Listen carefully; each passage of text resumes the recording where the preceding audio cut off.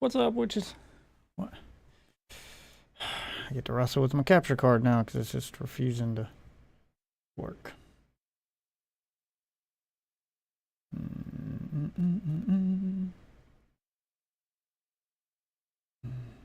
Let's see. Video capture device.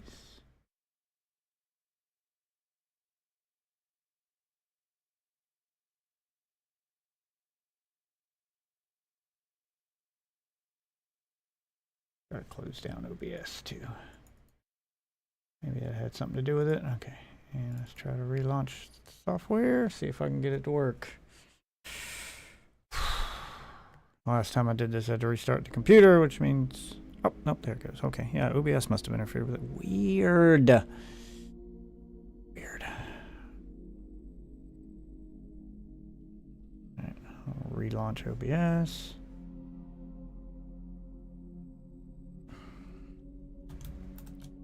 There we go. Get the screen up where I can see it. And we'll get into Discord.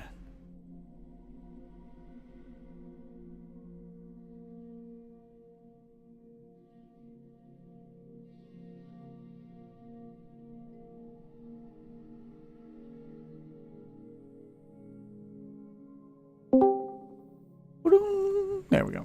Okay. Alright, we'll try to finish up this Fortnite Battle Pass. Let me get my stuff posted on social media. Let everybody know I'm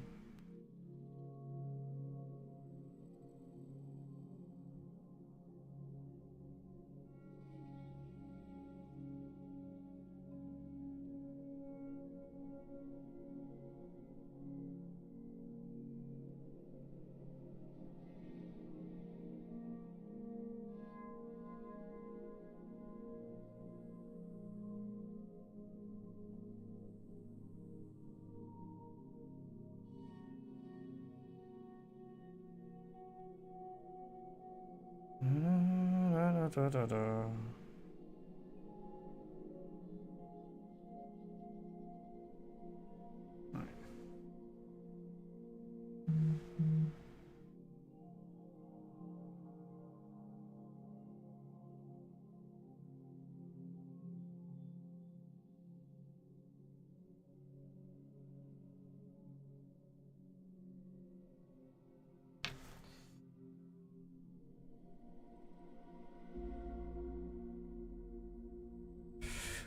Do,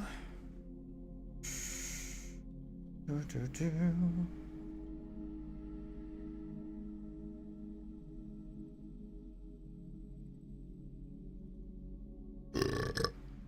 Okay.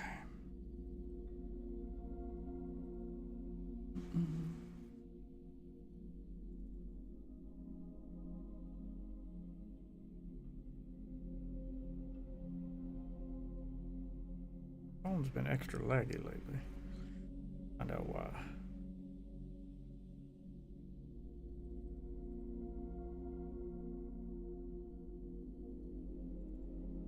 Let's go to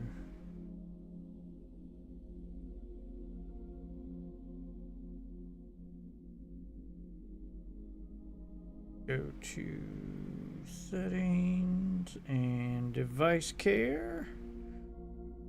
If I can find out what is making the phone move slow.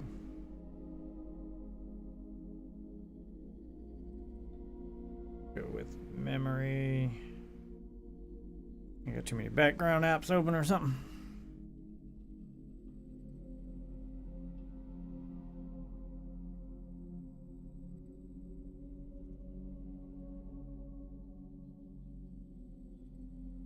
All right, clean now.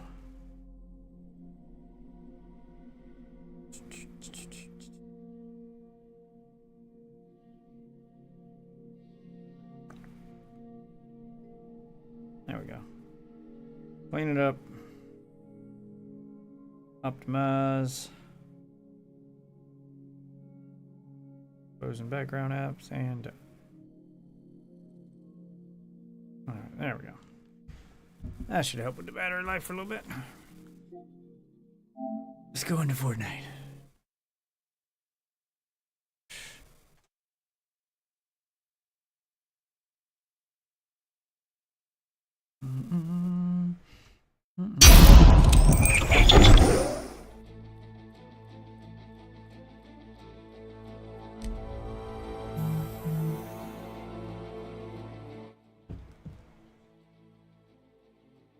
Volume's always loud right before it blows the game. Oh, did it renew my Fortnite crew?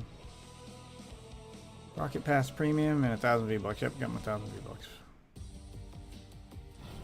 Yes, I know, it's May the 4th, yay! That pun that somehow became an unofficial holiday, Jesus. Okay, why are you showing me this cutscene again? I've already seen this one. Skip, skip, skip, skip, skip!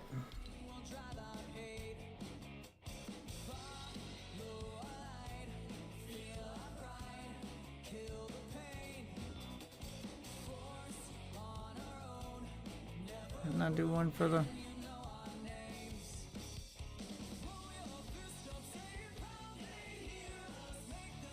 I gotta make one for the tiger.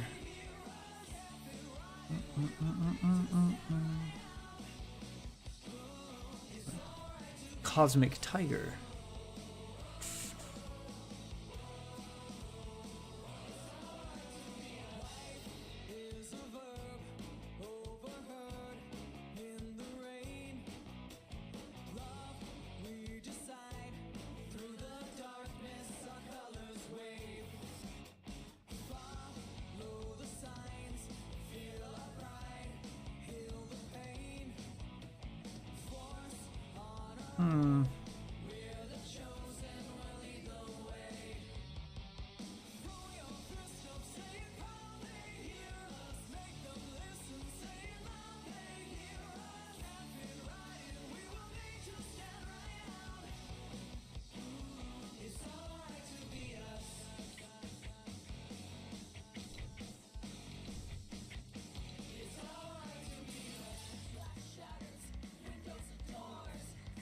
Alright, I gotta find one with the...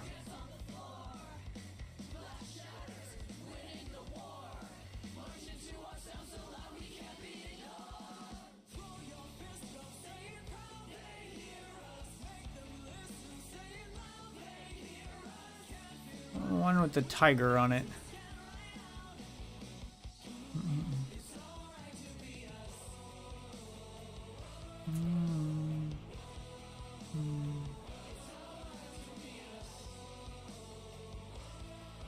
Why are there two with the fish and none with the tiger?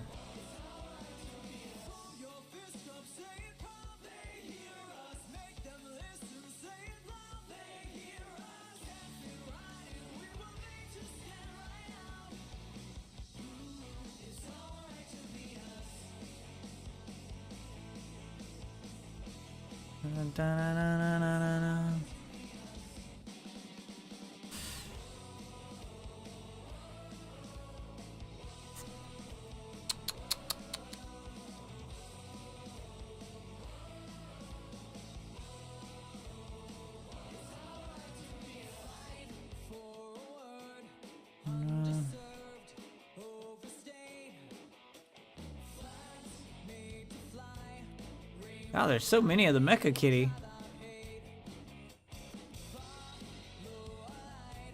And the Buff Cat. Buff Cat again. Where's the Tiger guy? I feel like each character should get like one loading screen. Otherwise, I guess I'm gonna have to use a generic one. There's so fucking many of these things.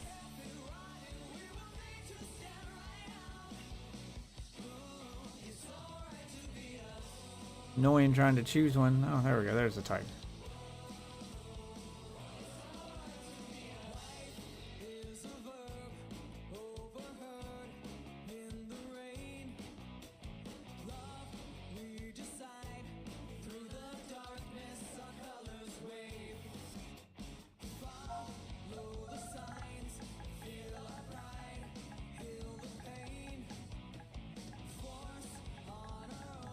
I'll name it Tiger.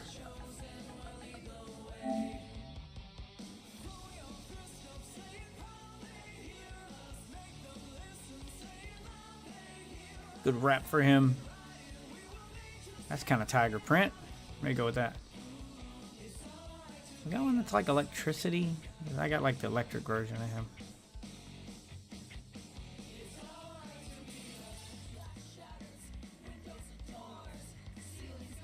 Is the boat even in the game anymore? just noticed, like, the wraps don't work on any of the vehicles. Why doesn't it apply to, like, the Jeep? Yeah, we'll go with this one. Not electricity, but... Actually, that's more electric. Well, let's go with that one.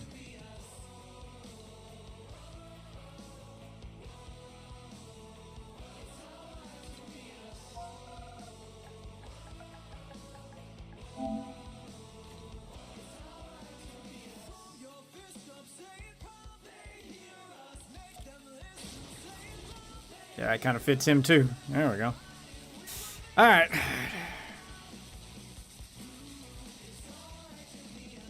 Let's see what our quests are. Place top 10. Hit players from 50 meters or more and do the bowcaster thing. Okay. Wait a minute. Do I got any weekly quests that require me to go to a specific place? Like weapons at Summit Temple. Okay. Well, then that's where I'll go. Alright. Let's roll this beautiful beam footage.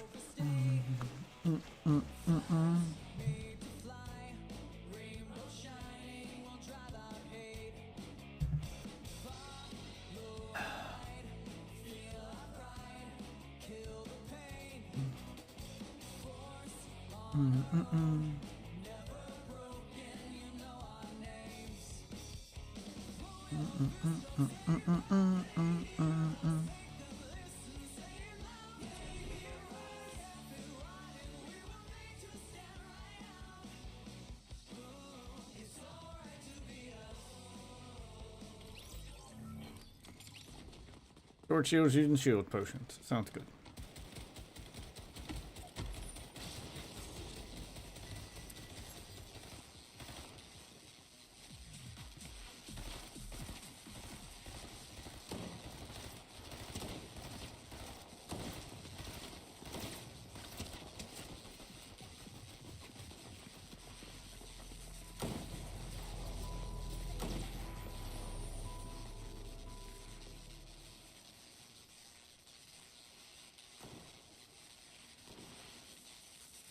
My Electro Kitty.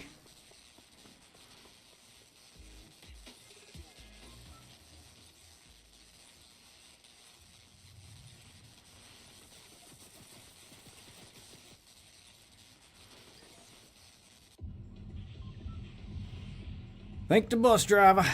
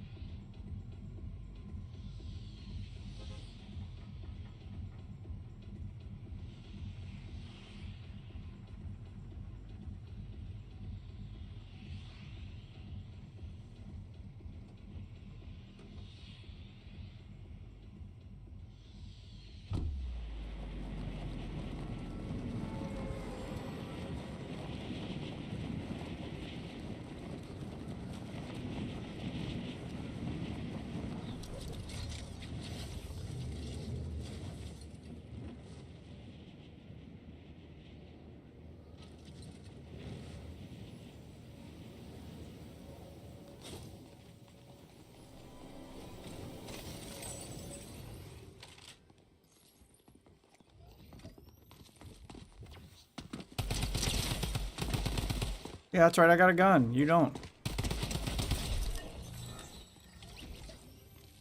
Should have ran. Okay. Off to a decent start.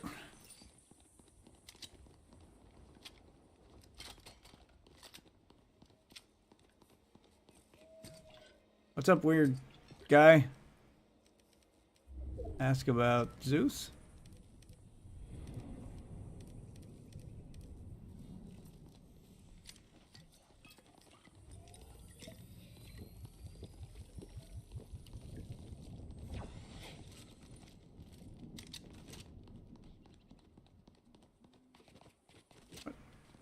Pretty full of ammo. Why is it showing half a clip? Oh, I need more ammo. It didn't even come with enough ammo for full. Okay, it says it's already full. Let's try to shoot it and reload it. See if I can make it. Not full. Oh, okay. Just It's glitched, I guess. Damn, why is the game so loud?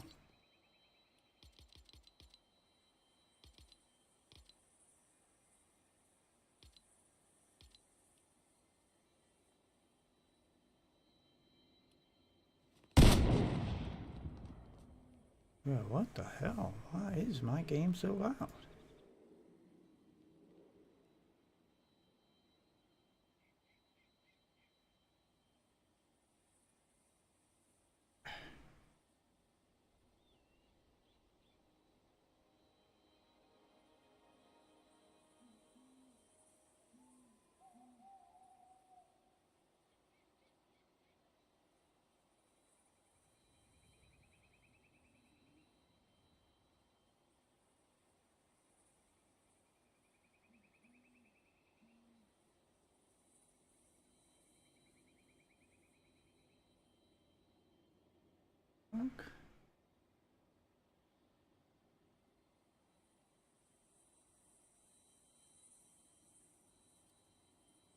Okay. Fuck it, I guess it's just gonna be a little loud right now for no reason.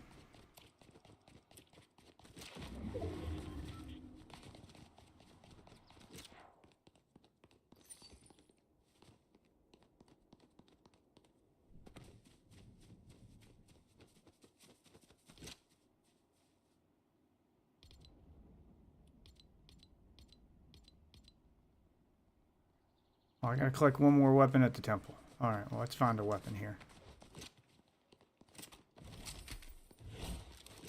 There we go. Hello.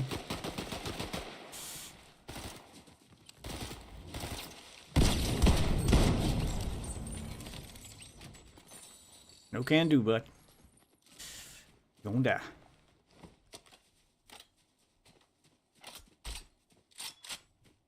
That's with the wrong guy. Or I got lucky. Probably the latter.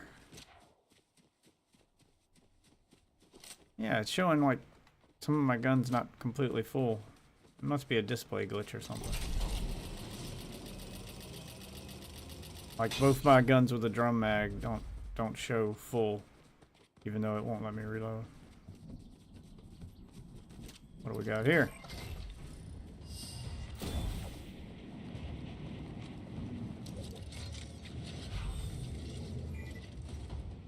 I think I might have fucked this up. I'm too low. Yep, I'm too low. Fuck!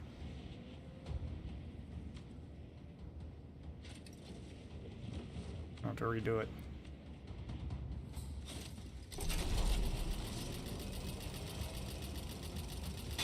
I've never done one of these before. I wasn't expecting it to be so close. I don't think I got enough time to redo it now.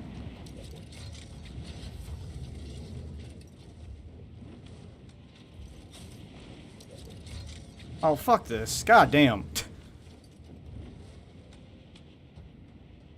a dumb fucking quest.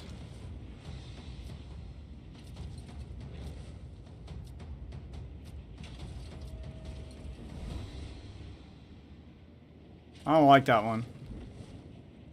The rings are too fucking small. Oh, that ain't open yet.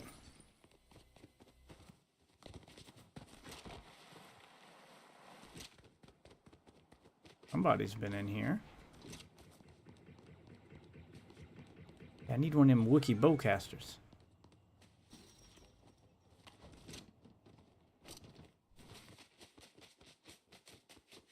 If I can get up top and snipe down at whoever that is.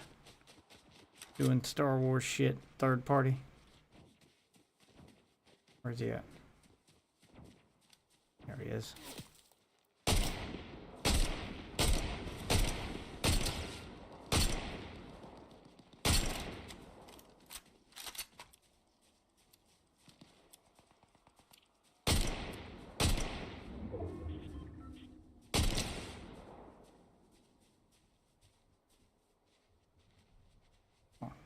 Come on, buddy.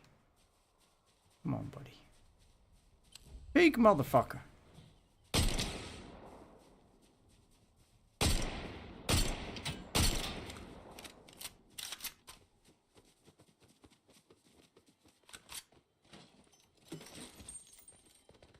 The bullet drop is atrocious now. Fuck it. Take whatever this is instead. And water bending. Because this is for some reason still in the game, despite the Avatar event being over. I thought we were doing Star Wars now. I could deal with Star Wars. That's just weapons. That's the kind of event I want. The kind that's just weapons.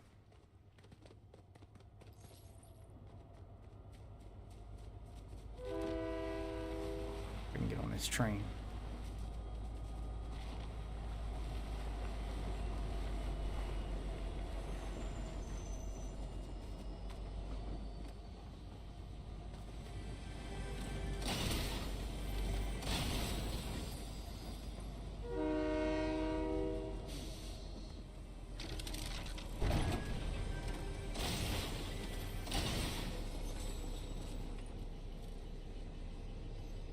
Tactical assault rifle. I think I like the regular one better.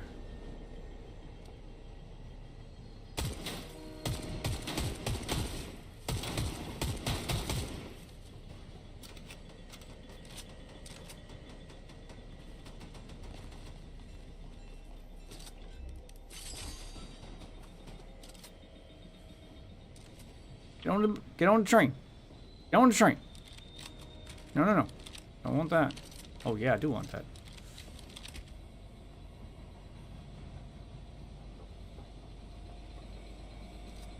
Oh, come on. Open.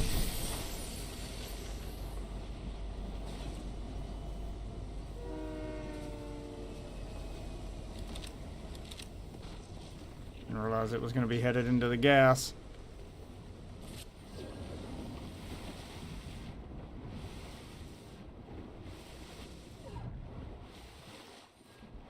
Come on, NPC, get out of the gas. There you go.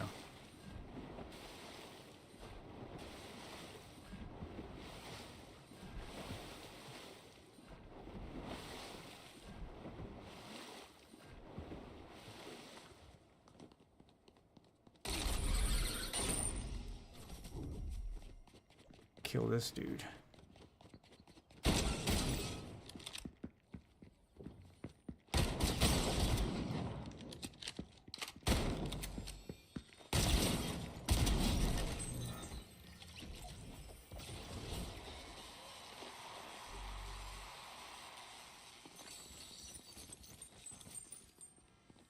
Oh, hey, I'll take that.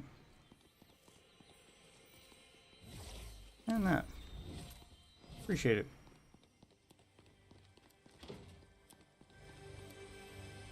You didn't get to keep that crown long, did you, bud?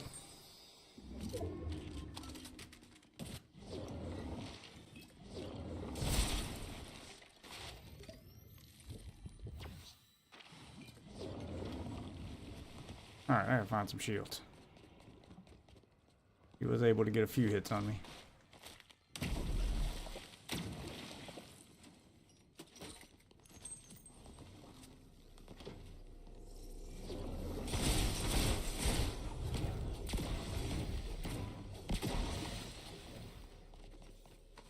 Damn. I'm just constantly running from the gas now.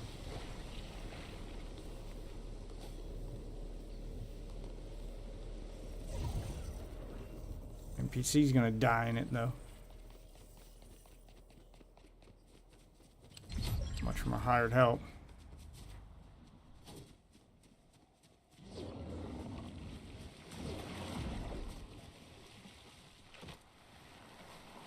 Gotta get far enough away that he can get out of the gas. Teleport to me. Almost there. I think he made it. I think he made it.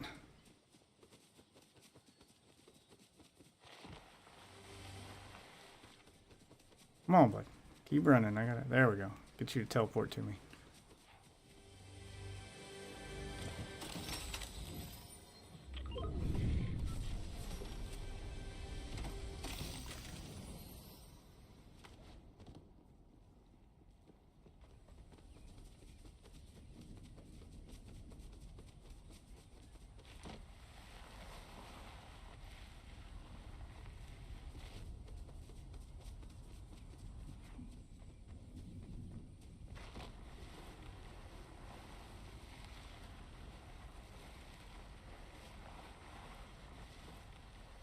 There's a raft I can't drive, but no actual boats on the map anymore.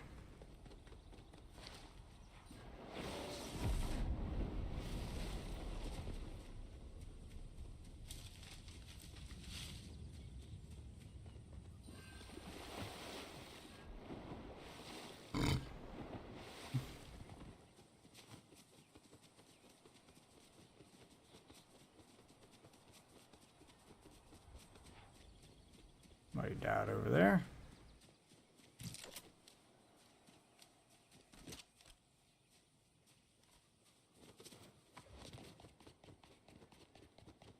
Dropped a gold something.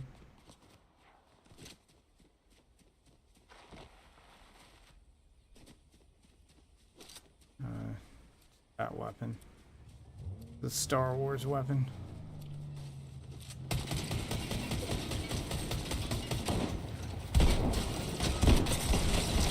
Damn! God, I hate when they just like jump out, they teleport. So I'm watching the vehicle and not him. Fuck me. Should have used the Zeus thing. I picked it up, never even used it. I should have used that on it. Ugh. I hate that. There should be some kind of animation or warning that they got out. As they're able to just teleport out of the vehicle.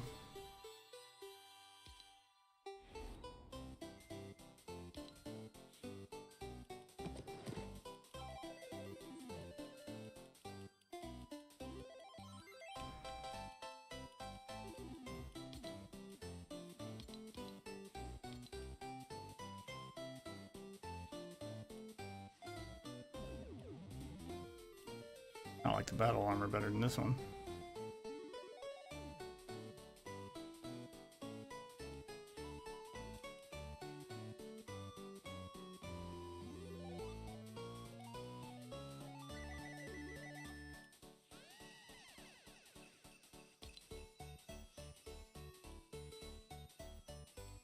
Yeah, I like the battle armor better than this thing.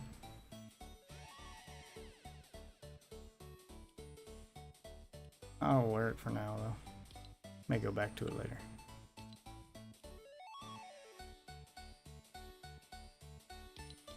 No, I won't. I just won't save it.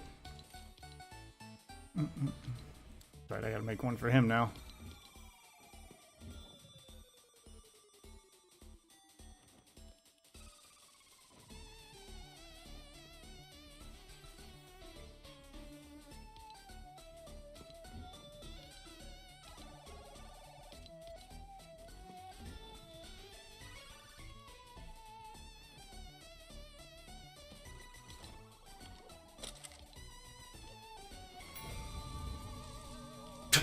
Yeah, I'll keep that on him.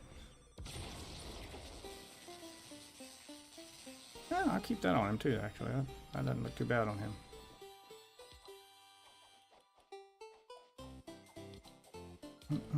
Dun, dun, dun, dun, dun, dun. That kind of fits his...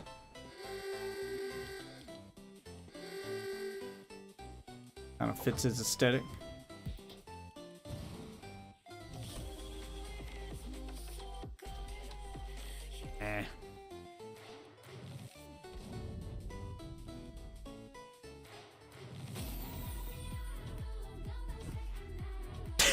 It looks ridiculous doing the dance.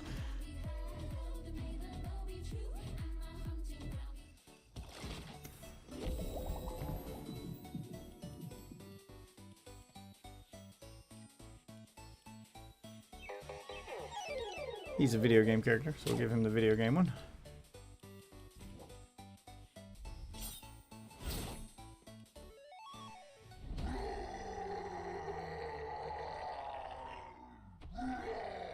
Roar.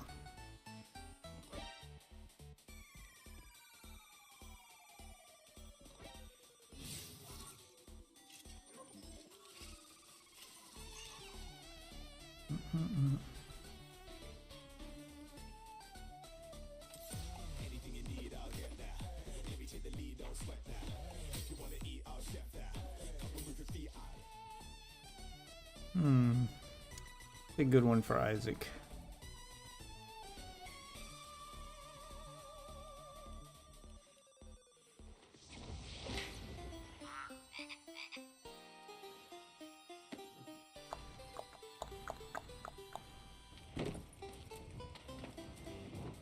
This is fine. So let's see what the traversal ones are I got.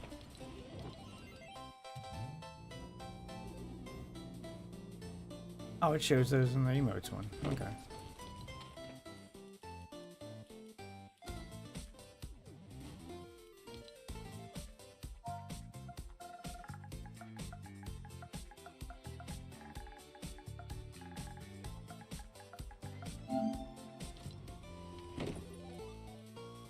Alright.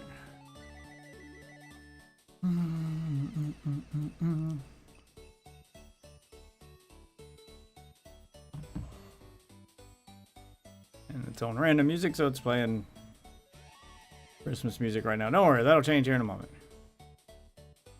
Yeah, this one looks kind of Isaac-y.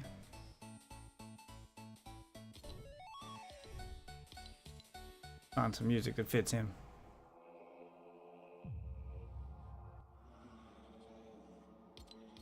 He'll get the new lobby music, and let's find Isaac. Let's sort them by season.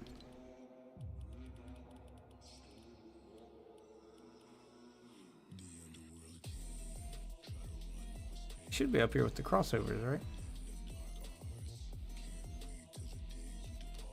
Oh no, they're not gonna sort them by. I think it's putting the newest seasons at the bottom. Oh, I don't know how it's sorting these.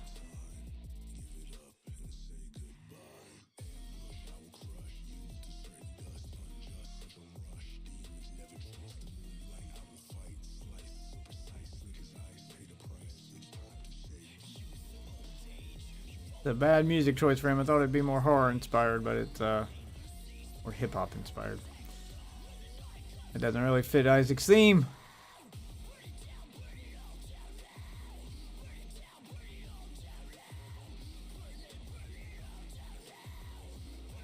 I don't know how long I'll stream tonight. My tummy's upset.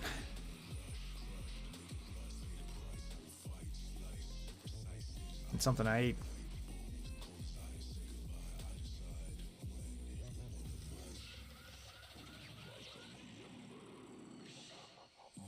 Isaac had a loading screen, right? I feel like he did. I feel like you're not doing him justice if you make a $20 pack for him and don't at least give him a loading screen.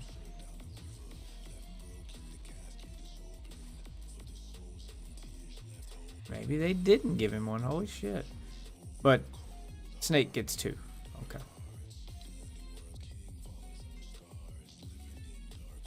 Yeah, that's definitely not.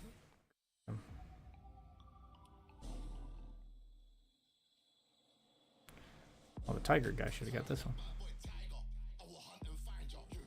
Need to go give that one to him. This year, there's a new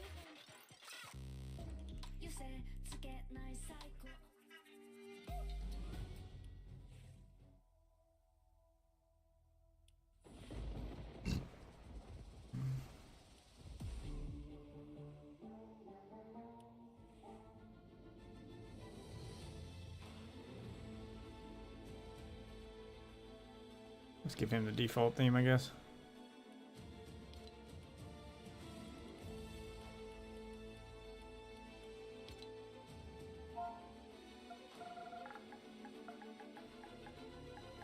We need to load Tiger.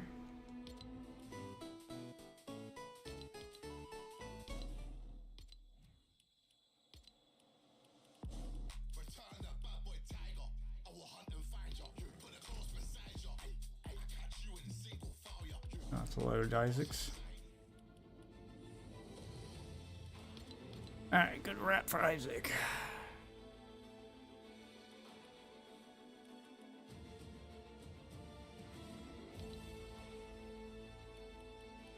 I hate that it moves where my cursor was too. Jesus.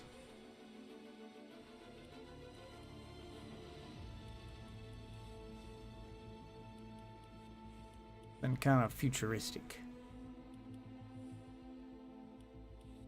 But, you know, not too flashy. Kind of futuristic horror inspired thing.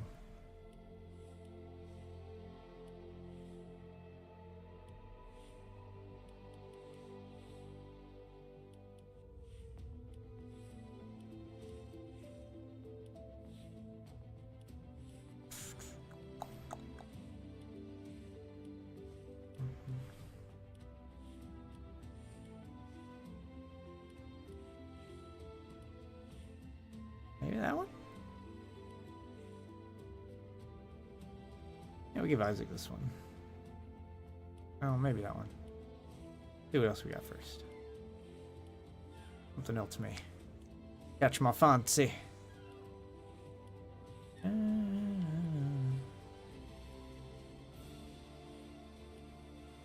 That's kind of futuristic looking. Oh, god damn it. Stop moving it. Oh no, this one, because it'll slowly turn. Yeah, plasma cutter as I use it. There we go. Got that plasma cutter feel to it.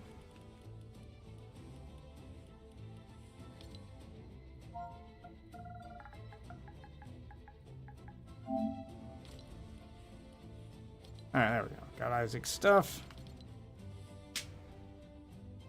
Purchase patch-up service. Spend bars at vending machines so I can do both of those at the same time. Okay, so I don't have to land anywhere specific anymore.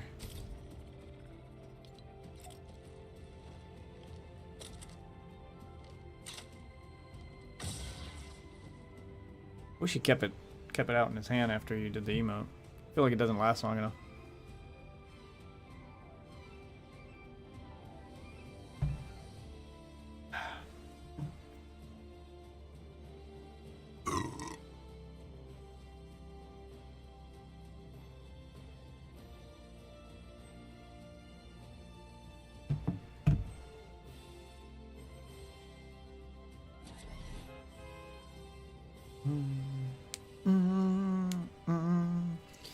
Pull up a YouTube video after this one, we'll get some content rolling. No damage to opponents within 20 meters. That's a shotgun fight right there.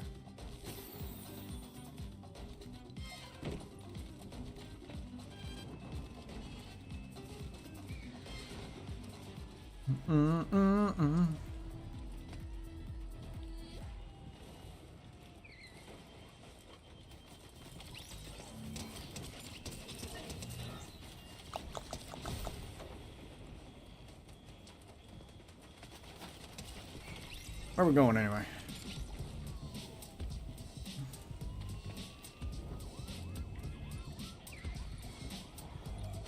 Wait, let's go unlock some of these characters we haven't unlocked yet. That'll tell me where to go.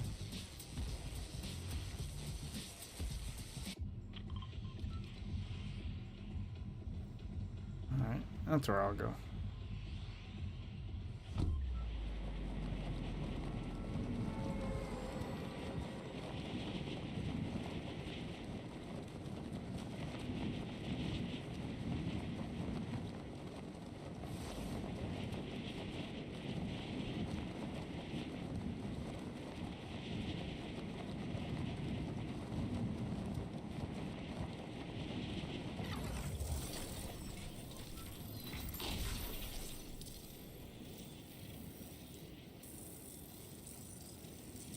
Ah, I think I got a pretty decent theme going with Isaac here.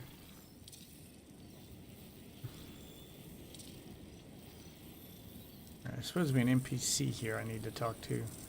Apparently I haven't yet found this NPC.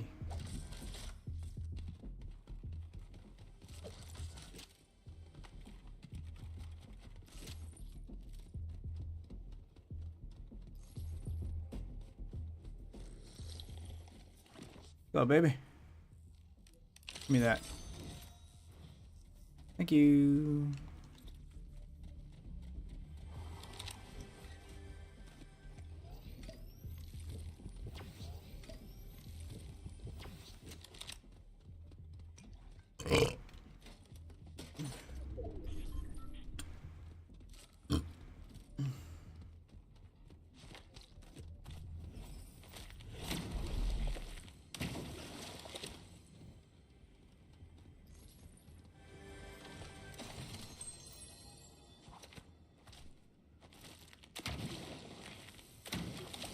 I should bring my health up to full.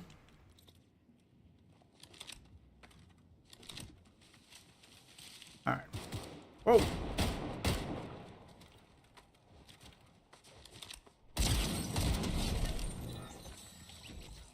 Jump on that guy. Oh, good. It's got the quick reload on this one. Yeah, this is a keeper. Hey, Wings of Icarus. How do these work? Oh, yeah, I remember you. I remember you guys.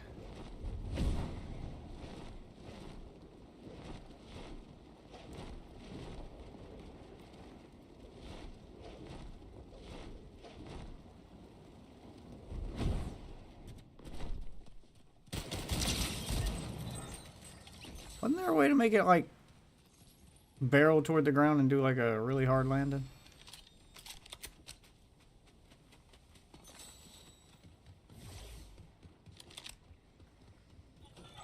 Those that spin bars at these vending machines?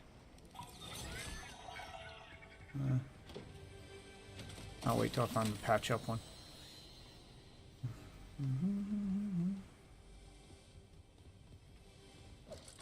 Must be above me.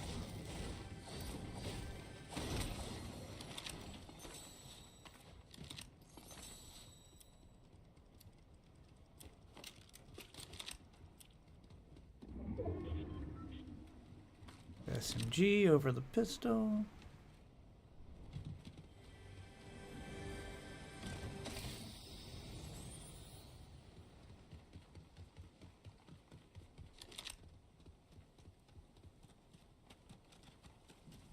Oh, treasure!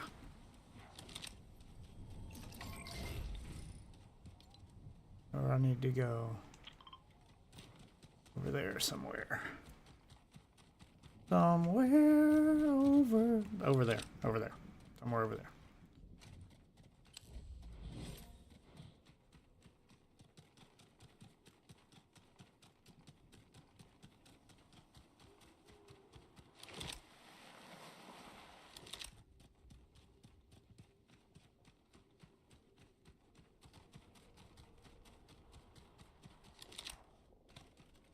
Let's fucking go.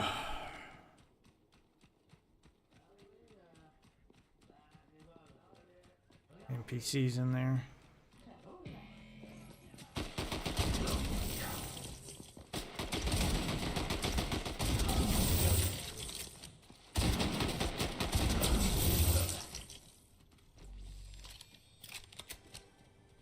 Well, you weren't exactly what I was looking for, but I will take it.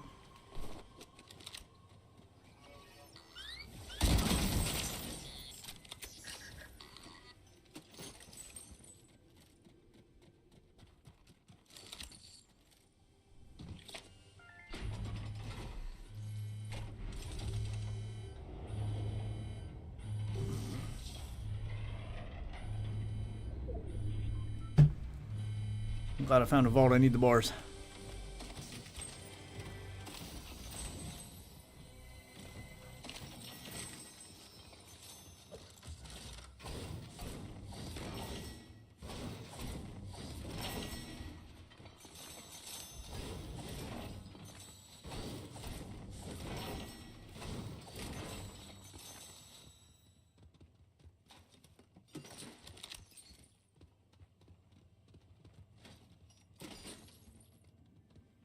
There we go. Give me all the things.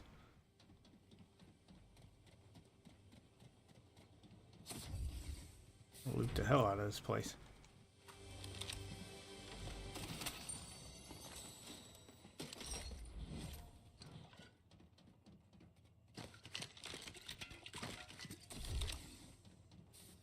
Alright, now let's find that treasure. Buried treasure! Buried treasure.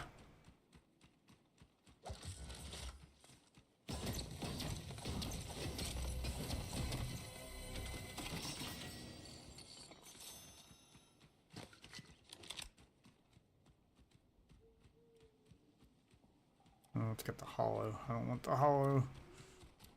I want a sniper. I'd rather have the assault rifle if I'm going to do distance. Sup, witches? Sup, witches?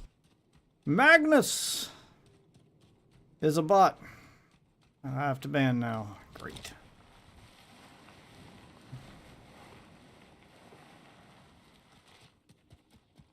God, Kick has a serious bot problem.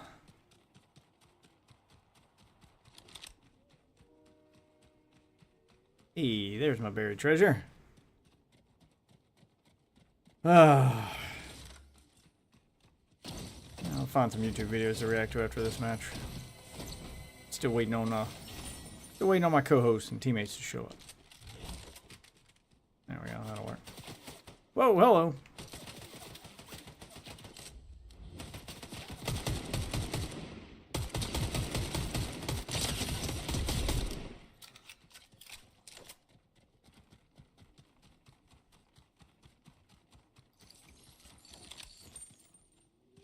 What did he have? Eagle Eye Sniper? That one has an actual sniper scope on it. Fuck the Icarus wings.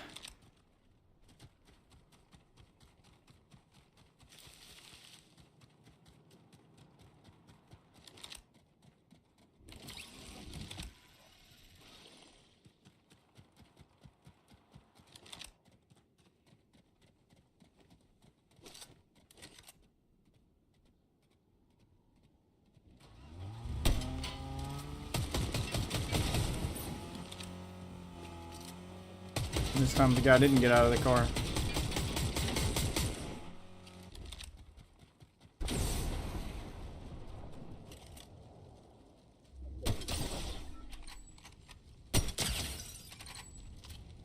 Are you not dead?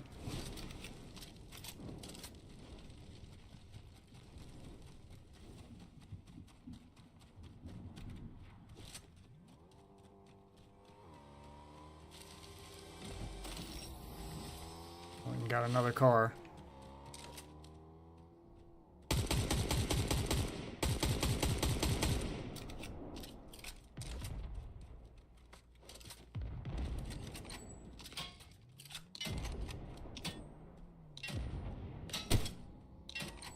Oh, it's his NPC.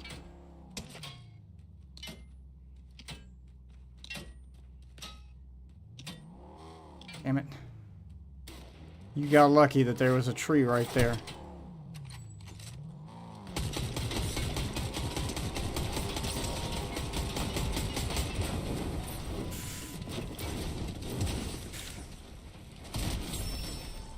Ugh. Hey, there's the shotgun I want. How did you have that? You got the stuff I want. Wow, you had the thing I needed. Tactical assault rifle? And you've got a better assault rifle. Well, you just had all the goodies. I gotta go find some health. Wait, wasn't I supposed to use a vending machine with the patch-up service? Hey, can I hire you? Nope. You did have this.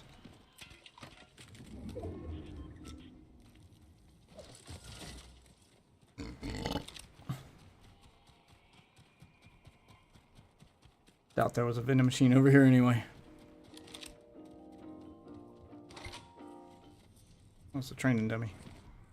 What did you have?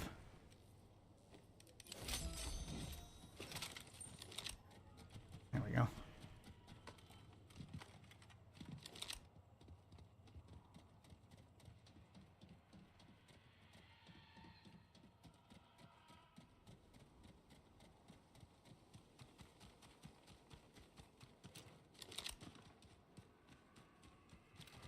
See what's in this house.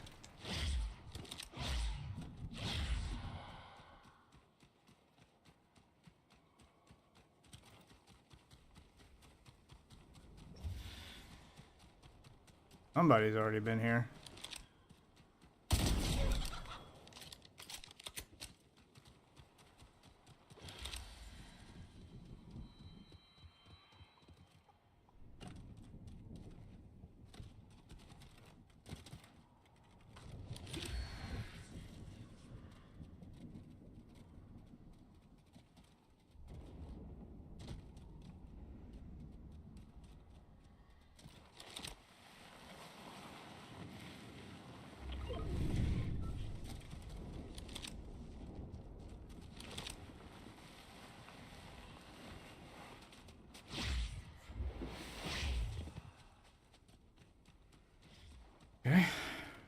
vending machine up here.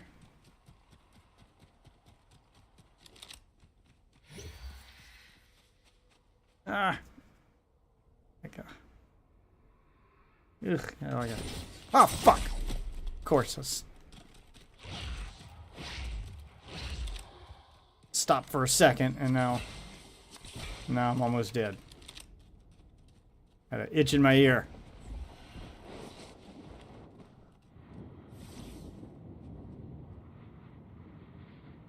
I don't think you saw me.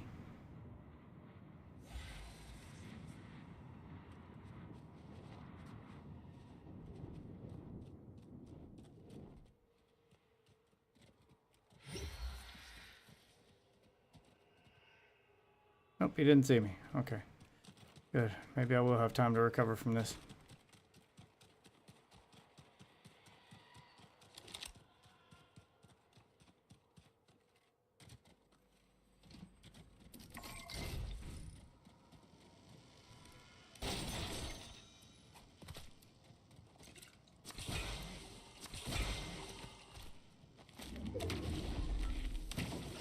Come on, give me an item I can use.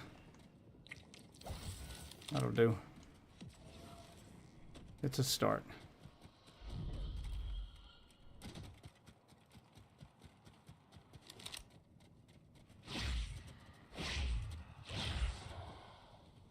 There he is.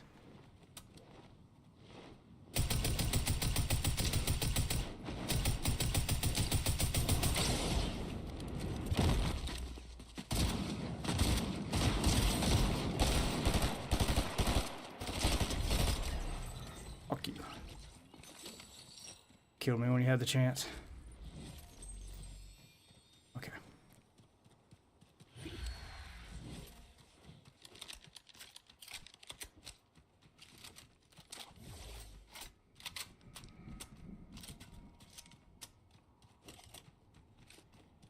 I gotta get better like jumping and stuff while I'm shooting too. I was glued to the ground right there. It's just, if I had a fucking controller with like back paddles, I could probably do that shit.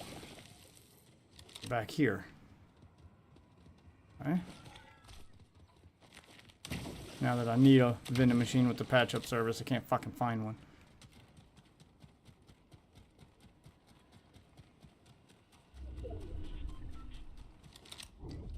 I can grab all these items I left behind last time. I should have been dead already in this match. Can't believe that guy didn't kill me while I was fucking AFK.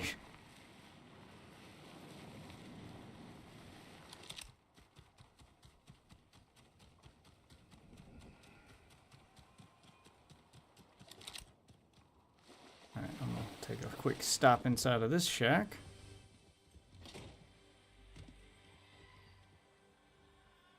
Leave the chest there as bait while I click on kick and ban this bot.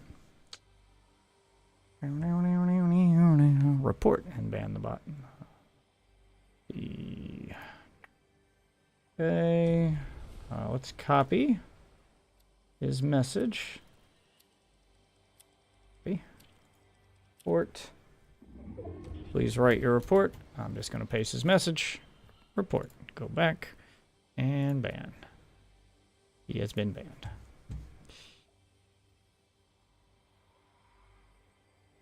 At least their mod tools are quick and easy to use. Give you credit there, Kick.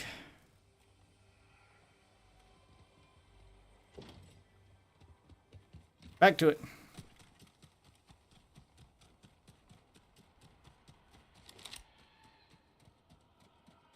Wow. My treasure hunt mission turned out to be center of the circle here. Like, almost dead center. Not out in this building, I guess.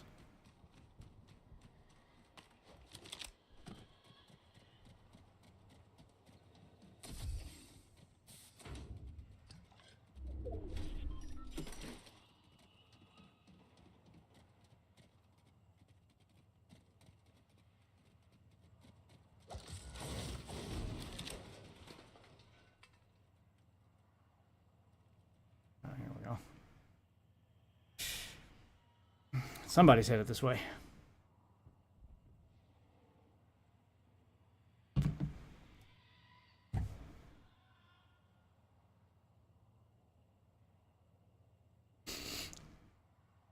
My bounty's over there. Kinda hoping somebody else will kill him. There he moves. He's moving along the map. Other one's looting that town over there.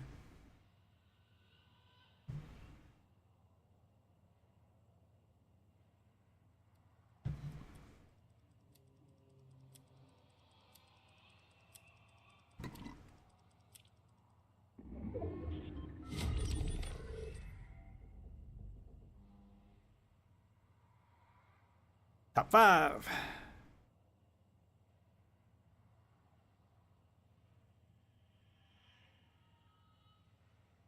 Yeah, the guy with the medallion's headed this way. Bounty's over there.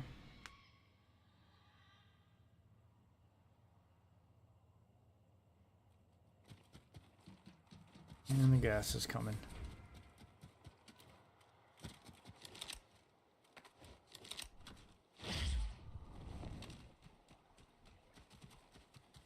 Is that help I can hire?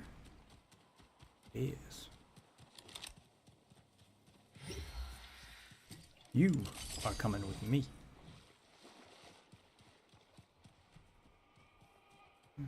We got company.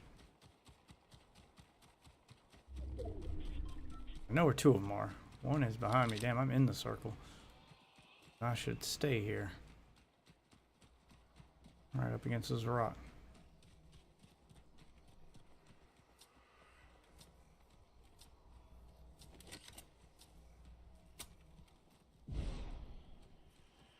Oh, well, lost track of that bounty.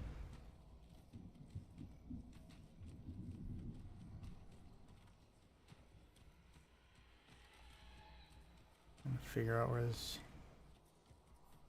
Oh, thank you. Glad I brought you along.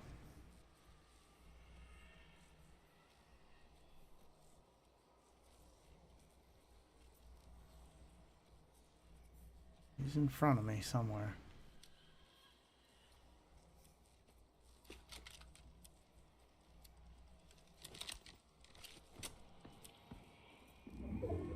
That direction. No visual here. There he is.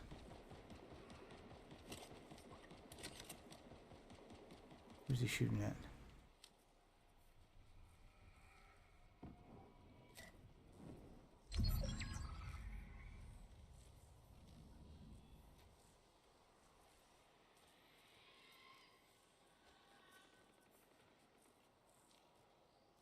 Ugh, I hate all the trees are blocking my view.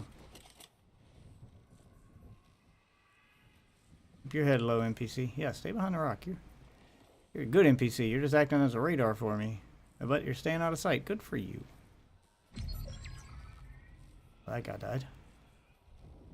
Right, there's the other one. One in that bush.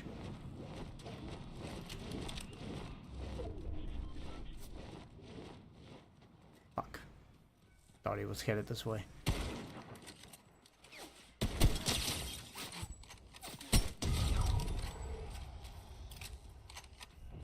One left. It's me and you, bud. Where'd you go? Where'd he go? He flew off this way. Come on, do your little radar thing again. Ping me. Ping me. We're about to get a victory royale here. Come on, ping it. Ping it. Ping it, baby. Ping it. Use your ability. Not doing it often enough.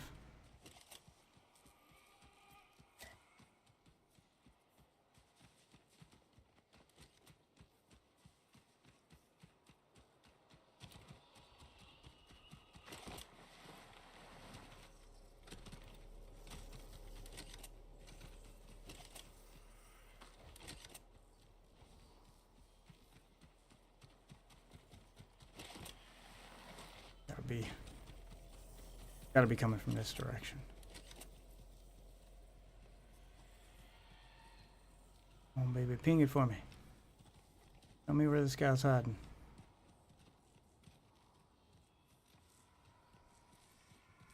Hiding that big guy. There he is.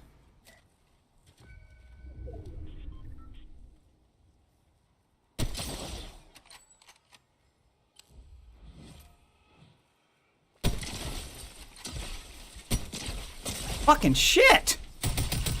Come on! Fuck! No, goddamn! I hate the bending. I want it gone. He burnt through my health just too quick. I hate what they've done to sniper rifles. Feel like fucking pea shooters now. I could have burnt health way faster with a smaller weapon. Oh, that was bullshit.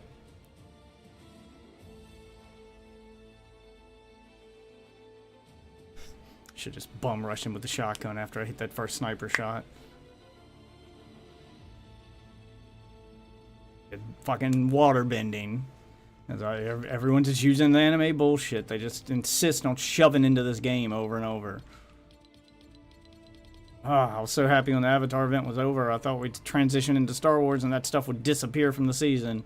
But no, it's still lingering around. The temples are gone, I think. I don't know. I don't see them on the map. Yeah, I do. It's not marked anymore. But he's still just gonna be using that shit. Fuck, man. I really thought I had that one. And no bars. So, 3, 6. So 6 levels to get those two. 7 levels to get that one. And then 7 plus 5. So I gotta go up 12 levels, so at 113 I can buy this page.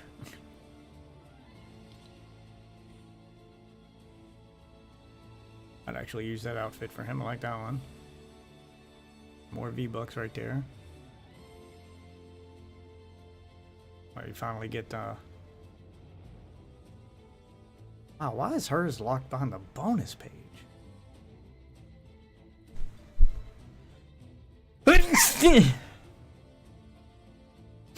Oh, shit. Yeah, her fucking trail. It's locked behind the bonus page. Ooh, I like that. And the back bling for the other one is locked over here. Like, if I want to get the full outfit for some of these, I gotta complete the bonus pass. That's bullcrap. Yeah. Her fucking... Her fucking wrap is locked behind that.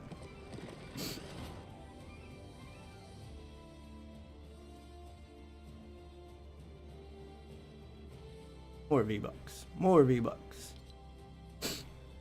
And this is where all the cool outfits come in.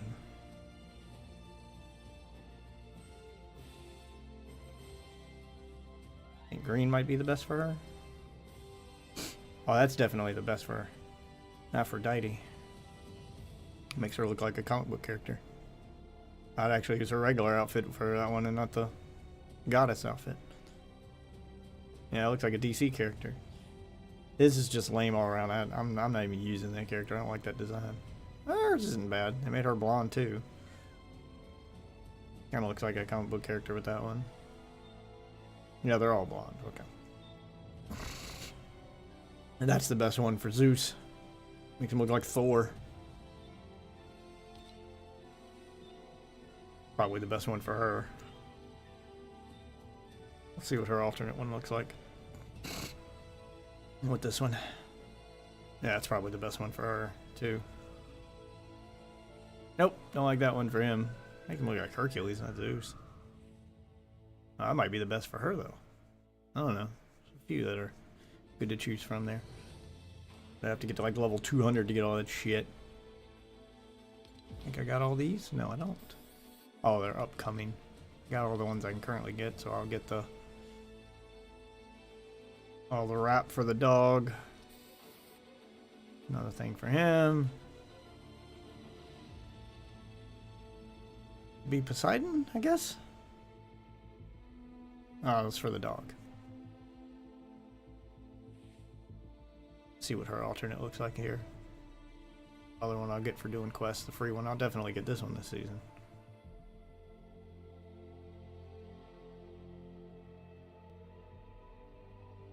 You're not gonna show me the alternate?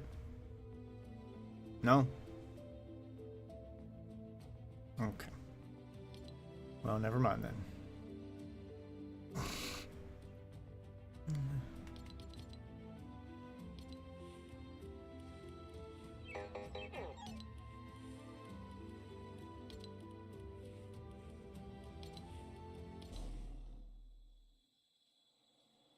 All right.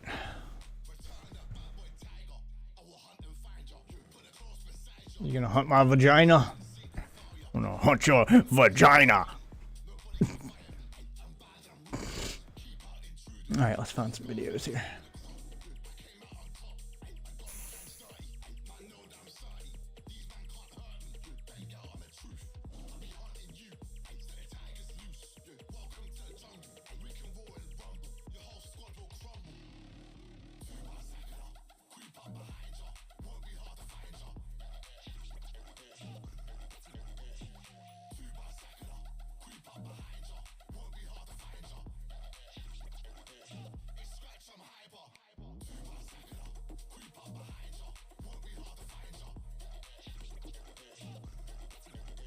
Ricky, tell him got a new video.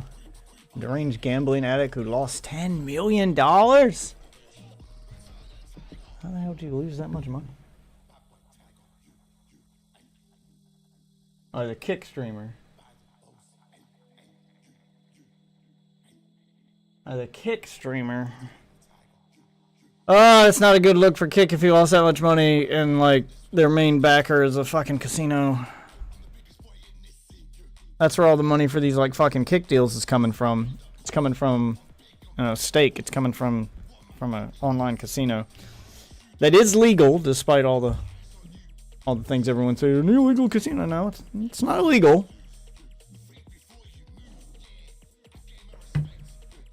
But it's not a good look when you claim everything is legit and on the up and up, and then your streamers are losing their... You're giving them millions of dollars, and you're paying them to fucking stream gambling as a way to promote your site, indirectly, of course. And it's not a good look when these streamers develop gambling addictions because you gave them unlimited money to gamble with, or what they thought was unlimited, and then this guy lost 10 million. Yeah. Let's see.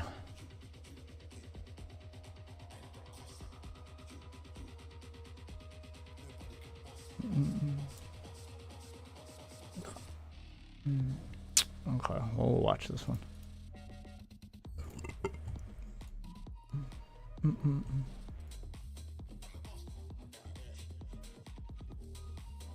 Online gambling. Where's some picture-in-picture?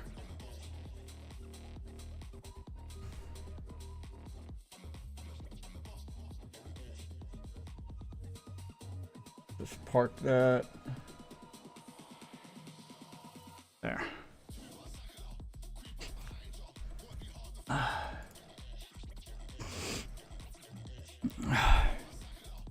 Gambling is just regular gambling on speed. Hey, good. But what if you actually did speed and then went to online gambling in your family's home in front of over 1,000 people? Everybody say hi, Mom.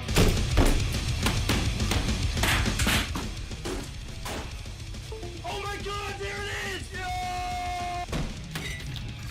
Jesus Christ! Ah, dude. Bossman Jack was born Austin Curtis Peterson in April 1995 to two loving parents. He grew up with one sibling in a good, stable environment. His parents seemed really wholesome, with his mom often posting about her love and support for her sons, which means a lot considering the things Austin gets up to. Austin's brother, Andrew, graduated from college, got married, has a job at an insurance company, and is in an alternative rock band. Lolcows often come from broken homes, but Andrew, being completely normal in every way, proves that there's no issue with their upbringing whatsoever. The brothers seem to be on good good terms with each other nowadays, despite the hints that they were Nowadays. at one point at odds, with Austin recounting a physical fight between them at an undisclosed point in time. My Oh. brother, I knocked him out cold. But this hardly proves brothers they always hate fight, each other though. or anything Yeah. serious like that. If anything, the fact that the two brothers fought once makes their relationship more normal rather than the opposite. Eventually, it seems they simply grew apart and lost touch, with Austin even admitting to having forgotten his brother's birthday. Bro, he just turned 32. Now I think about it. September 22nd. Yeah. I totally missed his birthday. Now I think about it. In his youth, Austin was a bit of a delinquent. He liked skateboarding. I couldn't tell you my smoking brother's weed, birthday off the top of my head fishing, and either. being a criminal. In 2013, Either when one of them. Austin was 18, he was caught trying to buy alcohol while underage. But this is a very common charge, and were this the only one he got, it wouldn't really matter. However, 1 year later, Austin, accompanied by two friends, rampaged through the Brickshire area of New Kent, Virginia, rummaging Jesus. through 12 vehicles and stealing Okay, sounds like this guy might have had an anything addictive reported stolen personality to items, begin including with. loose change, credit cards, a high-end camera, jewelry, and even a firearm. Though I should say the person responsible for taking the gun was one of Austin's accomplices. Following an investigation by the New Kent Sheriff's Okay, so Office, he didn't steal the three gun. of them were arrested in connection to the robberies. From what I can understand, he was charged with a total of 21 counts, including 3 different kinds of larceny and tampering with a vehicle. However, he got a deal in which he pled guilty to just 4 of those counts, all of them misdemeanors, and all the other charges would be dropped, with him getting a year of probation and a fine of a little over $3,000 as a means of restitution to the victims. Due to how poorly planned and executed this criminal act was from the get-go, Yeah, that gives him a Austin criminal was record, though, probably even if he took the caught deal. No matter what he did. But I should note the fact that he made it easy for the cops to connect him to it when he started looking up items he'd stolen on Google to see what they were worth, presumably so they didn't ask for that value from the person he intended to pawn it to. Does He no was one also use arrested and VPNs or convicted of it. incognito Ultimately, windows? I Austin feel like they're only just spent 29 constantly days in prison. sponsoring The judge's all of these reasoning gave YouTubers us a and sufficient streamers, wake-up and call then for Austin they to get not caught relent. not It's using unknown them, what and exactly swayed the judge, but it's speculated there were many members of the community, including the deputy police chief of the county, testifying in favor of Austin's character. According to them, Austin had just fallen into the wrong crowd and was a normal kid caught up in drugs, alcohol, and immaturity. When viewers brought this up on stream, he showed a lot of remorse and admitted the reason for the crime was to feed his addiction to Xanax. Karma. okay, yeah. So the guy did just straight up have an addictive personality to begin with. It's not like it's not like getting a kick deal made him a gambling addict. He's stealing out of cars, dude. Innocent people's cars, bro. I am not like that, bro. At all, man. But before we totally move on from this topic, there's a little wrinkle in this story I think is worth delving into. Many people, including Austin himself, has mentioned that this case resulted in a felony conviction, which actually isn't the case. You see, it's very strongly suggested in the articles about the case that his accomplices pled guilty, but that Austin went above and beyond and actually cooperated with the police against them, thus making him a snitch. This goes a long way to explain why those very Yeah, it's not gonna make you serious charges on popular which with they your had friends. defended rights were suddenly dropped, and only the misdemeanor charges stuck. But this isn't just speculation. The court documents prove beyond the shadow of a doubt that Austin is in fact not a felon. In turn, this means that whenever he calls himself one, it's most likely him just trying to avoid people from figuring out that he snitched. After the reality Trying to check get that was a clout. brief stint in jail and Want that street probation cred. sentencing, Austin decidedly moved away from the street life and instead developed an interest in old school RuneScape. For context, OSRS requires a monthly fee to play, but unlike other MMORPGs, it had its in-game gold become a kind of cryptocurrency, as players could pay for their memberships using it, causing I've a natural never played exchange rate RuneScape. to develop around it. One big win on a high-stakes wager in the duel arena, Oh, players shit. affectionately called the Sand Casino, could fund a player's has membership for gambling in it. years. Austin started streaming it in 2019 under the name Austin07 and immediately gained a reputation for being what is called a debt streamer. He lost millions worth of in-game gold and Debt proceeded to streamer. beg his audience for more, only to lose it all again. Eventually, Austin accrued a total debt of 30 billion gold, which turned out to be worth well over $6,000. Why they just me every fucking day, bro? How much has it got to fucking damn it? 30 fucking bill! 30 bill debt! 30, Dude, not fucking 10, not 5, 30 fucking bill debt. dude, it sounds like the universe is sending you a message here, man. Users were critical of his shameless demand for loans. I to need to his become a audience, with him degenerate. eventually I need to being become a exposed for degenerate. trying to sell The in-game people who gold get the for views and real-life get the money, kick deals are allegedly to get always the drugs, people who which makes sense just given it netted him a like the measly people who get the $50. streaming While pretty deals and get meaningless to in like game, it can make probably millions doing this temporarily stuff are satisfy always his like the craving most for gold. unstable, Austin like claims he wanted to pay degenerate back people loans, but the only thing he ever did that if was they buy hadn't got video that deal, games. they would have wound up in jail or just like Not only did he blatantly they're barely functioning members of society most of the time. gambling, but he also coped by blaming the developers for his losses, claiming it was the game's fault for not letting him win. It's the game's fault. Oh my god. This dude sounds like the worst. Like if you're Tom, if the point of this video is to make me hate him, it's succeeding. Even landed him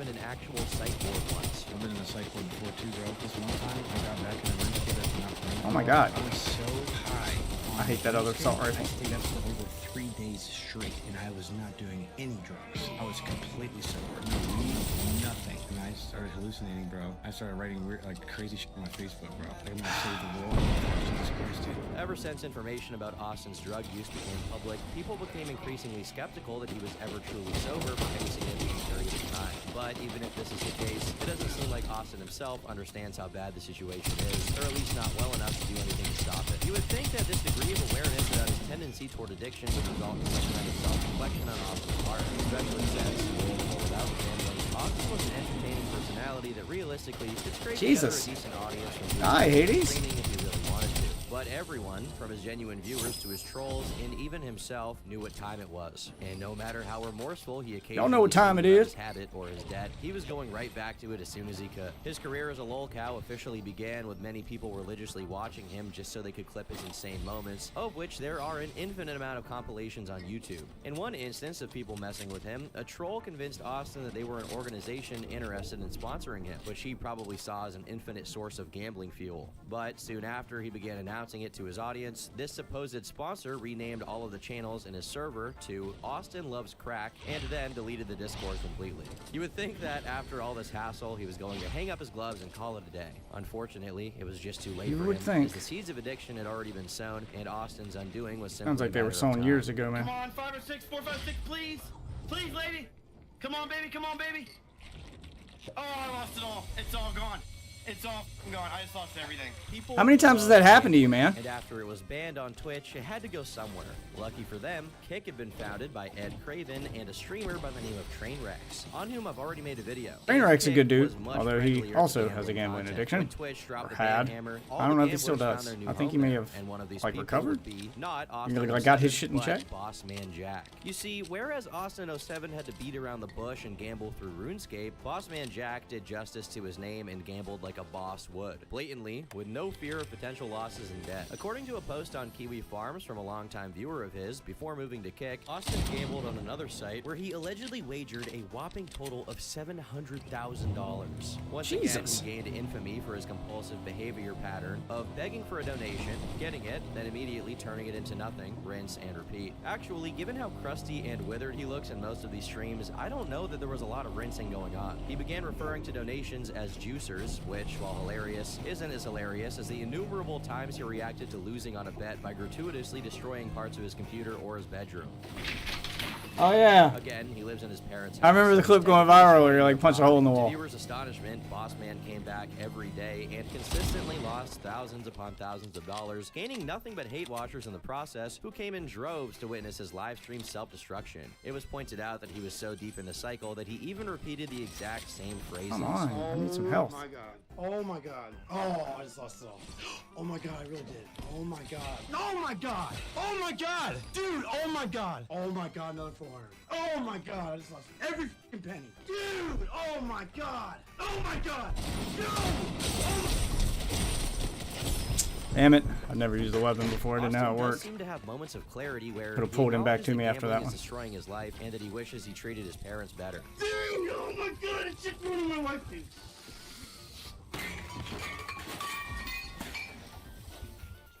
I am bleeding. Oh my god, dude. Oh my Jesus. god, dude. I gotta go, guys. I cannot believe I just did that to myself, dude. I cannot believe I just lost $300. I gotta work 40 dude. plus hours a week to pay bills, but we'll give this guy millions of I dollars. swear to God, why the fuck would I advertise the site for fucking months on end and never, ever get some fucking payback? Fuck you! I'm fucking done!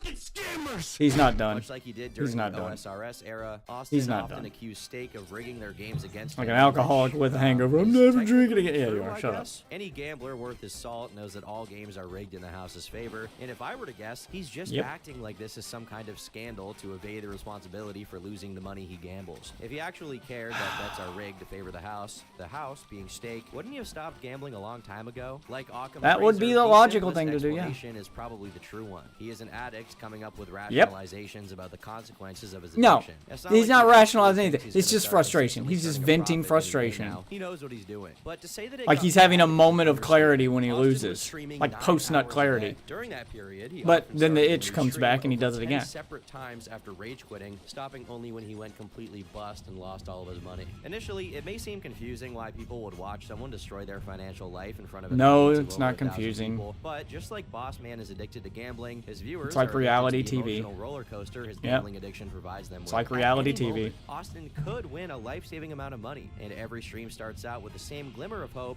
that inevitably gets destroyed beyond recognition by the end of it, along with Austin's drywall. In one That's what extraordinary gambling's really instance, he doing. They're actually monetizing succeeded in hope. Getting out of debt on stream. Oh my god, boys. Oh my god. Oh my god. I can't stop saying it. Oh my god. You. Oh my god. Oh my god. Oh my god. Holy. Oh my god. Oh my god. Oh my god. Oh my god. Oh my god. Yo. Oh my god. I'm debt free. I'm debt free. I'm Is he fucking is he debt-free. winning at gambling or having an orgasm?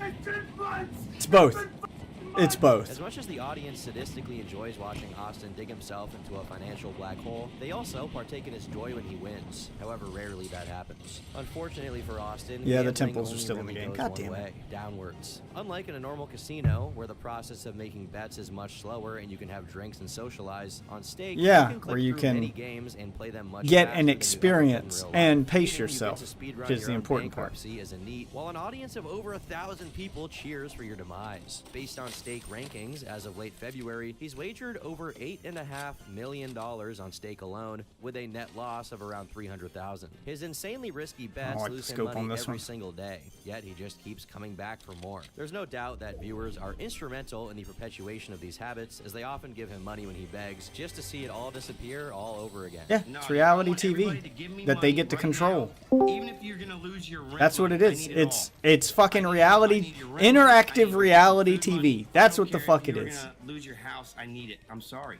I need Fuck that money. me, I'm dude. sorry. It's more important that I gamble. The humiliation How ritual the is hell even egged on by Boss Man, are such as when he these offered to people shave his head for getting $100 millions of dollar straight, deals? which is not even that much, Like considering the his only, net like- loss. Unfortunately for him, The only draw to his stream never actually came through, meaning is he the gave his fact head that he's for gonna $100. lose all his money. Like you just like they're there to watch him fail, and he's failing upward. Bro, I just got trolled so fucking hard, dude. I cannot believe that this is gonna happen. What the hell? What the hell going on here, man? Yeah. Whoa. What's Shit. My man, just watching some turkey talk. I saw before I hopped in. Watching a fucking kick. It blows my mind, dude. Like it's always the oh god. It just it's frustrating to watch for multiple reasons. Cause it's always the people who like least deserve it that get the most breaks in life. Like this dude has just been a degenerate off the cuff. I went into this thinking like, oh, this is gonna be a bad look for Kick if it took a streamer who was, just like, had a decent following and was a decent streamer, and then they offer him millions of dollars and force him to gamble as part of his Kick deal, and it turned him into a gambling addict. I thought that was it. Like I thought this was gonna be like a victim story, like. He wasn't a gambling addict, but Kick ruined his life. No, this fucker ruined his life before he even got started. Like Kick is what kept if Kick hadn't have given him a deal, he'd ended up in jail. Like streaming's the thing that kept him off the streets. Paid him millions of dollars, and he's just like every chance he's given, he flushes down the toilet. Meanwhile, you've got a plethora. There are numerous, and I mean numerous, streamers and content creators with sub 1,000 views, sub 500 views, like these lower end streamers who are genuinely good creators who are going to get overlooked forever. Like criminally underrated people. And I'm not even just like talking about myself. There are ones way better than me who have way more time to create content, who are putting their all into the game, who are doing daily uploads on YouTube, who are playing the TikTok game, who have way more time to sink into this than me. This is a hobby for me, but there are people genuinely trying and putting out good content that no one watches. Those are the people, and they're people without criminal records, without fucking, yeah, they've got no criminal records, they've got no actual problems. They would be good streamers to sponsor and to give kick deals to, because they'd be genuinely good for the brand. You wouldn't have to worry about scandals. They would get you good PR, and if you elevate them, they'd create good content for your site. But do those guys get deals? No. They will forever languish in obscurity. But the minute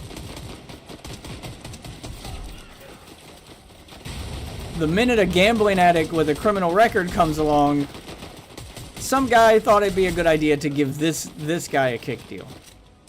And I get it. He's got viewers. People like watching reality TV type content. They love to watch people fall apart. They love to watch the drama. But with that drama is going to come scandal. And is it worth it if it tanks your company? Because you're already skating on thin ice. People are already sus with Kick because they think that they're promoting gambling to children, which they're not really, but it is on a site with video games, which is why Twitch banned it, even though Kick doesn't advertise itself towards the same audience as Twitch. But still, the PR, from a PR standpoint, the ice you're skating on, it's a fine line that you have to walk to get away with what you're doing, at least until you make a name for yourself. But you guys didn't even wait to make a name for yourself. You just immediately jump in and keep throwing money at these streamers who are going to keep getting into shit that's going to fucking make your site look bad time and time again. And they're going to keep getting in headlines for the wrong reasons, and that's going to reflect on your site. And maybe they don't care. Maybe that's what it is. Maybe they don't care. They probably don't.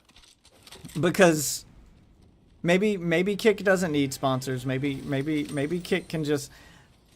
Maybe the only thing Kick really has to worry about is legal trouble. If it's just PR, maybe they don't give a fuck about PR, because as long as they're getting money from the casino, as long as it's turning into gambling money, then they win, right? Yep. I mean, they're not. Well, I guess they are spending the money. Holy shit. Yeah. This guy lost 10 million. He lost his. Okay. All right. If are the company is he playing a gambling game that they own? Yes. All right. So why are they not making it look like he's winning? I'm not saying do it all the time. He should lose, but they do.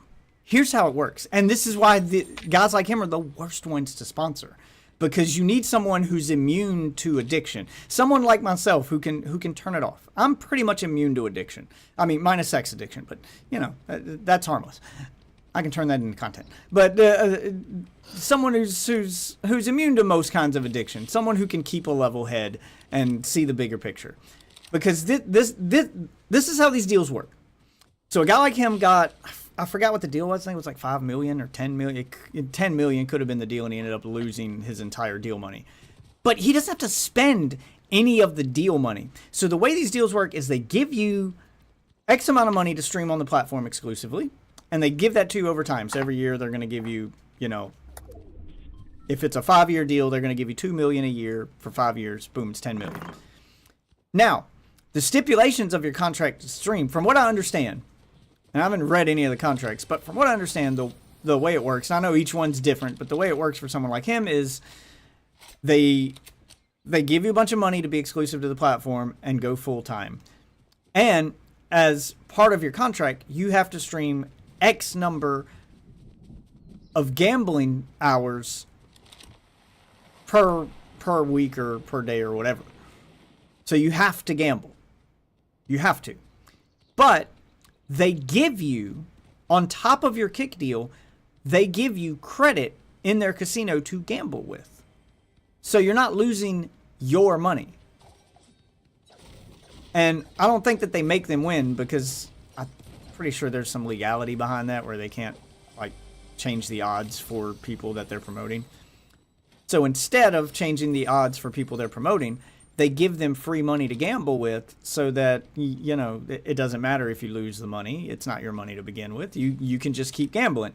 And the idea is no one loses forever. So even if they don't tilt the odds in his favor, if he's gambling large amounts of money for 8 hours a day, X number of days a week, well, eventually he's going to get a big jackpot and they can clip that and turn it into, you know, advertisement. And that's all they want.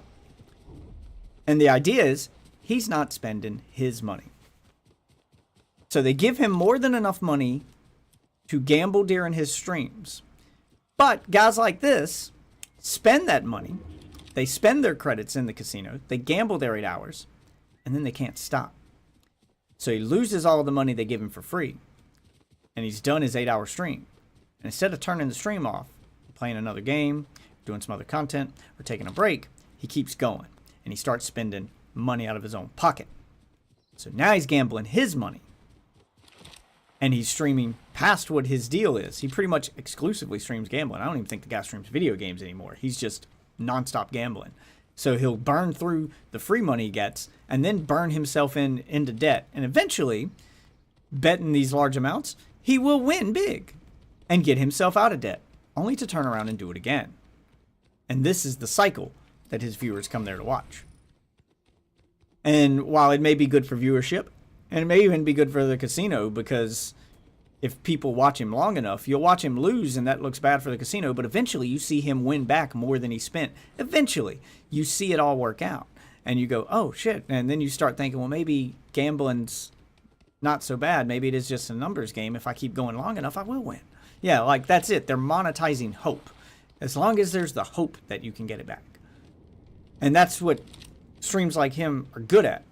Keeping that hope alive, because you watch him long enough, you'll get to see his downfall. And then you'll get to see him win it back. And then you'll get to see him lose again. And then you'll get to see him win it back. So the fact that he's caught in a loop where he can lose everything and then become richer and then lose everything again is proof that, you know, you're never really losing as long as you keep playing. I'm guessing that's the idea behind it, because that's how most casinos in real life work is, hey, you're not a loser unless you quit playing. I think there's even casinos that have like that motto, or they'll actually like use that saying. It's like, hey, you haven't lost until you've quit playing. As long as you keep playing, there's a chance you'll get it back. I thought it was like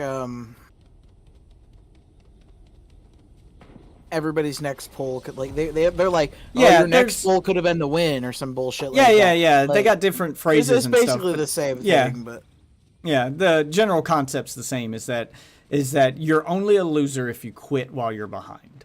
As long as you're still pulling, there's a chance that you can win it all back. Where's this guy? Oh, he's flying away because he's a pussy.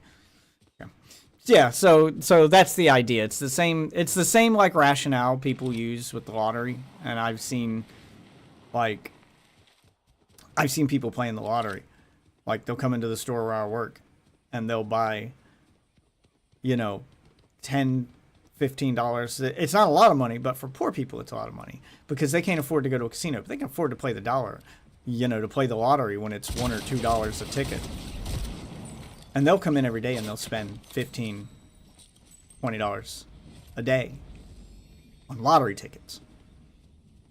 When you start doing the math on that, and these people are in there every day, you know, running Instacart orders or whatnot, and then they walk past, because we have a vending machine that vends out lottery tickets, and then they'll walk past that machine and they can't help but use it. And they'll do it every day. And if you're doing, you know, $20 a day, 5 days a week, it's easy for that to add up. But you can justify it if at some point in time during that week you won $100, $1,000. Because they never win big. They're buying the fucking scratch-off tickets. Those never really pay out big. But they pay out more frequently. You win more frequently with the scratch off than you do a traditional lottery ticket. Even though you'll never get rich playing a scratch off, you'll win more often, so you don't really feel like you're losing. And that's where the addiction part comes in. Scratch offs, they're straight up gambling. Like, I don't know how the state cannot call the lottery gambling when they sell scratch off tickets, because the scratch off tickets, like 1 in 5 will win, but what they mean by win is win like break even. So 1 in 5 might win $5, you know, but they market it as 1 in 5 is a winner, and then they show you what the maximum that you can win is, so people get their hopes up, and then they keep playing because every fifth ticket they win something, so they never feel like they're really losing. Oh, it's the worst kind of gambling. Where a traditional, like, pick your numbers kind of lottery is, where they, you know, call out the numbers once a week. Well, now you got to wait a whole week to see if you won, and you got to watch it on TV, or you got to wait for the results to come in, and then you got to do it again. That's so slow paced. That's barely gambling, and it only costs $1. Like, yeah, you might buy a bunch of tickets, but you're not really gonna spend too much money on that because it takes too long to get the results. You can't just keep going. But with the scratch offs, you can do that shit all day long. So Probably should be banned. Honestly. Yeah, so that's definitely gambling. And it's so weird that states don't call it gambling, but then on the back of the scratch-off cards, they will print the number to the gambling addiction hotline.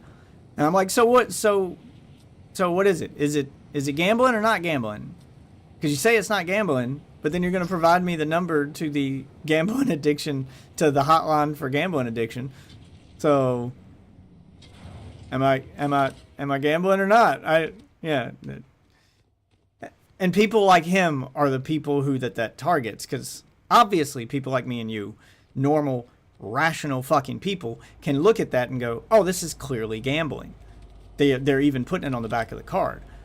But if you give an addict, a gambling addict like him, an excuse to gamble, to not feel like he's doing something wrong, he's going to jump at the excuse. He's going to gaslight himself, even though he probably knows that's gambling.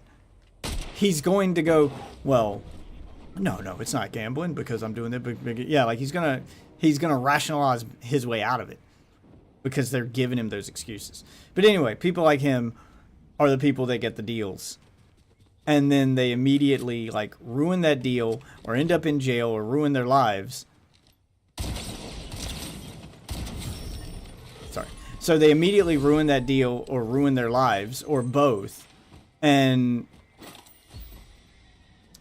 the people who would do a good job, like if you gave someone like me or you, a rational streamer, a fucking kick deal, and then gave us free money to gamble with, well, we would treat it like a job. And my job is to gamble X number of hours a day with this money they provided me. And that's what I would do with it. I would gamble for that amount of time per day. God damn! Just out in the open, had nowhere to go. I should have turned around and just attacked. Fuck, man. But that's what I would do. I would gamble my set time a day.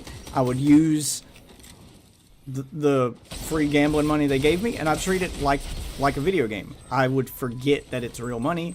I would treat it all like a free-to-play game with in-game currency, and I wouldn't spend any of my own money on it. And when I ran out of that in-game currency, I would treat it like a free-to-play game that says, oh, you're out of currency, wait for your energy to recharge, like a mobile game. And then I'd turn it off. I would stream my amount of time, I'd turn it off, and I would go, okay, well, there we go. I've fulfilled my contractual obligation. I've done my job. Now I can stream the games I want to play and actually like enjoy being a streamer for a living. And I can do my content. And I'd separate them out in my mind. This is contractual content that pays the bills. This is my content that I want to make, that's gonna invest in my future, so that when this deal is up, well, now I've built an audience around my content, and now that I don't have to gamble anymore, my audience will stick around because they're there for my content and they're not there for the gambling. That would be the idea. But people like me and you don't get those deals. People like him get those deals, and they become addicted to the gambling, so the gambling becomes the content. And it's hard to say, like, maybe that's what Kick wants. Maybe Kick wants the gambling to become the content. So then people go to Kick and end up watching that content, and there's plenty of it there for them to watch, and they get invested in it, and now they're going to want to go to stake.com and gamble, the company that owns Kick. Maybe that's the idea, but it just seems like the potential for streamers like this guy to get them into legal trouble. Because if that's the goal, is to just use Kick as a gateway to get new gambling addicts into stake, it's a pretty scummy move, but okay, fine. Kick is essentially a front for the casino, so who cares what the content is? So you're not worried about sponsorships because you don't need them. You're making the money off gambling. You don't need, G Fuel or Coke to sponsor your fucking streaming site in order to pay the bills. You're getting the money from gambling. So if it's not a money issue and it's not a PR issue, then the thing you really have to worry about is the legality behind it. Because this guy could end up doing some shit that could get you in legal hot water. And once governments get involved, well, they could shut your whole fucking casino down or outlaw your shit. Yeah, like there's a lot that could go wrong there that you can't recover from. I don't know. It doesn't seem like it would be worth the risk to me. But I don't own a casino. Maybe I'm wrong. Maybe they've already calculated all of this shit. It's so weird. It's weird and kind of shitty that's what gets the attention. That's what gets $1 million deals. Yep. That's why I kind of stopped watching Twitch in general. Well, Twitch has a different set of problems. I mean, it's just streaming in general. It just seems like only the shitty people seem to... Either the shitty people... Like, there's very few people like Max that are popular. Well, Twitch doesn't like, its streamers don't get popular from like contracts and streaming deals. They have to already be popular to get those. So Twitch isn't like buying content isn't buying its talent like Kick is doing to build its audience. These are people who already built an audience. God damn! I don't even have a fucking weapon. Ugh. Oh, fuck it. Just fucking kill me then. Jesus. If you're gonna chase me that fucking far. God damn. Like, at no point during the entire quest. Like, you could have rewarded me for doing the quest with a gun. Just give me something. But, no. Twitch's problem is its political agenda. Because Twitch is very much a site that is pushing a political agenda, and they will push any streamer that's going to help promote that agenda or behave the way they want them to behave to the front. And those are the people who end up getting the deals there. That I understand. It's shitty for different reasons, but that I get because that's A, brand friendly, and B, the people who run Twitch are like fucking balls deep in politics. So they're pushing an agenda. So propaganda sells. That's why like the biggest streamer on the site is fucking Hassan. Because he pushes their political agenda. And it's making them millions. But as long as you avoid, like, Twitch is fine. And I'd even say Kick is probably fine. But Twitch is probably a little better in that regard. Twitch is terrible for its moderation. Its staff is terrible. And the culture that it's, like, that it forces its streamers to behave under. This PC political, like, woke culture that it very much pushes, where it bans for the dumbest shit, and the way that it doesn't enforce its rules evenly across the board. It'll play favorites based on whether or not you're pushing their political agenda. Yeah, that's what makes Twitch shitty. But for the most part, I'd say Kick is probably better because of that. Because Kick, you can avoid. You can completely forget that Kick is owned by Stake by simply never clicking on the gambling section.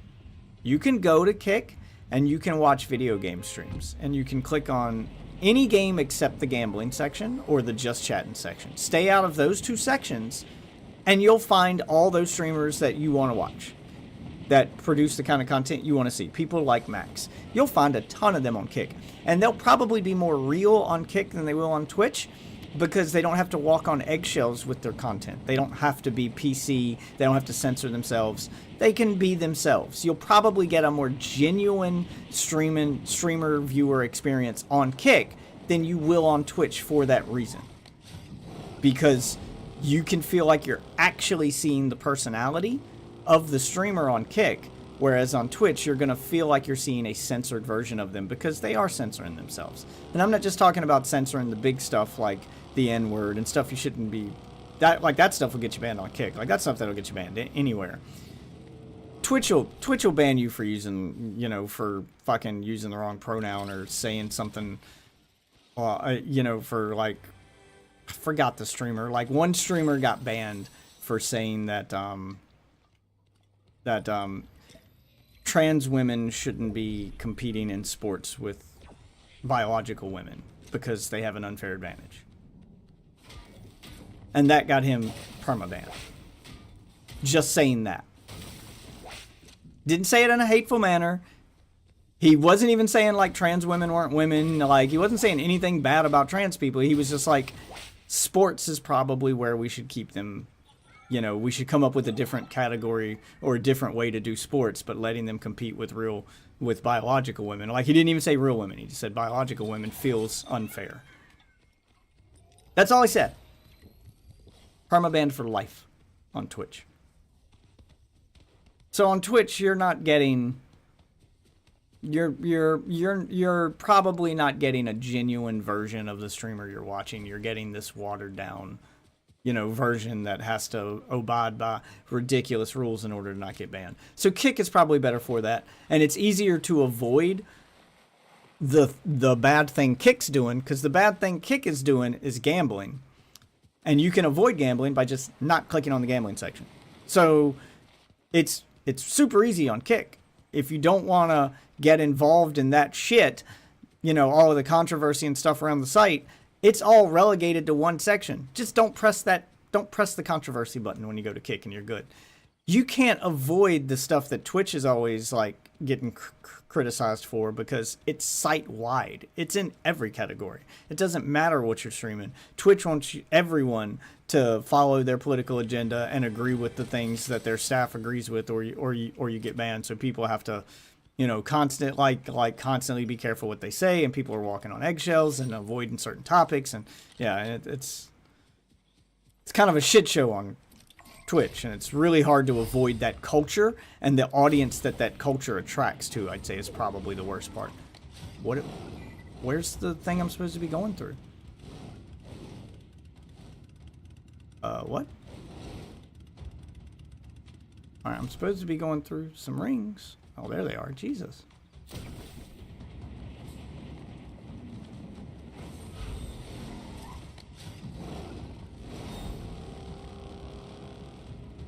I hate the aerial ones. They aren't, like... Even if I'm gliding, I'm gonna miss some of them simply because even gliding straight to them, I'm gonna miss some of them because my glider falls faster than the rings do. Fuck this. Fuck this. I'm never picking up one of those quests again. Those are the dumbest fucking quests.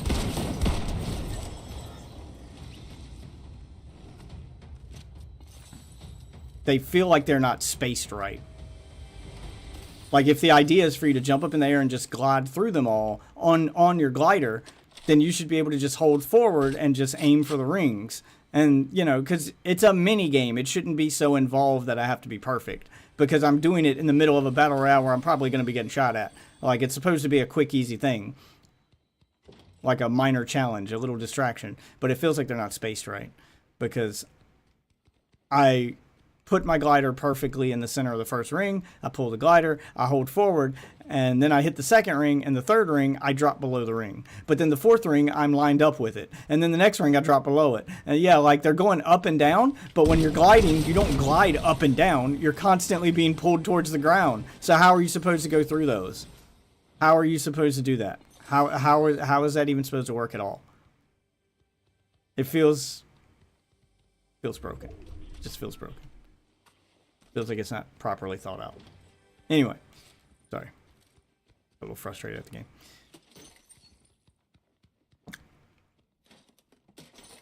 Because this guy seems like the kind of guy who will accidentally commit a crime on stream and then put Kick in a position where they either have to get rid of one of their biggest streamers that's probably generating them a lot of money, where they either have to get rid of him or they have to defend him. And do you really want to be defending a guy who committed a felony on stream or, you know, did something terrible on stream? Yeah, it's going to end up putting them in a rough spot, and then they lose millions because if you have to let him go, you still end up losing all the money you've already paid him. Even if he didn't finish out his contract, like, you still lost all the money you've already paid him. And then you got to pay out a bunch of money to another streamer to take his place. It just seems like you'd vet your people better.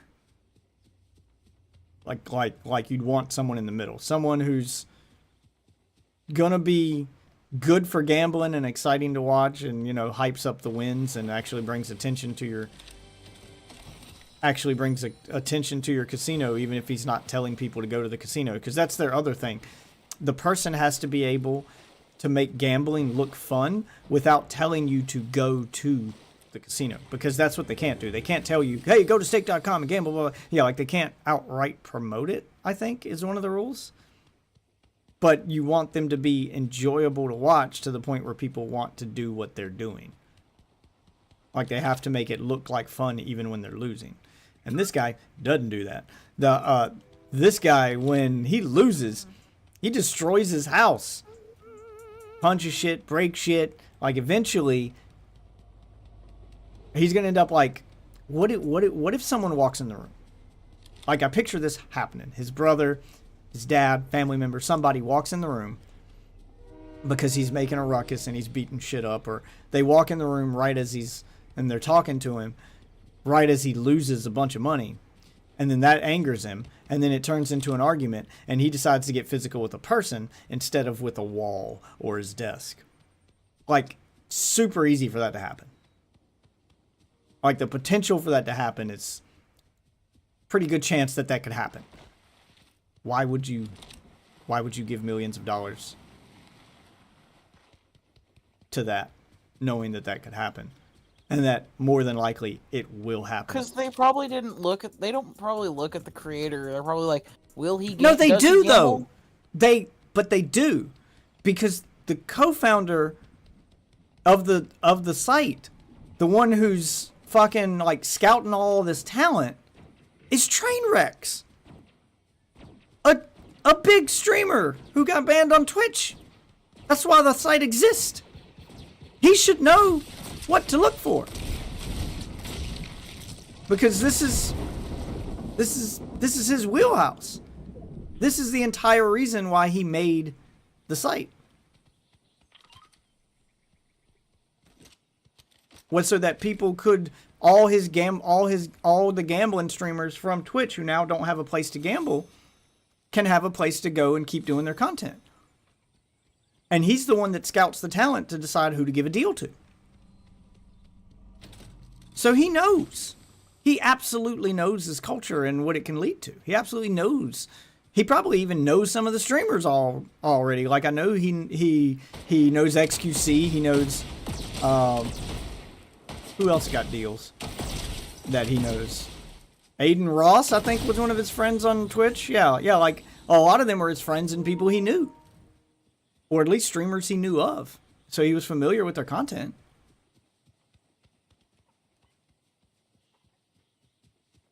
I don't think someone like Trainwrecks would scout and offer a deal to somebody without watching their content first. Like, he's a content creator himself. He should know what the pitfalls are and what to watch for.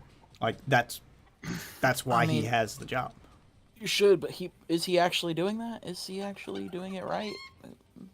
I mean, yeah, I've seen Probably him. Not. No, he seems to genuinely care. He didn't fucking do it right. He seems to genuinely care. I'm just trying to figure out, like, what... I don't know enough about this streamer to say why he would have picked this guy in particular. And maybe this guy wasn't that bad on Twitch and he became bad after he got the deal. Maybe. I mean, maybe they just said the that he Warren lost Sons. like $6,800 But I mean, $6,800 isn't shit about like isn't really a loss. It's not about the amount of money he loses. It's the way he reacts when he loses. Where he's broken his hand. He's punched holes in the wall. He broke his desk. He's broken keyboards. He's broken monitors. You know, that nerd rage stuff. And I think he did get into a physical fight with his brother at one point. So there's absolutely the chance there that it's going to go physical. So, like, it's just a matter of hoping that, because he lives with his family, like, he doesn't live alone. So it's just a matter of time before somebody happens to be in the room with him when he's losing, and then it turns into an argument, and he attacks a person. He attacks one of his family members instead of attacking the wall or attacking the desk. But maybe he didn't have that kind of a reaction to losing when he was on Twitch. Maybe he was able to keep it together on Twitch, and then once he got on Kick, Kick gave him millions of dollars, and it just like amplified it and made it worse. Maybe. Like, I'm giving Trainwreck's the benefit of the doubt here because I've seen Trainwreck streams. Like, I've seen his Kick streams in particular. Trainwreck's will do Kick streams with the creators, with the streamers on the site, and he'll discuss moderation with them. He'll like talk about their content. So he's watching them. He's clearly caring about the content and keeping track of everything.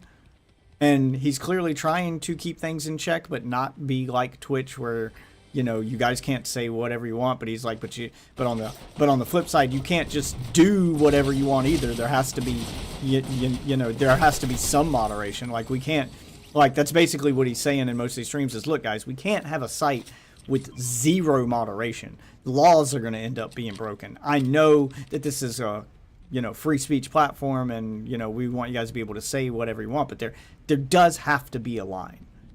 Even though we're not reliant on sponsors for our money, and we have a little more freedom, and we're trying to give you guys more freedom than somewhere like Twitch, we can't have you promoting hate speech. We can't have you out there talking about,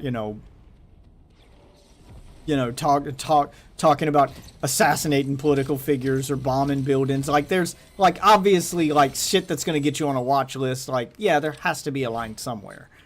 There does. And that's true with real life. Like, you have freedom of speech in America to a point.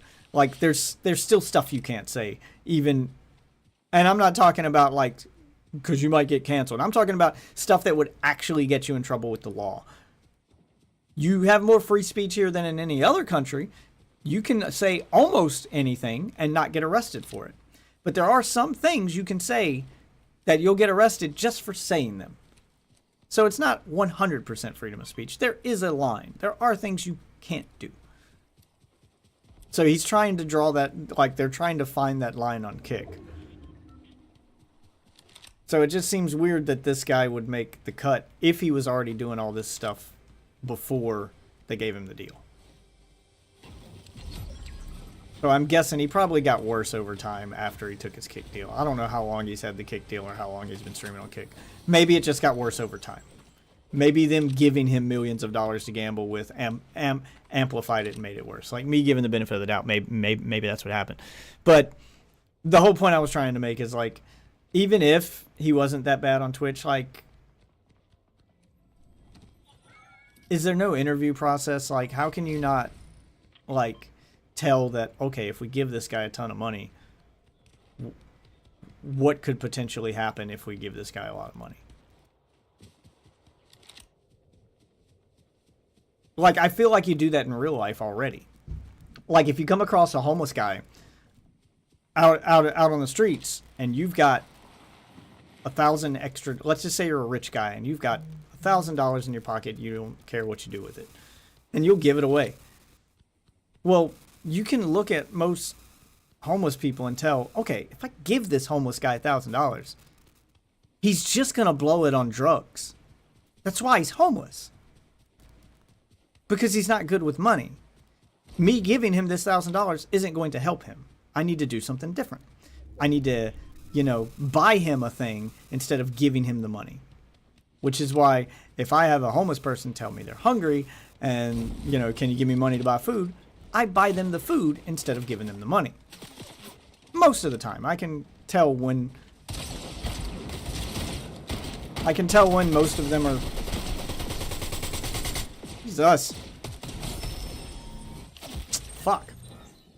Okay, I need to turn sensitivity up just a little bit. I was holding down on the stick as hard as I could, but the recoil from the gun was pulling the gun up, even though I'm holding the stick all the way down. Like, I couldn't, my sensitivity wasn't high enough to overpower the recoil on an SMG, and that's ridiculous. So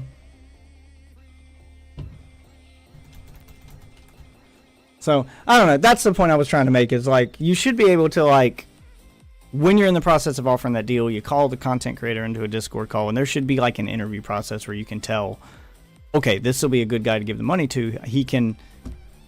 He's on board. You know, we can bring him onto the team. We can tell him what our mission is as a streaming platform, what we're trying to accomplish, and what we'd like him to accomplish with, you know, like how his content can complement what we're trying to accomplish. You know, like, you want to get on the same page. So you want a streamer, you know, like, you could pull someone like me in there, and I could go into straight up business mode and be like, okay, so how about I do this for this many hours a day? Like, okay, so this is where the line is. Like, I'll help you find that line, and I'll plan it all out with you. Like, I'll negotiate the terms of my contract. And I feel like I would need to see how these contracts are written, but I feel like the negotiation part of the contracts just isn't there. I'm not talking about negotiating for money, but negotiating on what they do as part of their contractual agreement to get the money. Like, I don't feel like they're negotiating with the streamers on what they should be doing with the content and, like, trying to put some guidelines on them. They're just giving them a ton of money and turning them loose. And that seems like a bad idea to me. Especially when it's guys like this you're giving that money to. That money and that freedom.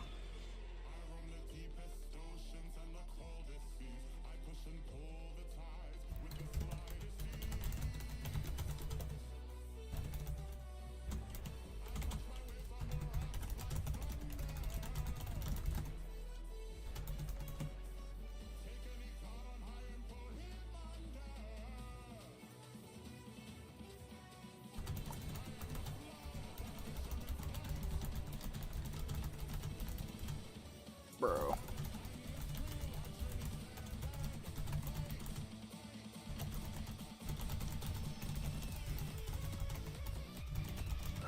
How's the Fortnite going? I hit level 100 about an hour ago, but I'm just already in the game, so I just kept playing.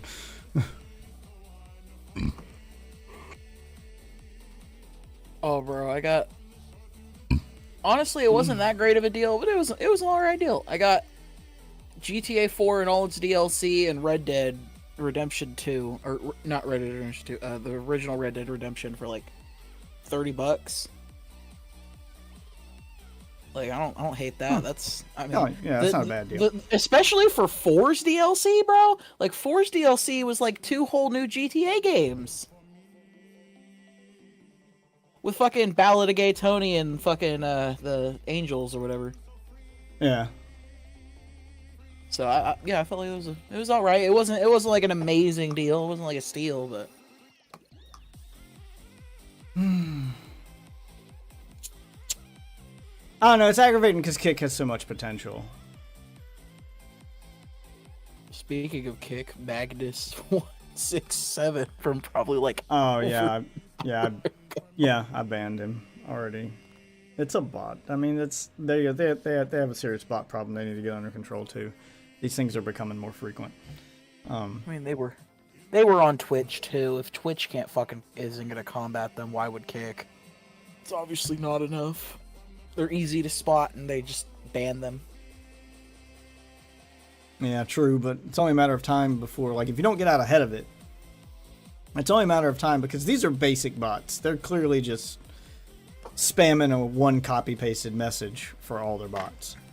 They're the laziest form of bot. They have one message. They join you, they follow to get your attention, and then they post that in your chat and hope it works. You know, they're just spamming that to every streamer on the platform, hoping that if I send this spam message to 1,000 streamers, maybe I can scam 10 of them, and that'll be worth it.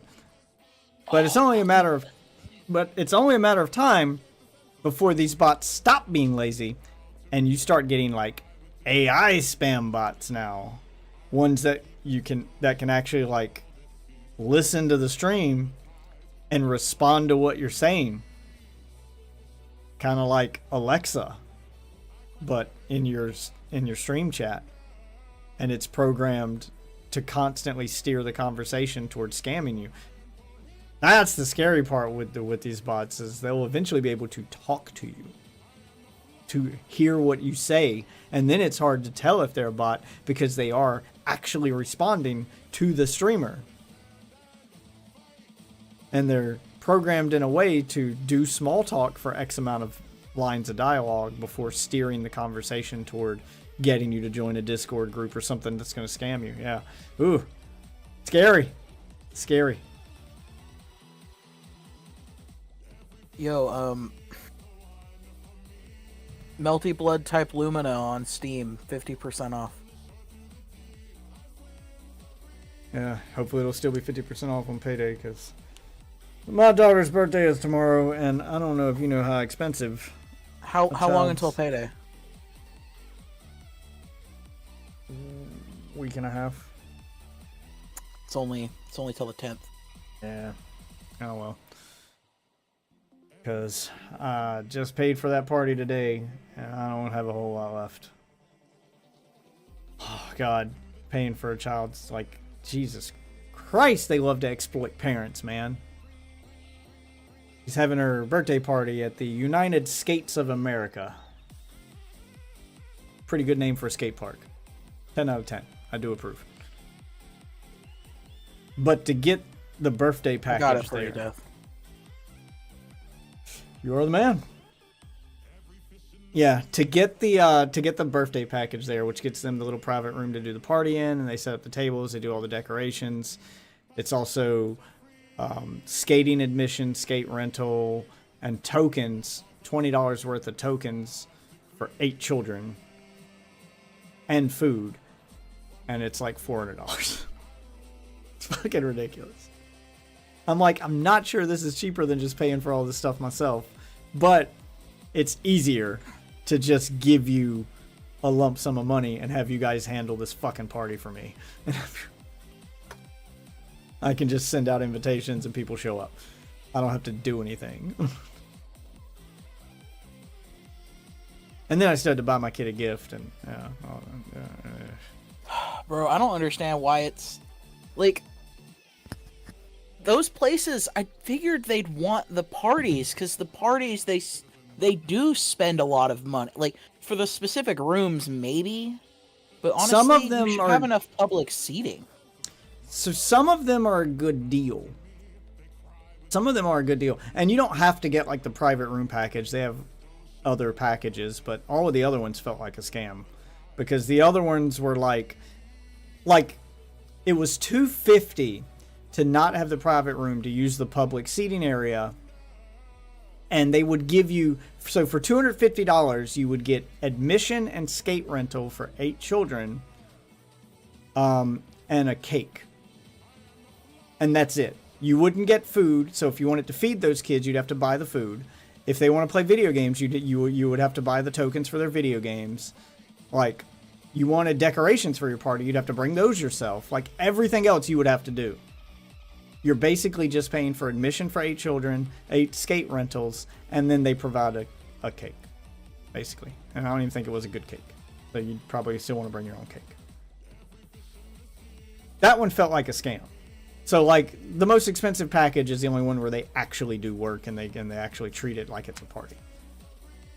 And that's what most of these places are. Like Chuck E. Cheese, like most of the, putt-putt golf places like that, Dave and Buster's. I've never been rich enough to experience that. I've always just thought, we go to the place, we have a table, we have fun, and there's friends. Like that's all my birthday parties have ever been. Yeah. So when you pay for the party packages, that was the other thing the $250 one did, was it did reserve a table for you. So if they were busy, you wouldn't have to worry about finding a table.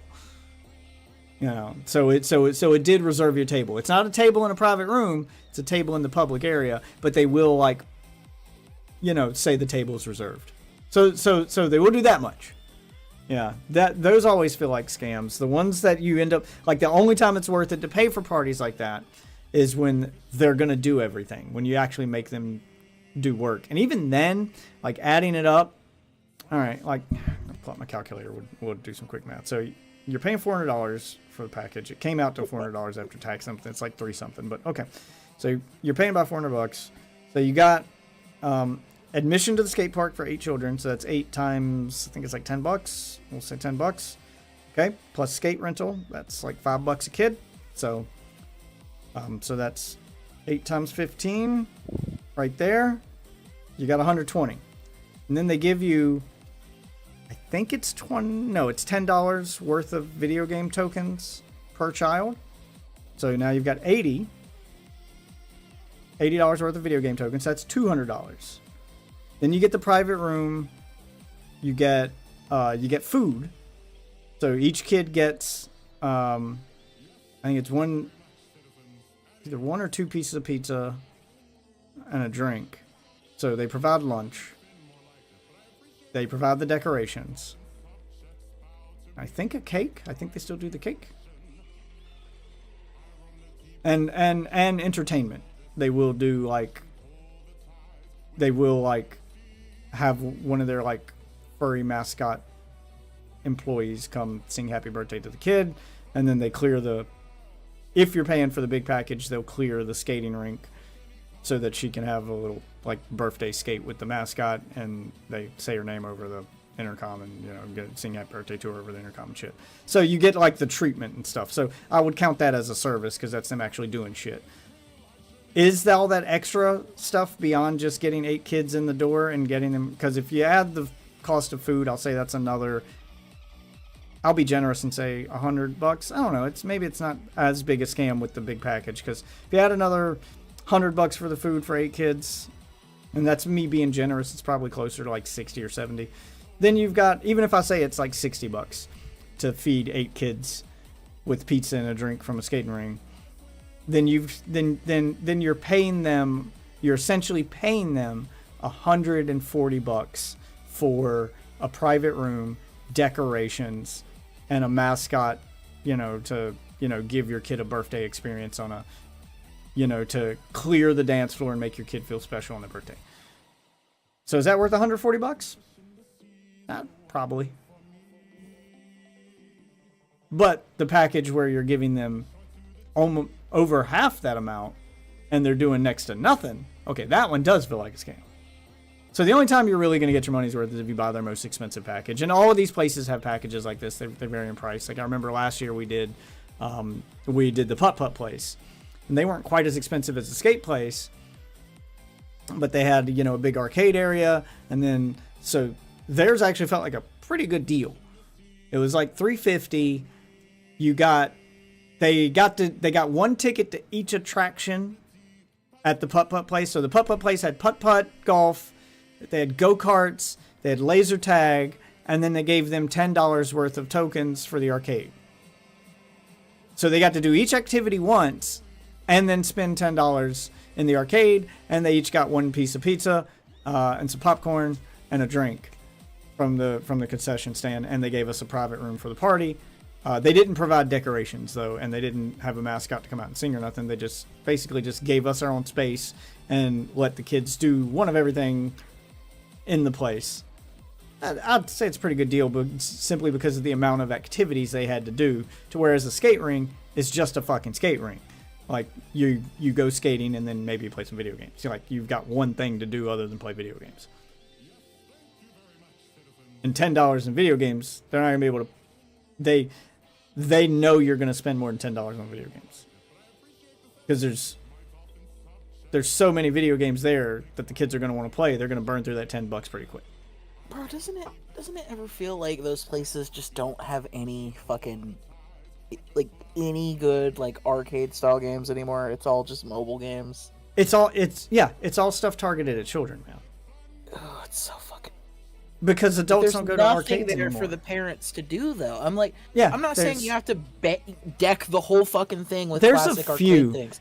But there's not in my area especially. I don't know about your area. Some of them have. Some of them. None. Well, I mean, even like the like even if I go with like a national chain one like Dave and Buster's, they probably like they do have like one or two things there. All right, so a place like Dave and Buster's and probably the Putt Putt place, the argument that would be made there for, well, what's there for the parents if, you know, all the video games and all the attractions are focused on kids? Oh, they have a bar. The parents are just going to drink. That's what's for the parents. They're just going to drink. Because that's what Dave and Buster's does. Dave and Buster's is like, hey, you can take a break from your kids and come sit at a sports bar. There you go. That's for the parents. And that's Dave and Buster's like main selling point for adults is we have a fucking bar, guys. It's a family-friendly place with a bar. And you can leave your kid unattended and they'll be safe while you come drink at a bar. It's great. That's their selling point. Yeah. That's what's there for adults. And Dave and Buster's does have like one or two, and I'm not just talking about classic games like the cheap ones like Pac-Man and stuff that everything has. They do have like a couple games that some adults would play. I swear, in my area, I haven't seen Pac-Man. Pac-Man is probably, I don't know, that's probably a hit or miss just because those machines aren't being made anymore. The only, like, okay, there's only one classic game that I've ever seen in a fucking arcade, and that is Galaga. And it was like super huge Galaga. Like it was like fucking. I've seen a few. There's a theater screen. There's a few here that have like the arcade one-up cabinets of classic games. So it's not an official like Pac-Man or Galaga, but it's an arcade one-up replica of those that have Galaga and Pac-Man and Miss Pac that have all of them on one machine. So they do have modified versions of those. Our Putt Putt place, Dave and Buster's knows this, but our Putt Putt place does have a little corner in the arcade section with some, I'm going to call them classic games, but they aren't like Pac-Man era classic. Like they have Tekken 3, Mortal Kombat 2, like it's some classic fighting games and then like some classic arcade games. Like they have the Simpsons arcade game and the Ninja Turtles, the third one? Turtles in Time. So they have like some from like the 90s in there. But they're like in a little corner cuz kids don't play those. What's all over the place and what I see most parents doing is I see some parents go, but even when I go to these parties for my kids, like the other parents that show up, they don't. Even when we went to the Putt Putt place, like I couldn't get any of the other parents to play any of those games with me. I ended up playing with the kids.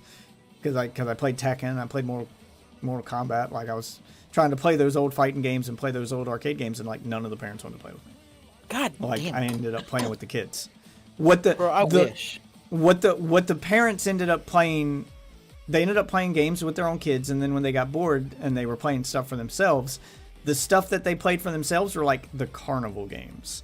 Like they're playing skee ball and like shooting the basketball hoops and like, oh, and there was a VR set up there, an arcade VR thing where you sit in a chair and it vibrates and moves, and you know it puts you on a VR roller coaster. Like there's little pre-made VR experiences. Like there were some parents doing that, and that was pretty much it. That was all that they did. The rest of the time they just drank. When I was a kid, bro, I was so fucking bloody damn terrified of roller coasters, bro. Like you have no fucking idea. It was like I will say the VR you know those old shitty ones before the VR, like when they just had the screen. I got scared on one of those fucking things, bro. The slow ass. Oh, the VR one. The VR ones are great because if you're scared of roller coasters or you're scared of that dangerous stuff, you can do those and get the experience, but you know you're safe because in reality, you're just sitting in a chair. Like. It's not gonna, like, there's zero chance of it crashing and you dying on it. I don't think it would be as pleasant as that. Like, I feel like that's. But they do alright, so the setup they got. Drop in video games, I still I feel like a little fear. Yeah, that's what you want. You want to feel like you're there, but you also want the mental safety net of knowing it can't go wrong. Because that's a different kind of fear. Like, you get the fear from the experience of, like, the adrenaline rush, but you don't want the fear of going, oh, God, what if it comes off the tracks? Oh, God, what if this old wooden roller coaster collapses. Like, you don't want that kind of fear. That's I might die fear. You don't have the I might die fear with VR, but you do have the, like, the instinctual fear of getting the feeling of being on a roller coaster. And they really do the immersion. Like, I have the roller coaster game on my VR, and it's like, I play the PC version, so I got the best, like, it's way better than the graphics on the standard Quest. So it feels pretty real just sitting on my couch. The kids love doing the VR roller coasters in the house, and they're like the only thing I can do in this apartment because you don't move when you play those. You just sit in a chair. I don't have the room to do any other VR stuff here in this apartment. But when you do it at that putt-putt place, you sit in like a booth, and the chair, they strap you into it like it's a real roller coaster. And then that chair lifts up on hydraulics, and it'll rock left and right. It'll vibrate. It'll tilt up and down based on like what you're doing on screen. So you feel like you're in a car. And then it's got fans that blow on you, and they blow harder the faster you're supposed to be moving in the game. So they do everything they can to make you feel physically like you're there while your brain and eyes are seeing what's on the screen. It's a different level of immersion. And it is easy to forget where you are in reality. But if you get too scared, all you have to do is remind yourself that it's not real. And then that like fear of death goes away. And then you can just enjoy the thrill of the roller coaster, so to speak. So it's all of the thrill of a roller coaster with none of the risk.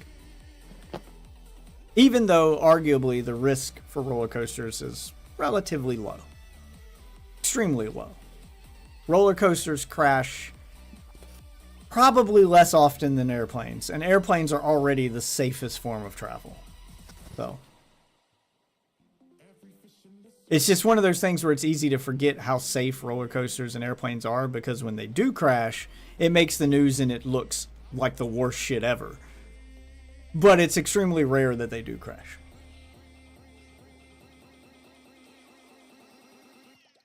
Because I have ridden many roller coasters. That is the only vacation my family ever went on as a kid. And the only reason we did that is because the factory my dad worked at, their like employee appreciation day, we had a theme park 2 hours from my house. So their employee appreciation day was to just take all the employees to that theme park, and they can bring their families for one day out of the year. So we'd get up early in the morning, we'd drive to that theme park, we'd check in with, my dad's employee badge, and they'd let us in for free, and then we can just ride all the shit. And I would ride everything in that park every year. So Got your free out of it. yeah, I mean, and sometimes they'd add new stuff. And it was like a big theme park. It was King's Dominion. So it had like the Wayne's World ride. It had I'm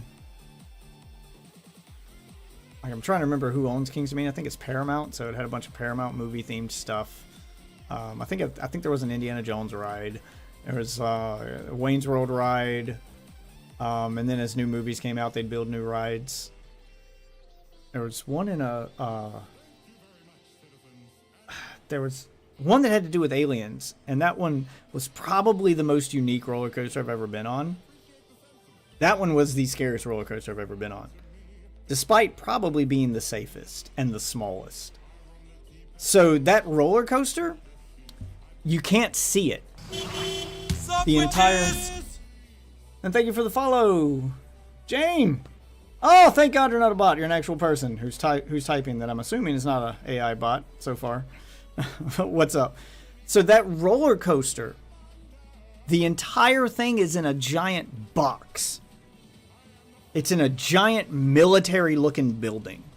And the military, like the theme of it was Area 51.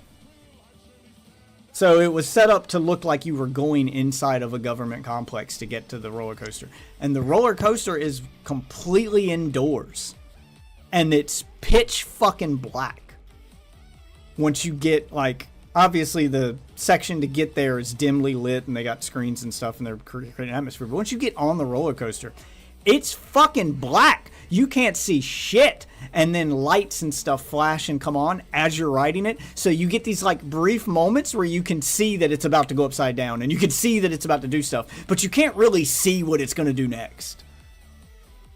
And it's probably a really short roller coaster if you could actually look at it, and it's probably really small. But that gimmick of making it completely dark and only showing you little bits at a time made it feel infinitely longer and scarier. That's probably the most fun I've ever, like, roller coaster I've ever rode. The worst one I ever rode was one called the Shockwave that had been there since the 80s. And it was one of the first roller coasters to ever go upside down. But it had the worst way to ride it ever. So it was made in the 80s. It was one of the first roller coasters to ever go upside down. And the seat for this roller coaster is a fucking bicycle seat. So you're kind of standing up, but not really. And they strap you in, and that bicycle seat is just putting constant pressure on your nuts. Because it's not a seat. Like, you don't sit down. You're supposed to stand up on the roller coaster. I judge all roller coasters by their seats. Yeah, like, you're not supposed to sit down on it. You're supposed to lean on it, kind of, because it's too high to be a seat. You're supposed to stand up. But it's just high enough that you have to, like raise yourself up to get onto it, and then your feet are barely touching the ground under it. So it's like this constant pressure, because once they strap you in, they strap you in tight, because it's going to go upside down, and it's going to go fast. And so you're getting, and then it shakes and vibrates, and it's just, you've got this bicycle seat just riding your nuts the whole time. And it's just, oh god, it's, the ride would probably be fun if not for that. The, like, second one I really loved riding was one that went underwater. It was called the Anaconda. And that one, like, did a bunch of loop-de-loops and corkscrews. So it would go upside down, and then it'd do this corkscrew thing. And then they had built a glass tunnel under this giant pond that the, that the theme park was built around. So you'd go underwater for a bit, and you'd be in this glass tube underwater. And it was pretty dope. And it had actual fish and shit in it. Like, it was a real pond. It wasn't like some man-made thing that they did. It was just, they just built a glass tube through the pond so that their roller coaster could go through it. I thought that was a cool idea for a roller coaster. There's some fun stuff there. But I did get to a point where, like, some of them would bore me because I had rode them so many times. Like, my only excitement going every year after a certain point was to see the new shit they might have added that year. And that was it.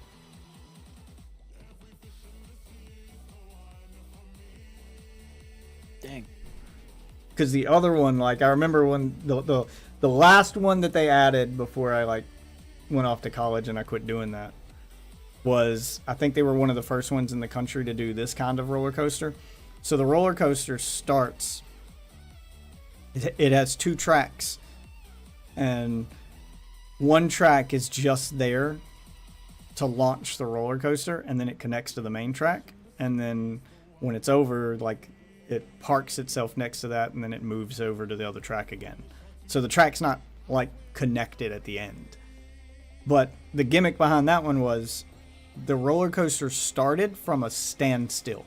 Like, it didn't go up a hill and then use gravity to propel it. You just sat there, and then it did a countdown, and it had a screen in front of you with instructions on how to position yourself, because this roller coaster starts from a complete stop. And it tells you to, once the countdown starts, to place your head against the back of the headrest and press as hard as you can. And then it's telling you how to hold the thing, because it goes from 0 to 90 in under a second. It just launches you like a rocket. And it was like one of the first ones to do that. But like the G-forces behind that, launching from a standstill to like almost 100 miles an hour in just a couple seconds was like, it was like a rocket propelled roller coaster. It was just like, and it just, and it, boom, and then it just shot you. It just fucking launched you. That one was really fun. And also scary as shit. I forgot what that one's called, but you can probably look all this stuff up. Yeah. You look up King's Dominion in Virginia, like we had to go there. Yeah, like I can try to find the ones I'm talking about. What is this? This is a really old Xbox message. I know. That's All why right. it's funny. Because I don't know if it was like played from something. All right. Oh, it's a voice message. All right, hold Yeah, on. We're it takes a gonna second. listen to it. Give me a second. I'm gonna mute.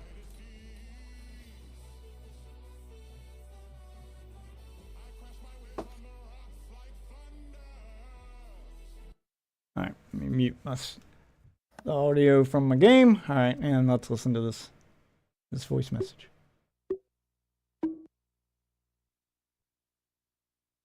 Old Xbox Live voice message. Jesus. Going through the menus. Yeah, he's going through the menus. Wants to be your friend. Team invite. Yeah, that's what I Sent don't a miss voice about the old. sent a voice message. There we go. Oh, you are so fucking big. Let's stick a fucking horseshoe up that ass, baby. Come over. Oh, la la. Come to me, spanky, spanky.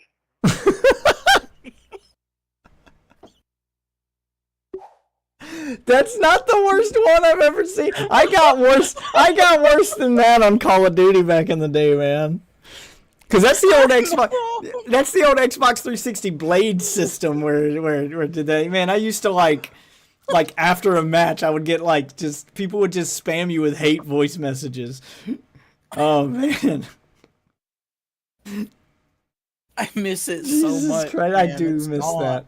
Yeah, because It's just you can still do gone. that. You can still do that now. I do still occasionally get that on Xbox Live, but like Microsoft has AI that listen to your voice messages now, so they'll crack down on that shit. No, I thought that was PlayStation. Well, I got an unread chat message. What I do? I'm sure they're both doing it now. I'm sure they're both doing the AI listen to shit stuff.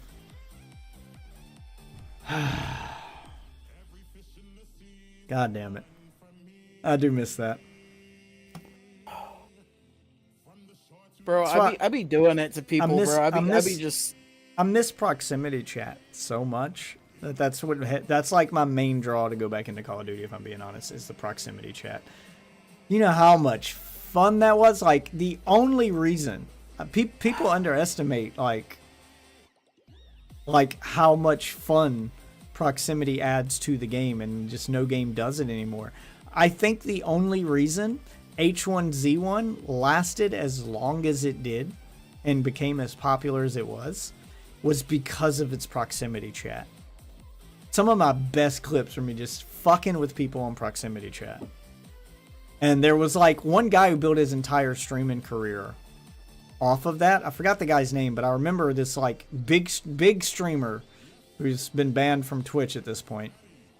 But he was a big H1Z1 streamer, and he had this guy obsessed with him who was so good at stream sniping. Like, it got to the point where literally every match that this streamer played, he'd run into this guy in H1Z1, and he'd just follow him around yelling at him and offering to show him his dick. And just like I'm watching your stream, you want to see my dick? You want to see my dick? It's just fucking every fucking match this guy would show up. And it became a running joke on his to the point then that guy started streaming, and people started he started stealing the big streamer's viewers. He was able to. The stream sniper made a career for himself out of stream sniping one dude. And you can't get those. You can't get those moments anymore. That's never gonna happen in Fortnite. And it wasn't gonna happen in Warzone. Only recently added that with the last couple seasons. Warzone 1 never had that.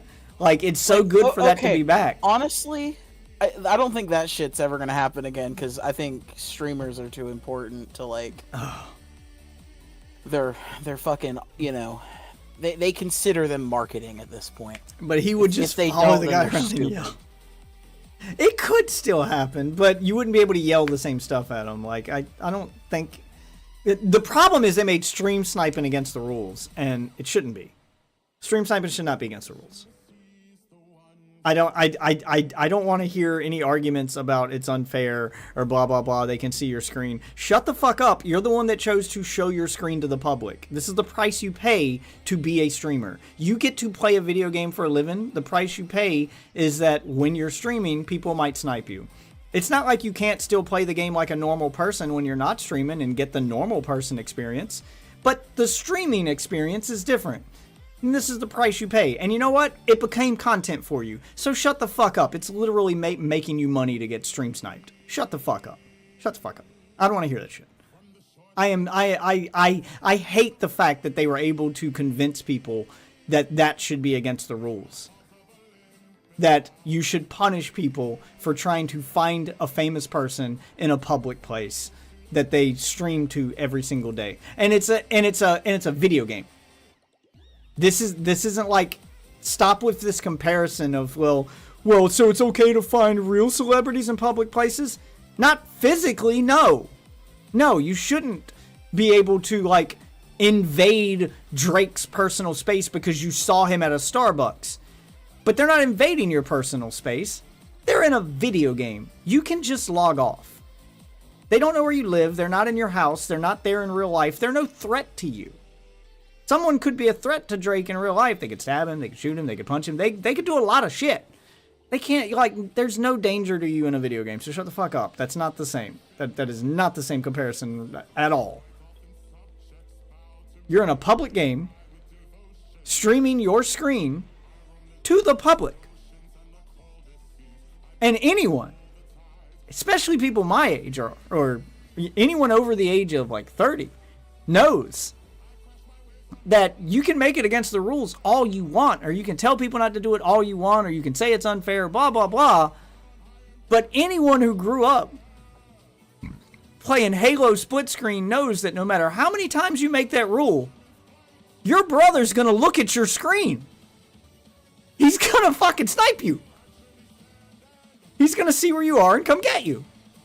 He's gonna screen look. That's an argument. In a corner, 100%. That's an argument that every single person who's played Halo split screen with a sibling has had. You screen looking, bro? Stop screen looking. It's gonna happen. It's gonna happen. You can't tell them not to. Streaming is the modern day version of that. You're essentially playing split screen with the entire internet. Yeah, they're gonna screen look, man. God, I miss Mixer. That was such a cool fucking idea. God damn it. Yeah. If you're a smart streamer, streaming the game and being able to play it off of the stream, it was so Yeah. fucking. Oh my god! And it's Yeah. just gone. It's just gone. I don't know what Microsoft was thinking on that one. Like they didn't like sell that They tech did- or something. Holy shit! They You ain't gonna reworked do it. they reworked it into the cloud, and I think that they're trying to YouTube's trying to do that. I think they're like trying to sell it or work with YouTube on it. YouTube does have a select few games right now that you can do that with, that you can just hit the join streamer button and you can join them. So that tech does still exist and YouTube does use it. But it's not Like what? every game. Like what game? I'm trying to remember. They're like mostly web-based games right now, like games you can play in a browser. I don't know if they're using Microsoft's help or Microsoft's tech, or if it's stuff that YouTube's creating in-house. But there are games that you can play directly on YouTube, and there's some games that when people stream them, you can just straight up just hit the join button and join them right there on stream. The streamer has to, approve your join request and all that stuff, blah, blah, blah. So they're working the kinks out of it. So that tech's going to come back.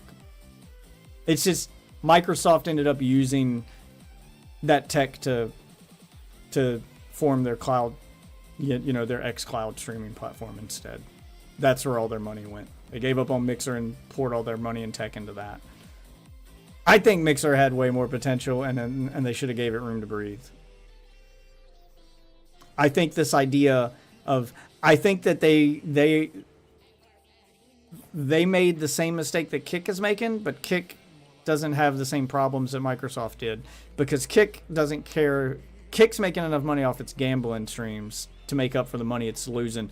Kick is definitely losing money on all the other streamers outside of gambling. Absolutely. but they're making enough money off the gambling streamers to make up for it. Microsoft didn't have another place they were making the money from to make up for the money they're losing on these streamers. And they made the cardinal sin of putting all their eggs in big streamer baskets. The worst thing Mixer did was give... What was the insane number they gave Ninja to stream exclusively on Mixer? I want to say it was like 10 million. They gave him like a very large sum of money to stream exclusively on Mixer. And that got Mixer viewers when Ninja was streaming. And then the minute Ninja logged off, all those viewers logged off too. They didn't bleed over into other streams. Those people didn't stick around. They were literally just there to watch Ninja. And that's the problem. When you pay for a big streamer, those people are dedicated to that big streamer. They're not going to go watch small streams. They're used to a big streamer. If you don't have any other big streamers that they want to watch, they're just going to go back to the other platform.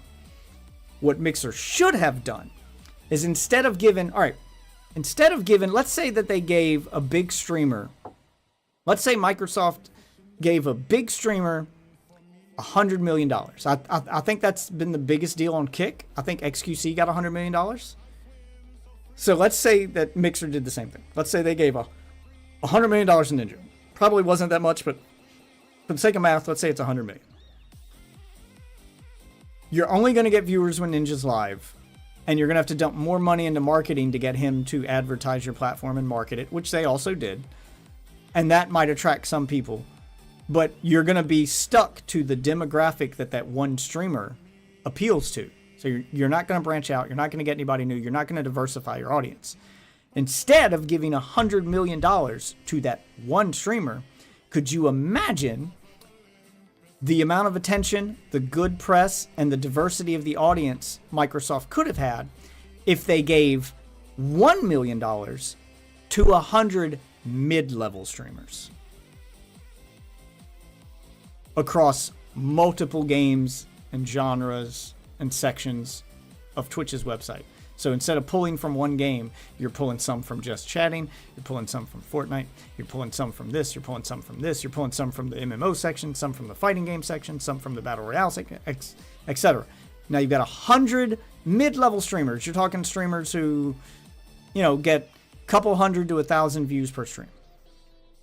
So they're big enough that they're used to doing it for a living and they're good at their content. Like you want streamers who are experienced enough that doing it for a living isn't going to be awkward. So you want people who are already doing it for a living, but the people who are barely doing it for a living. The people who could probably, if they had the means to make better content, could make some really good stuff. But right now, they're barely streaming for a living. They can't afford to take any risk. So give them the money to take those risks and see what they do. And the good press you'd get from supporting smaller streamers and stuff would probably get you a large influx of people who are just there to support you for supporting the community. You end up getting goodwill from the community. You get good press. You get a bunch of good streamers who are going to bring a couple thousand per, a couple hundred to 1,000 per person. So you instantly get, let's say that there's 1,000 per person and you're giving out $100 million. So you're getting 100 of them. That's 100,000 people you just brought to your website. Spread out over your entire site. I don't understand the idea behind putting it all in one streamer. Like that was stupid. That was so stupid. Because the only one who won was Ninja. That motherfucker's set for life, and he didn't even have to finish the contract you gave him. Like, he's the only one who won there. So much wasted potential.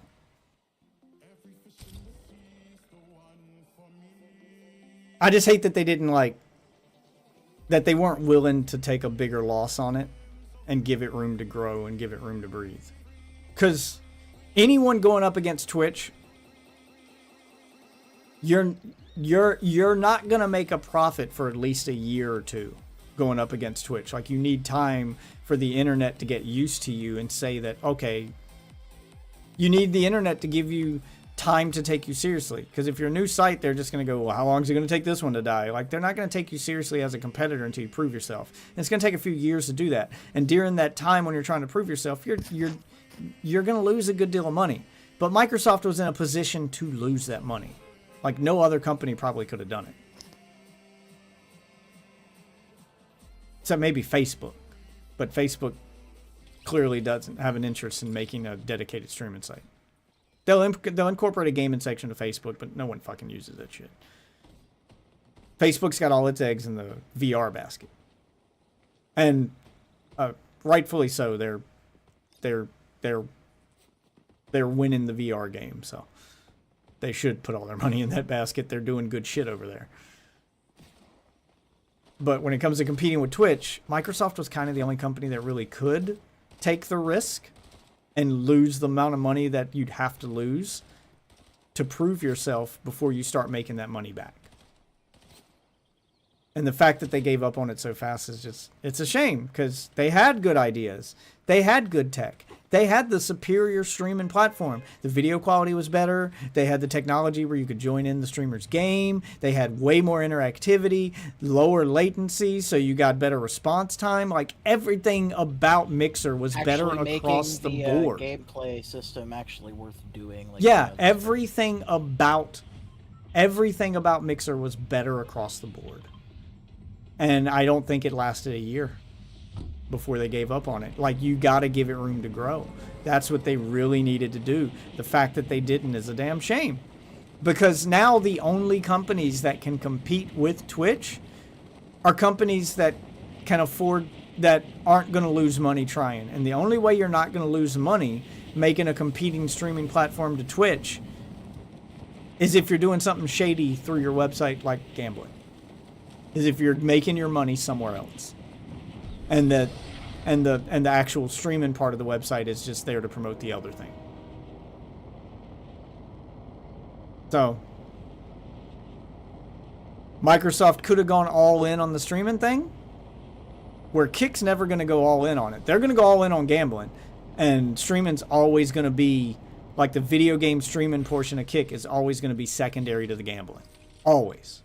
Because they're owned by a gambling company. They're owned by a casino. Like, that's never going to change. That's what that site's always going to be. But Microsoft actually put the video games and the you know, game streaming part of it front and center, which there was a huge market for that, because a large portion of Twitch's audience misses the days when Twitch was about games. Twitch hasn't been about video games in a long time. Twitch is about booby streamers and politics and all this other shit now. Video games are not where they make the majority of their money. All their most popular streamers, like Hassan, don't play video games. Like, they're not game streamers. All they do is just watch YouTube all day. Yep. That's where Twitch's audience and money is now.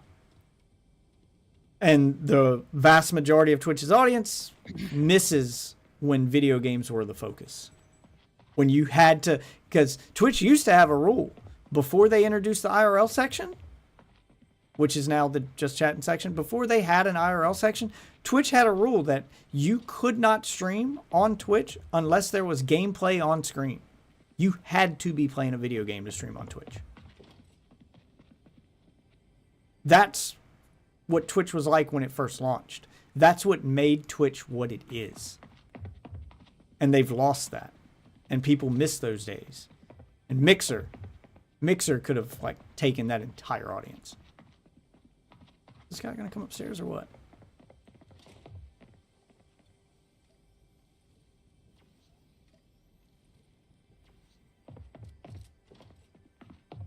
Yeah, it just sucks. Because Mixer had all the potential and the money to burn to, like, they were set up to where if they'd have stuck with it long enough, they would have started making that money back. They could probably rebrand. I think they could do it. They were the only ones in the position to do it. Microsoft was the only other company I can think that's in the position to do it isn't going to do it. But the only other company who could would be Apple. But Apple's not interested in doing a game streaming platform. They're just not. Maybe I don't know. I'm thinking maybe they could like try to rebrand it like kind of under like a similar brand as like Game Pass, you know? I mean, it wouldn't be hard for them to do. The menus of the Xbox and shit. Like it wouldn't be like a separate app that's downloaded and shit. Oh, I got to do left trigger then right trigger. Okay, I was like, how do I pull him back to me after I hit him? Like this, it's a weird weapon. It's got a cool combo effect to it, but I didn't know how to use it. You got the fucking. What the fuck is that? Death Witch pulled out the fucking whip. Holy shit. Yeah, it's the what is this? Chains of Hades. Yeah. Oh no. This is what a 3D Castlevania game could be like. Yeah. So the third hit launches them backward, and then you're supposed to do that and pull them back to you. So yeah, it has like a combo you can do with it.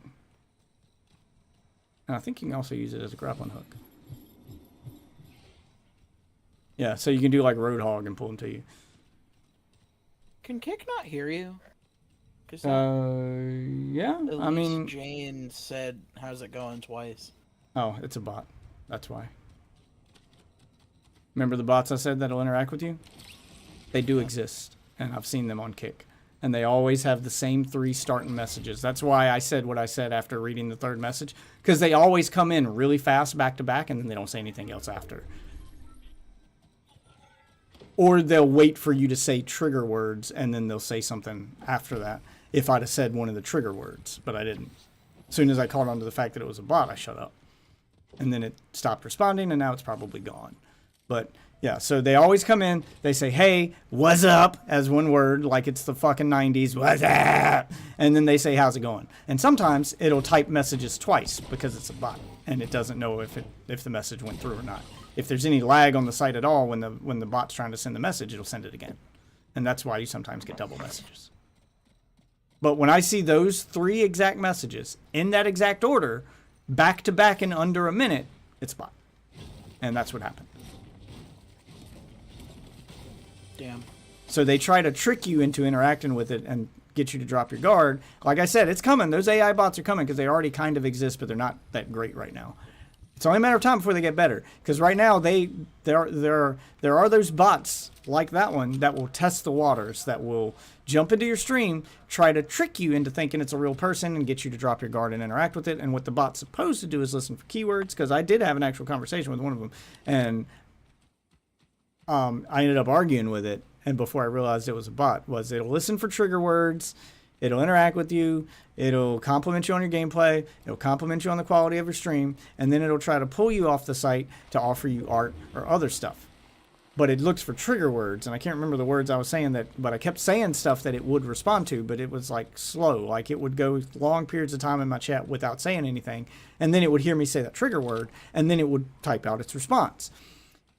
And when I accused it of being a bot, after a certain amount of time, if you accuse it of being a bot, it'll say, no, I'm not a bot, I'm a person. I'm a real person.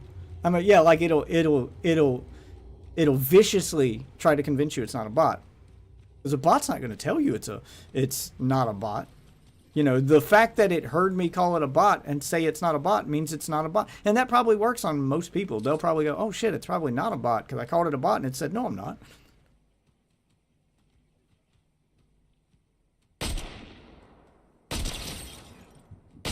Ugh. Yeah, I'm gonna go feed my cats real quick. Be right back.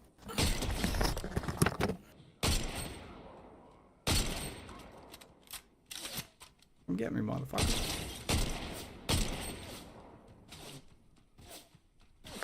Using you as sniping practice, buddy.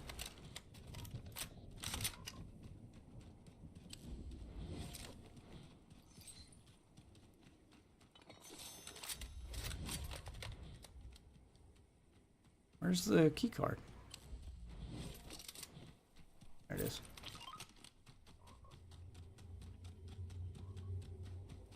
It is a damn shame though that was a bot.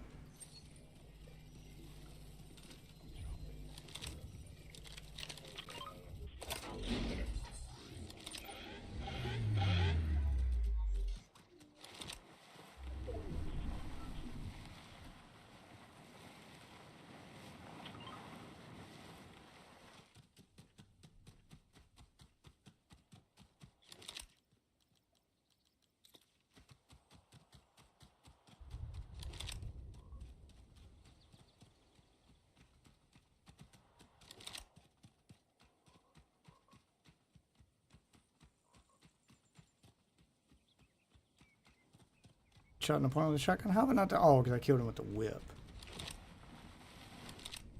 Watch me whip. Oh, fuck. Lit off the mountain. I gotta find health.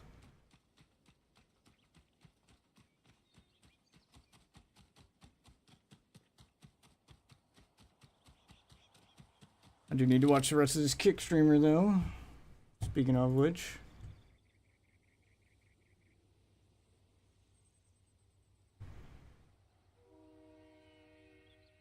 Watch the rest of this kick streamer here. Dude, why the f would you do that? Why the f gives you one fucking reason to fucking think that's okay? Besides his e-begging and compulsive gambling habit, Austin also goes the extra mile to make himself unlikable by frequently adopting an overconfident high roller attitude, insulting fans who are begging him to stop when he's still up. Oh, dude! Oh my God! Leave, Austin! Leave! You gotta leave! Just leave, bro! Dip! Quit while you're ahead, yeah. That! I'm staying, baby! Now watch this. We're gonna go to 500 Yep, at the lowest. spoken like a true addict. Bro, all the streams, man. What a fucking joke. Oh my God. I had $600 a minute ago. Now I want Yep. to sit there and fucking take everything. Thank you so much. Oh, my it's God. not taking Oh my everything. God. You lost Dude, it oh my because you're God. an idiot. Wow. His audience isn't the only target of this behavior either. I just want another $1,000! I swear to God! I don't want to hear it! Shut the f up! Yeah, I see why people watch it. It's funny to watch an idiot be an idiot. Man, is it got to be bad for business at some point. It's dangerous. It's dangerous. Hey! Shut the f up! Austin is almost 30 years old and lives with his parents. While he certainly Jesus. could put together enough funds to have a pretty nice place of his own, he often brags on stream about how he doesn't pay rent and gets free food, as if it was a merit that he was still mooching off of his family as an adult. Yeah, which contributes 'cause to now the he gets to negative spend feedback more on loop that gambling. His audience is hate watching. Austin's parents are definitely on the Yeah, older they're hate side, watching. as That's the himself, word with that they few need to use, appearances yeah. on stream. Mom, I know it's really messy. I get it. I know. Please don't start beating up. Just look at the chat. I know. Now, this is my mother. Say hi to everybody. Everybody say hi to my mom. Hi. It's gonna go really Oh my fast. God. Though. It's gonna go really fast. But I want. No, stop. Stop. What the f are you doing? Why would you read that out loud? Not only does he live in their house rent-free, eat their food, and destroy his bedroom for no reason other than his self-inflicted gambling losses, he treats them like shit. Honestly, the average parents would have given up a long time ago, or at least kicked their kid to the curb after enduring years of this behavior. The way that Austin talks to his parents is shocking to anyone with respect for the people who brought them into this world. Look at look. I want everybody to type in "Love you, Mama Boss Man."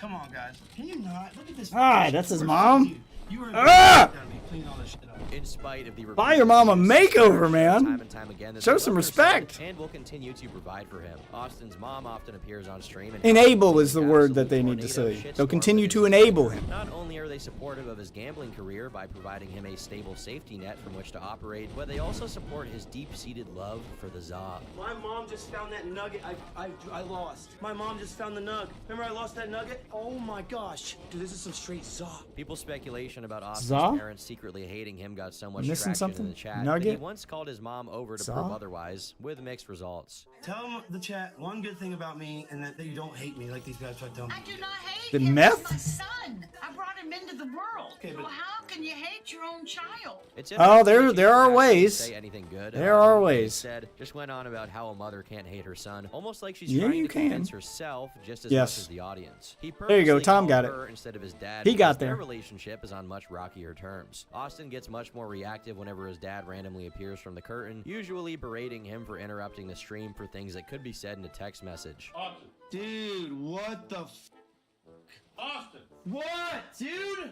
What? You have a burger. What do you want? What? Have a burger down. Okay, dude, text me God or something, damn. bro. You don't gotta sit there This and man yell is in at- his yell 30s. at me, bro. That's the man who allows him to live rent-free, bringing him dinner directly to his bedroom. His father only asks the bare minimum from him, that he occasionally clean his room and refrain from screaming about anal sex and banging his audience members' moms in the household. These expectations are unsurprisingly never met, and Austin's Oh reaction to my being held accountable is to be expected. Damn that anal tight! No way my dad would let me do that shit. I don't know. Maybe if I was making millions. I don't know. My dad would probably draw the line at anal sex, though. I don't think many many people's dads would He react might as would peacefully he to might being would be called able to a ignore the sucker by their yelling. man-child son, who Maybe, spends the whole day maybe. gambling in the I don't know. one-on-one $1 million track will make people to bend their by rules. I know that blasting much. holes in the wall with his I can tell you right now, if I didn't have fists. millions to bring to the He's table doing to all show of for this it, there's in no front way of, my at dad the would let very me. least, hundreds of people, which aggravates the level of disrespect he displays to his dad. We can only hope that one day Austin experiences genuine remorse for the way he treats his parents. But his parents weren't the only victims of his rage. Far from it. I've mentioned it many times already, but there's really no overplaying the amount of damage he does to his living space due to his losses. Anger management, man. These are really funny, obviously, but when you realize this is a real person actually getting this furious pretty much every single day, you wonder how this man's heart hasn't blown up from all the stress. He stayed awake gambling on stream for days straight, destroying his bedroom, bank account, and psyche non-stop. You might have noticed that in many of the clips we've played so far that the boss man's room has no door, resorting to a towel draped over the doorway to separate his gambling headquarters from the rest of the house. Though that clearly does nothing to prevent his parents from hearing him scream and argue with chat. He destroys his door so often that it can be used as a makeshift sanity meter, and the closer it is to being completely gone, the closer he is to becoming a feral ghoul from Fallout. For avid viewers, this is known as Bossman Jack's door lore. Fans tracked as his daily losses would cause Austin to progressively destroy the wall and door in fits of rage. Oh yeah, that's why he has a curtain now. Jesus. Dad! I'll clean it up! Dad, I broke the door. He eventually Dad! got a new one at the hardware store. Dad, I need hot pockets. I broke the door. Smashing his keyboard against Fuck, his head man. and screaming at his mom. Finally, his fans got so fed up with the dismal background that one of them donated $50, desperately trying to make him install it, only for him to find out Only he for him needed to get new hinges with the door and could not just attach it to the wall. He never ended up installing. How does he not? How does he not know how doors work? You're in your 30s. Drywall, replacing the towel he used to have nailed there. People began pointing out that his room Hinges looked like that of sounds- someone with a hard drug addiction, and they couldn't be any more He right. has a hard It's established addiction, that you Austin's guys. addictive tendencies go far beyond just online gambling. We've already mentioned how his addiction to Yep, Xanax he has was an the primary addictive cause of his personality. criminal past, and at one point he was stealing his dad's coin collection to buy K2 Spice. During his streams, he can be seen constantly vaping and smoking weed through a $600 bong, occasionally celebrating when he happens upon a forsaken nug. A forum user who claims to be a longtime fan of Austin What's a alleged some nug? interesting new lore. He claimed that when Jack was having late-night gambling sessions on stream and stayed up, he would regularly make phone calls I'm gonna have to look a up what man this named nug Derek is they're referring to. Christmas, who would then bring coke to his house. Is One it of Coke? Austin's Is mods it admitted Coke? to sending cash That's out what I money thought to it might Derek be. Christmas for Austin in exchange for crypto. Forum users He's a have Coke deduced that drinker. this Derek was likely the same Derek who got caught in 2008 with 19 grams of crack. When his home was searched, his infant children were living in horrible conditions and even tested positive for the substance. He was charged with felony child neglect and sentenced to 3 years in prison. Wow, he Not has only children. Was Derek a drug dealer, which is ethically questionable in and of itself, but he was completely neglecting his children to the point where somehow they had crack in the Jesse! system. This is the worst kind of person, and many suspect Austin is in direct contact with him. A Discord call leaked wherein someone was purchasing Has Kick, like, substances broke for ties Austin with this and guy yet? sending money through Cash App to Derek. In the call, Austin says Derek is a big connected dealer who had spent most of his life in prison, indicating with some low level If of he hadn't certainty gotten to lucky forum with Kick, users that yeah. this was their guy. To further confirm the boss man crack suspicions, another leak showed Austin outright admitting Oh, that crack. not A only nug had he is already crack. smoked crack, but continued to do so as a habit, and even had been blackmailed with secret recordings in the past, which prompted users to dig up more info. Cool, Allegedly, he's on- during the he's RuneScape on days, crack. Austin admitted he was a daily user for 6 months straight. It's but the as of this 80s clip, all he over also again. apparently only been Fuck. clean for 3 days. They Crack? also picked up on Austin's strange I didn't twitching know while that- live and I didn't know you speculated could this still was due get to drug crack. I use. thought- Of course, streamers are hardly that was ever a people with relic of normal the past. mannerisms. I'm overdressed. This dude went old school. Do it fart. However, Bossman Do Jack it goes for above and beyond. He's constantly twitching, scratching himself, grinding his jaw, and doing other things that are associated with crack rather than Tourette's. Yeah, Oh, come on. he's high on crack Here's and the gambling. thing. Oh, no. Well, when you put these Yep. in context with everything Yeah, else the we see breathing of and stuff, Austin, yeah. I think it's safe to say he's going to have a hard time beating these crackhead allegations. I'm looking like a straight crackhead, bro. Once people figured it out, Yeah, he became is. less paranoid about leaks and hiding his drug habit, and basically just accepted it as part of his identity. Again, we have to contextualize Jesus that this guy is Christ. someone who came dangerously close to being a felon and lives with his parents, which I'm guessing is why he was so nervous about this becoming public knowledge in the first place. He actually began leaning. Yeah, onto he'd it as OD part and of his die if he identity, lived on his almost own. as if he took pride in it or found it funny. Ironically, the gambling addiction is saving his life from the crack addiction. God damn. Not really. New levels of addiction, man. I'm sure crack is more than enough to get the job done, but meth must really help the all-nighters he pulls to gamble max. But Oh, meth, Boxman too. likes to switch things up every once in a while. He is, as the youth say, in love with the cocoa. Once, while he was streaming, he had some serious luck and won a few $1,000s. Naturally, his reaction was to call up his plug, but before Derek even arrived, Buy Austin crack. had already lost all of the money he intended to spend on the Fuck, drugs. man. Oh my god, I have to call him back again. I have to fucking call him back again, dude.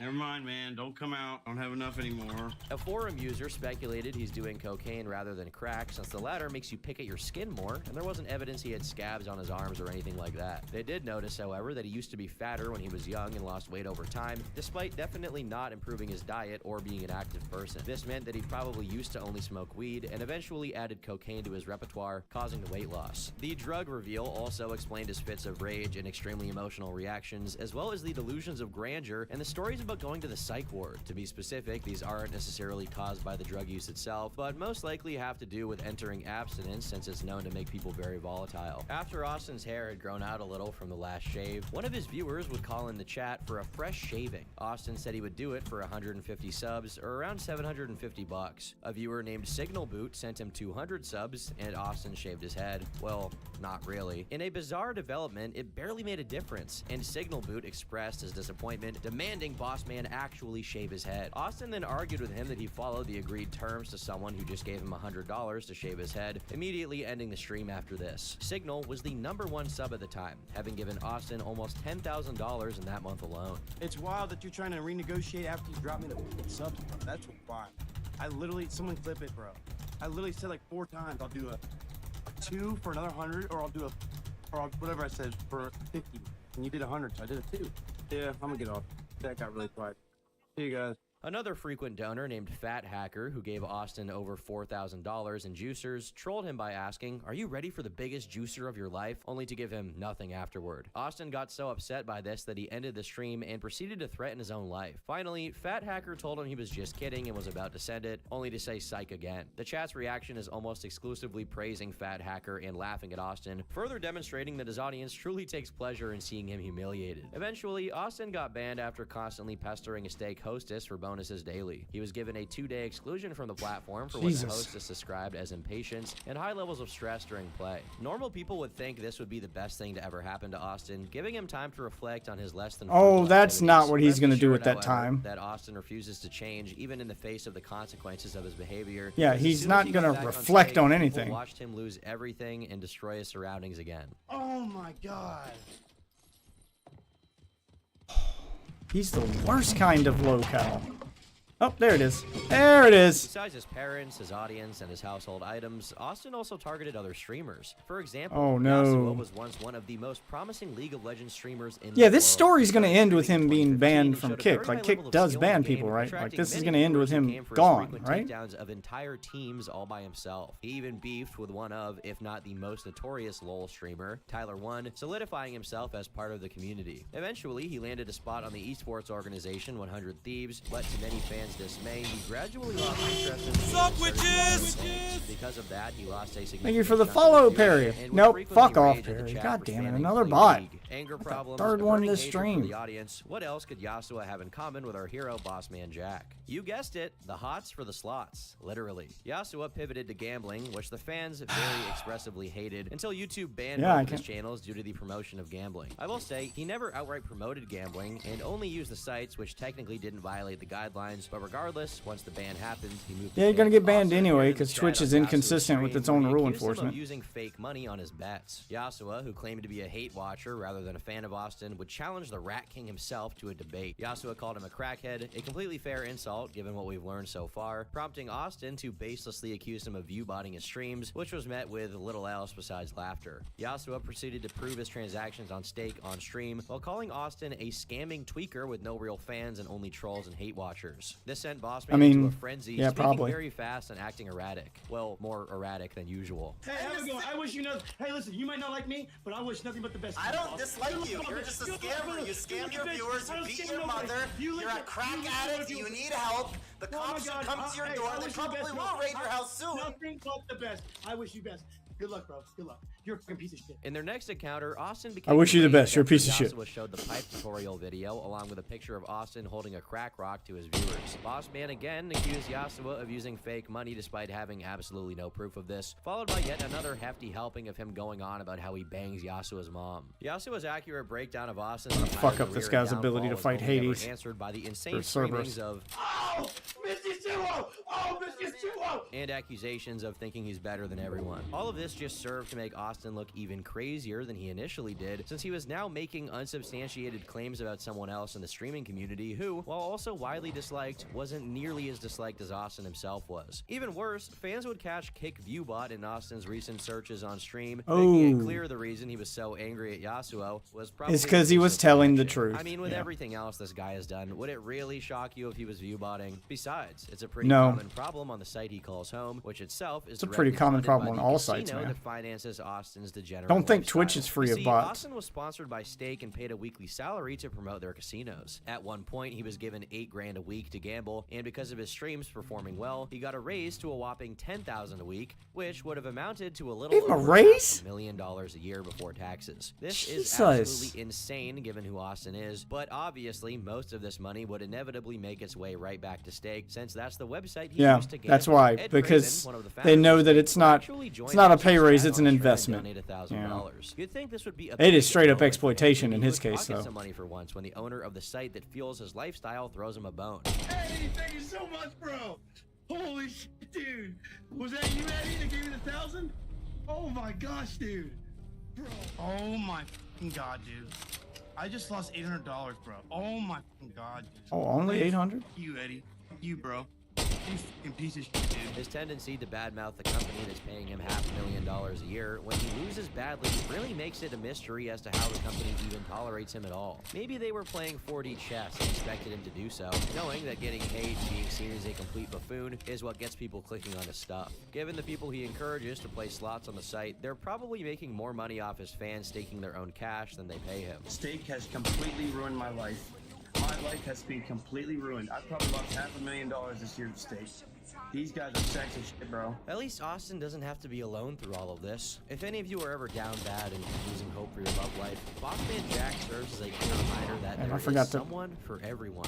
Austin eventually noticed I have to change my an sensitivity. actual female in his chat and began talking to her until eventually their online friendship blossomed into a romantic relationship. Honestly, between the crack, the debt, his parents, and the juicers, I have no idea how he even finds the time to get a girlfriend, but nevertheless, he did. Her name was Allison, and not much else is known about her. Well, except for the one time Austin doxed her on stream and the fact that she had a child from a previous relationship. They eventually met. He in doxed person his several girlfriend. times, but thankfully for the sake of their mental health and the well-being of the child, they never made any serious plans to move in together or anything. They continued to be off and on for years until Allison was revealed not to be the loyal sweetie Austin so direly needed, as screenshots leaked by one of Austin's viewers showed her flirting with someone else. In an insane twist that was very fitting for Austin's story, the screenshots implied she'd attempted to trade explicit photos of herself for nothing other than RuneScape gold. Once he found out, he became enraged, but rather than talk to her about it privately and end the relationship, Austin confronted her on the stream. In her defense, she claimed it was during a time when they were not together.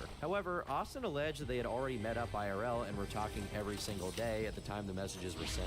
Are you ready for this, Allison? I want you to explain to everybody here what these messages mean, and I want everyone in my chat to tell me if this is sus as or not sus as. She then admitted to using manipulative tactics on Austin to make him do what she wanted, and Austin revealed that she Wouldn't have had been gone hard to even do. further than those prior messages, cheating on him by sending explicit images of herself to one of his mods. I'm not a mod anyway, so it wouldn't have made sense. Yeah, she's Is totally sexting cheated on me cheating? with one of my mods before. Yep, she sent one of my mods nudes, man, a long ass time ago. Why the f would I give her another chance? Apparently, he had also previously 'Cause you're an talked to being a idiot. member of an Austin hate Discord, which she claimed she forgot she was in. Though that sounds like a lie, there's no saying for sure who's in the right, or if there's anyone in the right here. When both of the people in a relationship there's are as not. confusingly toxic as these two were, there's no point in even speculating about it. Following accusations of having bought nudes from her despite her being his girlfriend, Austin continued to fight with his chat after Allison had already left the call, as they roasted her for being unfaithful. This started because I was so-called simping toward that girl Fox girl that won the giveaway. She got real mad at me, but she doesn't care and we're not together. Fuck you. You're a fucking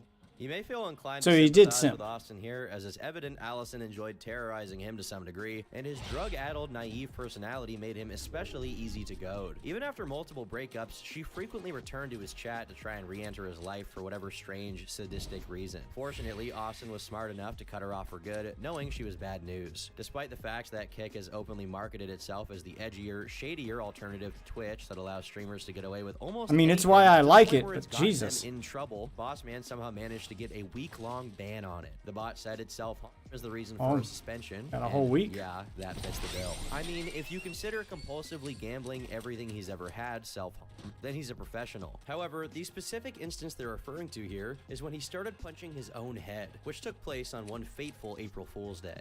Oh. Oh my God. This meant he officially had to cool it with his most prominent addiction for the time being. During his time off, he took some time to do IRL streams on his Discord server. This included a house tour and a few cooking shows, including teaching viewers how to make a ribeye. Okay, The those band are gave viewers healthy. more of an inside look into Austin's human side, and maybe I'll what buy his some life ribeyes would for be dinner like tomorrow. had he not been plagued with his crippling addiction. Cook some of Once those at away from home. his But I can vices, it cook seemed them like a better than most surprisingly normal restaurants. dude. But even Kick's band would The key is succeed open at getting flame. him to stop gambling on steak.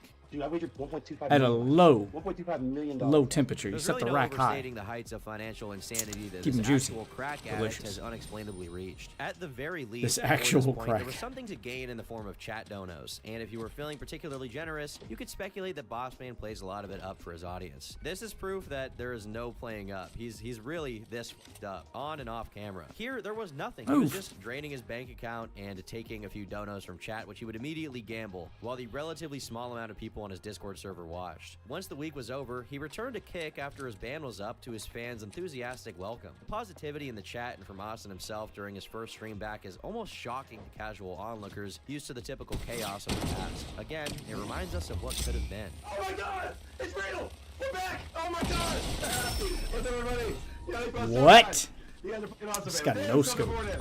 Hell yeah, Vince. Maybe this is the guy his parents see in Oh. him, as opposed to the raging crack goblin they store in their attic. We can clearly see that there are fans who do care about him, Raging despite the crack presence of goblin. hate watchers in the past. Austin's updated status was flashed on the screen during this stream, including Platinum 6 status and over $10 million wagered. Unfortunately, for those hoping the time off may have changed Bossman for the better, the course first it stream didn't. ended just like they always do. Oh my God! Oh my God! No way! Oh, what the f was that? Holy balls!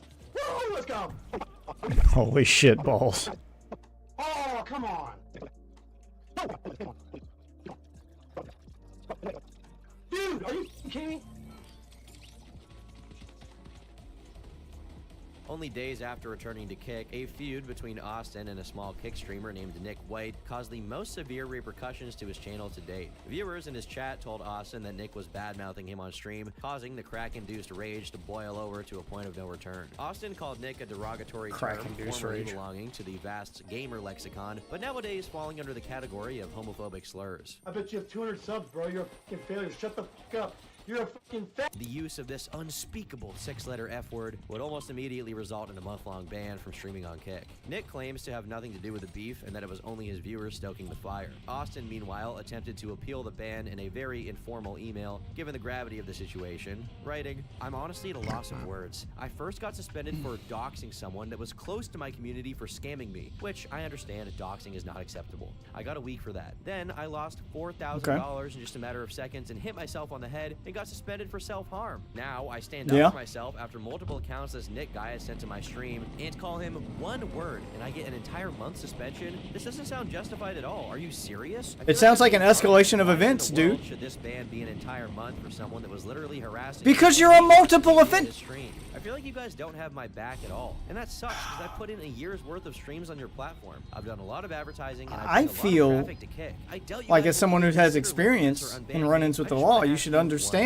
thing. that Do you multiple really offenders think get this is worse justified? punishments. Wow, I just lost my job for a month, my 8K a week from stake, my 2,000 subs, because I stood up for myself and called another streamer that's harassing me a hate word. Wow. From what my community says, Aiden Ross has said this word and many other streamers have said this word and never got banned for it. I want They to also know, don't why have the did they history get that you banned and have. I did. Have a fantastic night. I'm extremely depressed right now and am actually extremely devastated from this. My viewers and myself are pretty hurt and shocked by this. I can promise you and assure you that if you would reconsider the suspension or maybe lift it early, clearly that I will never say another hate term or use hate speech again. I mean, He let's be definitely fair. will. Have I ever done a violation that you guys suspended me for more than once? No, because I learned my lesson, just like I will and have this time. As informal as it is, I gotta say, he sounds pretty reasonable for someone regularly smoking straight boulders. However, Kick held their ground on the basis of multiple stack violations. They seem to be cleaning up their act a bit due to the reputation the site got. Yeah, despite bigger streamers regularly behaving they're in worse, PR he was mode, caught in man. the crossfire of the circumstances. Austin claimed he would not be returning to Kick as a result. You of were his made an public example ban. of. Instead, he wanted It to was go a back PR to move. where it all started, Twitch.tv. He shared some great news with the Discord that he had gotten a new deal with a different company called BC Games. The details of this deal. Oh, so he included did a leave weekly Kick, salary okay. of $4,000, So Kick dodged a the same bullet there. initial deal he got from Stake, and still an insane amount of money for a guy who never has to leave his bedroom to do his job. Additionally, he would get 4 $1,000 hourly fills per day to use for betting. With this in place, this deal is actually far better than what he was getting with Kick.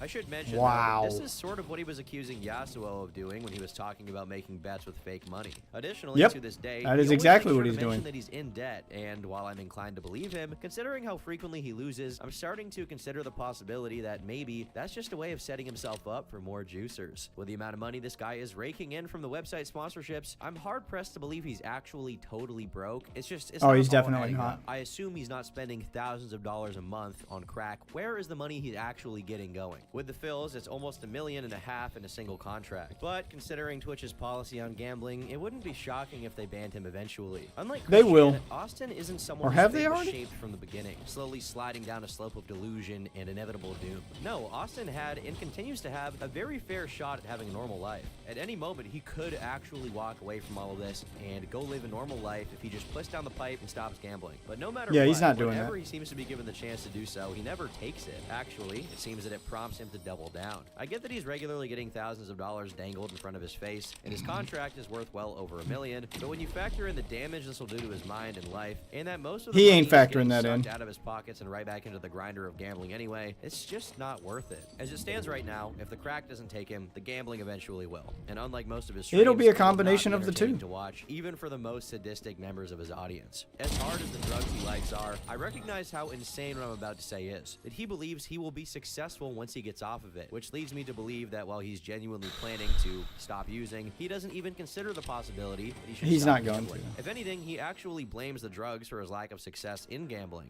Based on certain moments in the past when he's expressed that he does actually pay attention to things people say about him online, I actually have some hope that He Austin shouldn't. hears this next part, or that someone clips 'Cause this and he's sends it not to him. taking the In right all message honesty, away this from is it. something of a tragic story because Austin is a very funny person who could make pretty much any kind of content work. I could see him as a Tyler 1 kind of streamer who, while often getting very angry and loud, can contain it to the live streams and otherwise be a normal person. I mean, imagine this guy playing video games and being bad at them. That would be hilarious. But unfortunately for him, no game will hit as hard as slots. Hopefully we get to see Austin turn his life around before he drives himself to actually doing something irreversible, but I wouldn't bet on it. I've been Turkey Tom, thanks for watching, and until next time, leave me alone.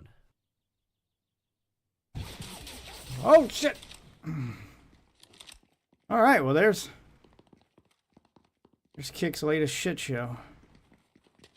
Well, was Kick's latest shit show. He's definitely going to end up banned on Twitch and going back to Kick, though. And then getting banned from Kick. Like, it's... If he really is a crack addict, like, you're not going to stop that downward spiral. It's not going to happen.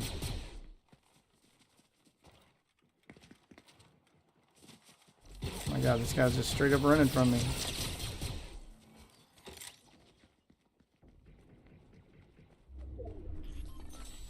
I need a bowcaster.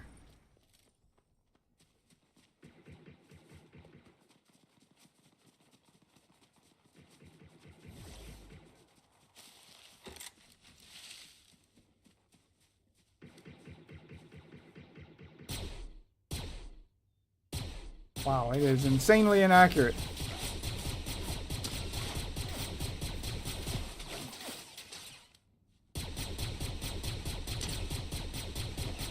Yep, insanely inaccurate.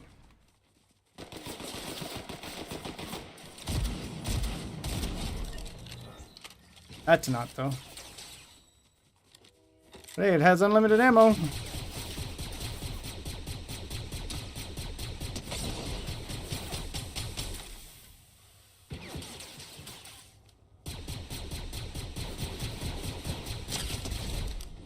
Jesus. We're just both shooting like stormtroopers over here. No wonder they shoot so bad. It's the gun. Somebody's on that train. Was on that train. Somebody is on that train, but I'm letting it go because I want this. Fuck that thing.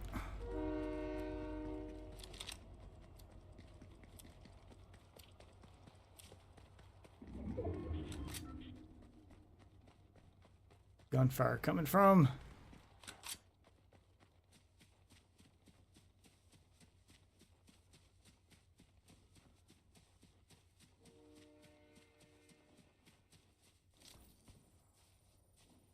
Way down there. Wow. Shot.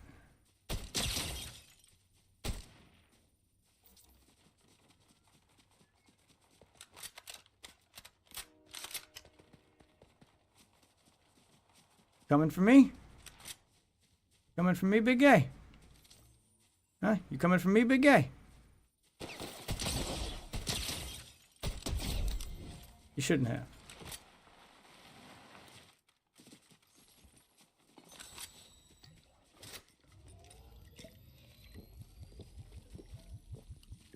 Oh, I forgot I had water bending. I could have been using that instead of the stupid fucking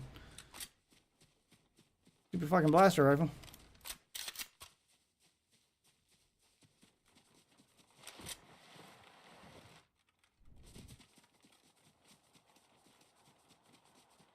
That's what I should have done.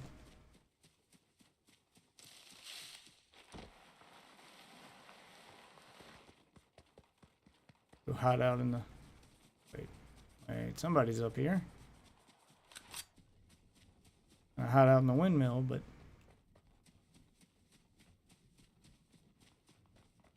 I think I'm gonna snipe somebody first.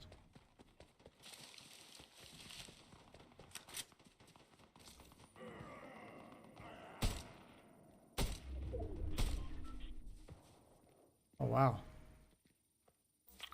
Actually killed him.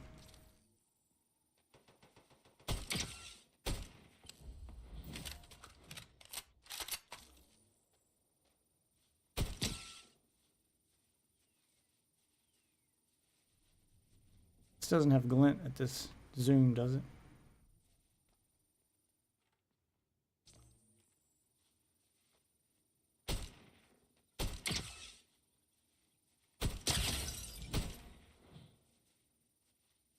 He has no idea where I'm at.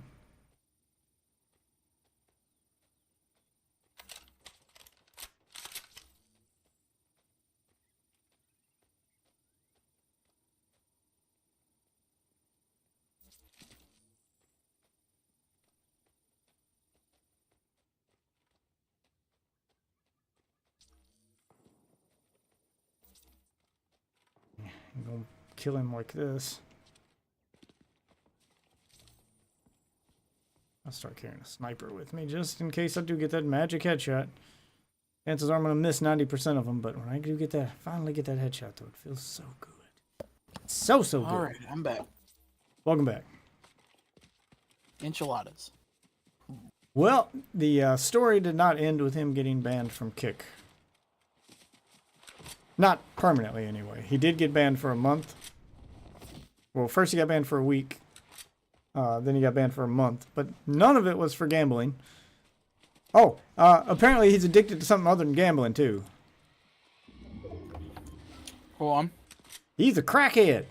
Oh, damn. I was gonna guess. Yeah, he's a crackhead. And, his drug use and self-harm got him banned from Kick for a month, and then he wrote a strongly worded letter to Kick staff about his ban, and somehow he's not already banned from Twitch, because he then decided to go back to Twitch, where he's been streaming there with a deal from some other casino. Although gambling's banned on Twitch, so I guess it's only a matter of time before he gets banned from there, and then he'll probably go back to Kick, where it'll probably only be a matter of time before he gets banned from there next. Huh. And somehow, I don't know how, this is the world's luckiest crackhead, but somehow the deal he got with whatever gambling site it is he's got a deal from now is somehow better than the one he had with Kick. He's making more money from his band. He just keeps getting like these once in a lifetime offers, and all he has to do to keep him is stop smoking crack and not, go off the rails and commit crimes on stream. Like, Kick wasn't even telling him what to say on stream or like how to behave. They were just like, don't break the law. But yeah, what I said would happen ended up happening. He abused his girlfriend on stream. Then himself. Then he self-harmed.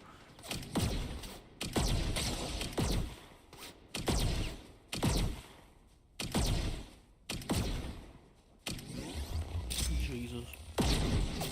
And despite all of this, he's still getting new deals and more chances to continue to be an outright fuckhead. Like, they just continue to give deal after deal to a crackhead. Like, the kind of deals that, like, normal people would beg for. We killed each other. That normal people would beg for, like, would just, like, those once-in-a-lifetime moments, like, man, if I could just get one of those deals he got, even his worst deal, if I could just get it, I could turn that into something. All I need is just a chance. Just give me a chance. Most normal people, they just want that one chance. Just give me my one moment where I can not have any distractions from this thing I want to do. Like, if you could give me my one moment where I could have a deal to just give me X amount of time to prove myself, and I'll do it. I'll prove myself. If I didn't have to work 40 hours a week, if I didn't have to do this, if I didn't have to do that, if I could just focus on the content, I could be somebody. But most people never get that moment. And here, you have a guy with zero distractions. Oh, he also has children that he was arrested for neglect because he was too busy gambling to take care of. I didn't even realize the guy had kids. He spent so much time streaming and gambling and beating his girlfriend. He's a piece of shit. And he keeps getting deal after deal. If you ever need proof that life ain't fair and bad people don't always get what's coming to them, I give you Exhibit A. Fuck me, dude.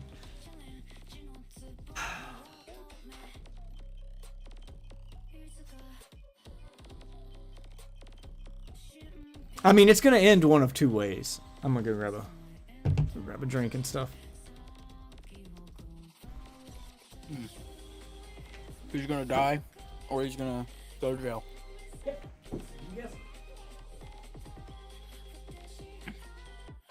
Or there's the third option. He ends up homeless.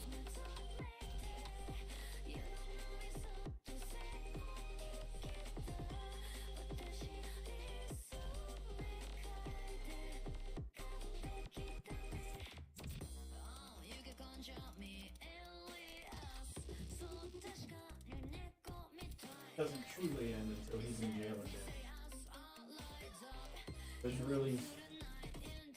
Those really are the only two way it ends.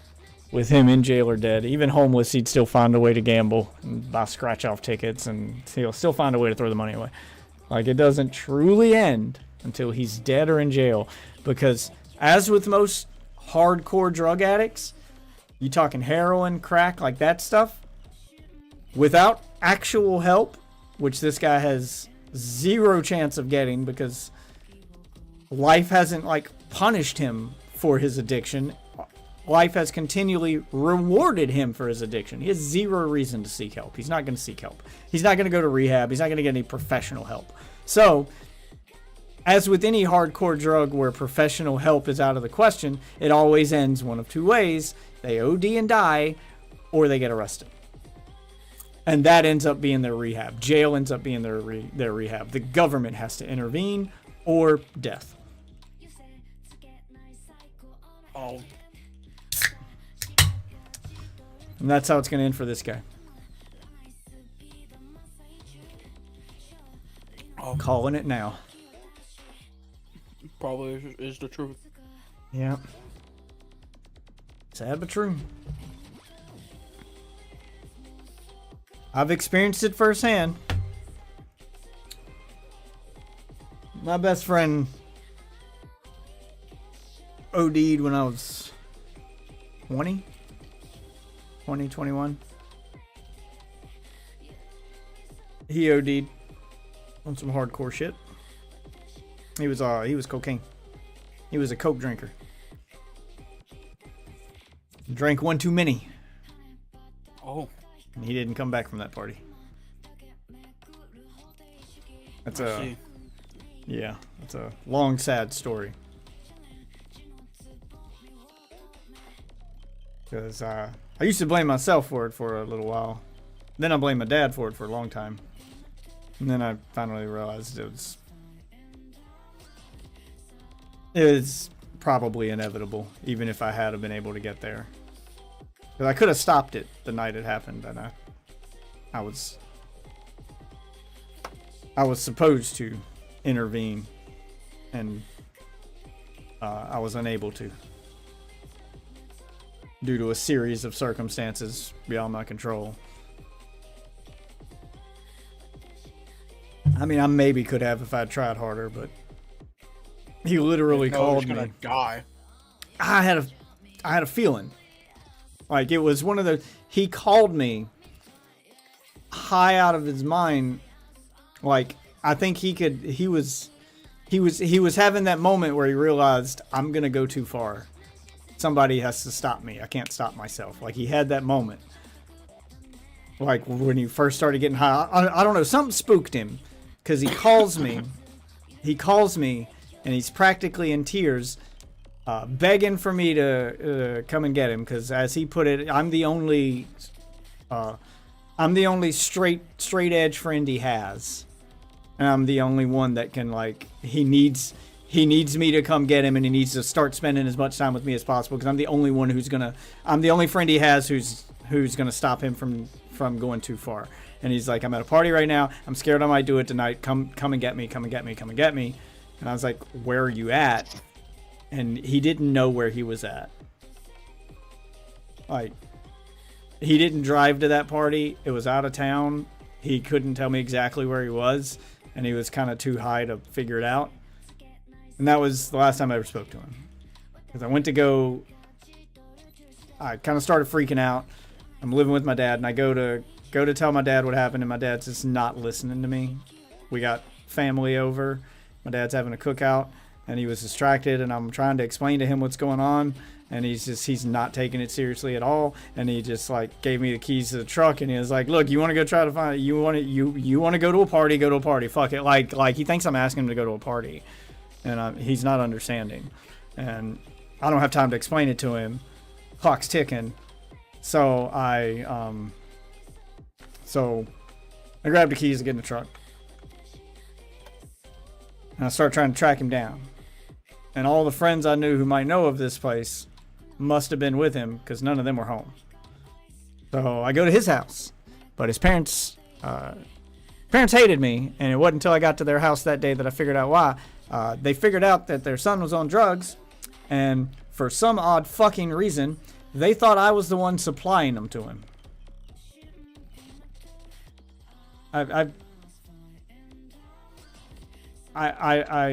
No, I know why they thought that. I know why they thought that. Never mind. I know why they thought that. I've never done a hard drug a day in my life. I've smoked weed once. I don't even really drink. But they were having an elitist moment. They were being judgmental, and it cost them their son's life. They thought that I was on drugs, or must have been the one dealing him drugs, because I was the only friend he had. He was a rich kid. I was the only friend he had that wasn't rich. All his other friends were a bunch of rich kids too. I lived in a trailer at the time. Me and my parents lived in a trailer, so I was trailer park trash to them. That's why they said that. Never mind. Being older and looking back on it, yeah, no, that's why they thought that. They thought he must be getting his drugs from the trailer trash. Yeah. And they wouldn't listen to me. They called the cops on me. They slammed the door in my face, called the cops on me. So I had to leave their property. I drove around all night just trying to figure out where he was. And this was in the era before cell phones, before GPS, before any of the stuff I could have used to track him. So I'm going to every place I know he might be, and he's nowhere. And I was out way past curfew, and I finally just went home. 4 or 5 in the morning. And 2 days later,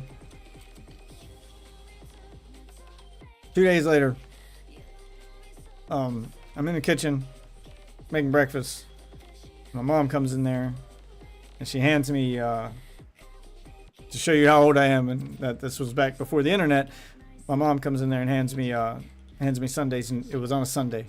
Because it was the big thick version. It was the big thick edition.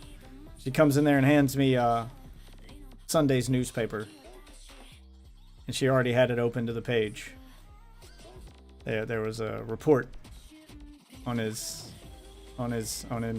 death. And how it was a suspected overdose. Damn. Which leads into the story of how I ended up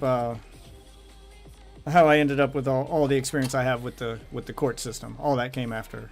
Like, it all started with my best friend's death. We were born. That's how we became friends and how we met. We were born in the same room 30 minutes apart. Our parents met in that hospital room. His mom and my mom were both pregnant, and the hospital was overcrowded, so they had to share a room. So they both gave birth to their kid on the same day, 30 minutes apart in the same room, and they became friends over that. So we literally had the same birthday, same day, same year. We're exactly the same age. And they lived in a trailer at the time too. Only their business, his dad owned a roofing business, their business took off and they ended up getting rich. And then his parents didn't want us hanging out together anymore. They suddenly became better than us. But he kept hanging out with me anyway. Yeah, like his parents they were terrible parents. And they didn't know how to deal with their kids at all. Once they got money, their way of dealing with their kids was pay someone else to do it. They didn't want to discipline their kids, they didn't want to do nothing. Because when he got in trouble at school and he wouldn't stop hanging out with me and they didn't know what to do with him, I remember we were 15. They shipped him off to military school. And that was their answer. We'll just send him to military school. And then I didn't see him again until he was 18. Because once he's 18, he's an adult. They can't make him stay at military school if he don't want to be there. So he said, I don't want to be here. And he came back home. And I remember them having that argument when I was at his house one day.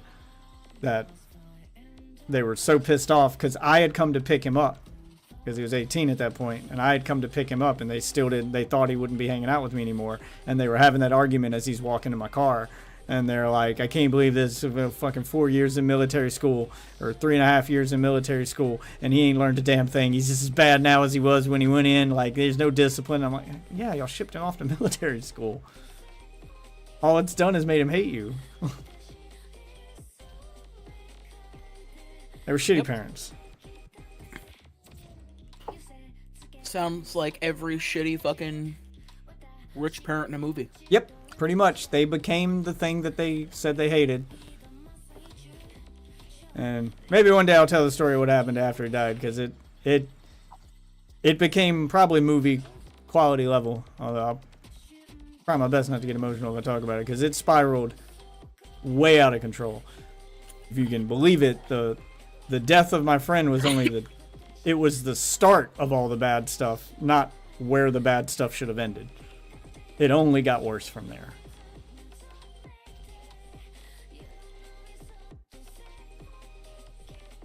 Although it does feel good. Although I don't know if there'll be a next time.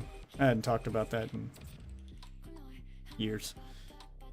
But although I do feel good to know that in the end I was right for what it's worth. I mean, I'd rather be wrong and still have my friend than be right and not, but the end of the story ends with them getting a divorce and he had a little brother. They didn't lose the little brother, like he's not dead, but he moved away last I heard, and he doesn't even talk to his parents anymore. So they've lost contact with the only kid they have left, and they're divorced. And I think his business is failing. Like, yeah, like everything just fell apart for them in the end. Last I heard, and that was like 6 or 7 years ago, so no telling where they're at now. But yeah, things just... They eventually did... They eventually did get their... I don't want to say what they deserve, because they didn't deserve to lose their kid, but they did deserve to have a slap in the face from reality, and they ended up getting it, but I feel the cost of admission was probably too high. What's up, Joe? Joe Fortnite? Oh shit! Are you the guy that made Fortnite? Joe Fortnite! It's the guy that made Fortnite! Oh shit! It's Joe Fortnite! Yo, can I get a creator code?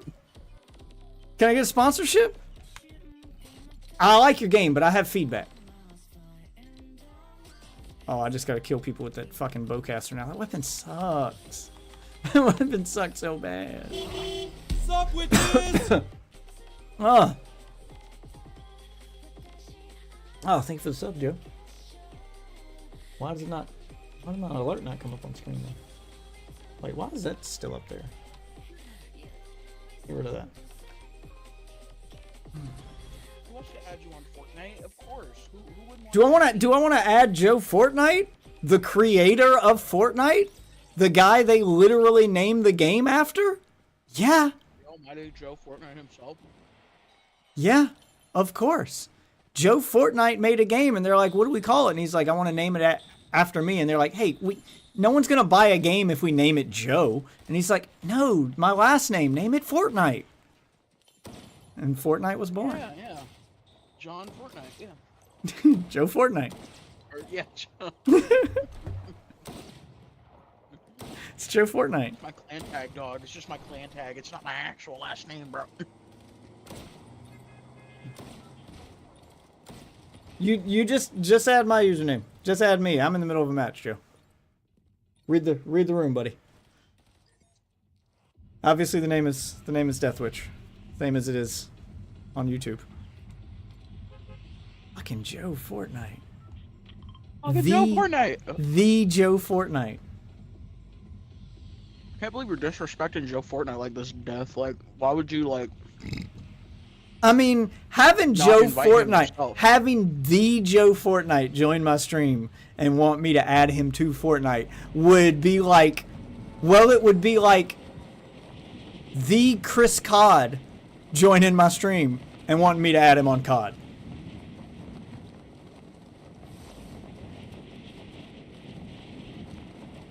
Can't believe it. Can't believe it. What are you doing anyway? What, me? Yeah, you. I'm doing Siege. Yeah, but are you getting to do Siege with the Sam Siege? No, I'm not. I'm not doing Siege with Sam Siege, sadly. Yeah, just imagine if the creator of Siege.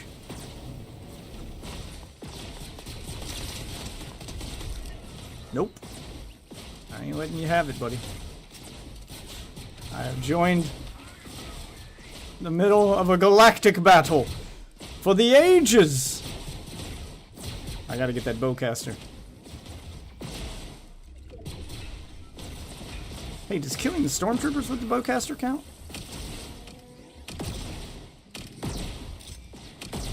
Probably not. Oh, that wasn't a stormtrooper. That was a player wearing the stormtrooper skin. Oh, well, that counted. He was also trying to kill me with a bowcaster. No wonder he didn't kill me. I was like, why was he so shit? Oh. Huh. Bowcaster. I think the game glitched. I'm in no build mode, and that thing I destroyed just dropped building material. I mean, can you build? Nope. Then it doesn't matter. Yeah, I'm just saying it usually doesn't. Wow. Luckily. God, this bowcaster sucks so much ass. Oh, here, I'm gonna go back to the lobby. See if Joe Fortnite sent me an invite yet. God, the bowcaster sucks. Star I'm Wars playing weapons. with Sam Siege, bro. He's in my game, bro. You gotta get in. Sam Siege? The Sam Siege? The Sam Siege, bro. He added me on Xbox, dog. God. I've been trying ever since ever since they fixed Fallout 76 and I've gotten back into it. I've been trying my best to get Frank Fortnite to add me, but he doesn't respond to my messages.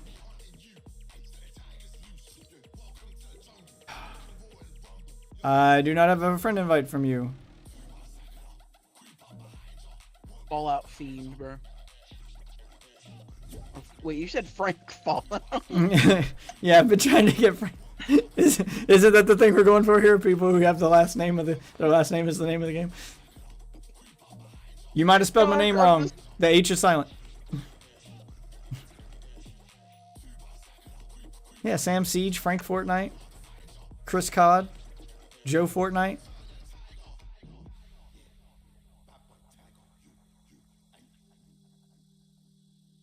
Lord TBT. That is not a...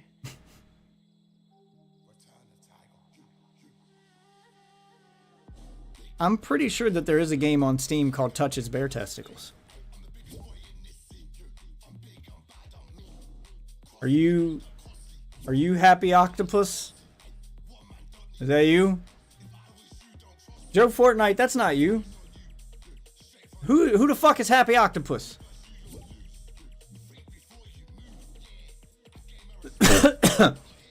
Why did it say Happy Octopus? I thought you were Joe Fortnite.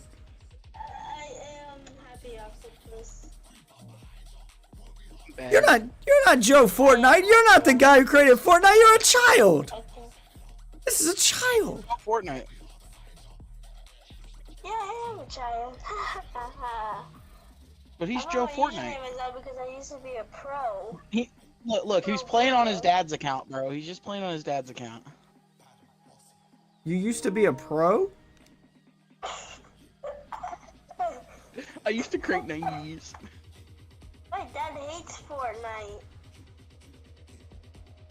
What are So you your doing dad, up at so 3 in your the dad morning? didn't make Fortnite. Your dad hates Fortnite.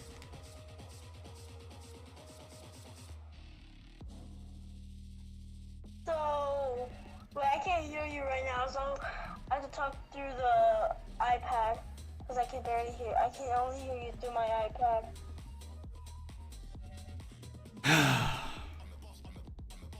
Oh God. Well, all right, son of Joe Fortnite, let's do this. You wanted to play with Joe Fortnite, and you got what you get. Yeah, Instead of playing Siege with a my little boy. daughter sounds older than this kid. This kid sounds like he's 5. Have fun. Oh my God. No, I'm not 5. I'm pretty sure I'm 5. I'm in 5th grade, bro. Wait, you're in 5th grade or you're 5? In 5th grade. No, I'm in 5th grade.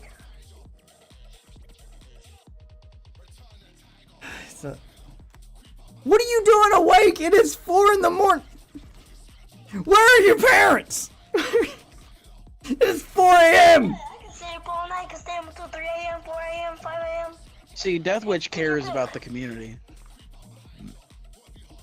I have kids older than this kid, and I don't let them stay up till 4 a.m. Where the fuck is this kid's parents? What are you doing watching my stream?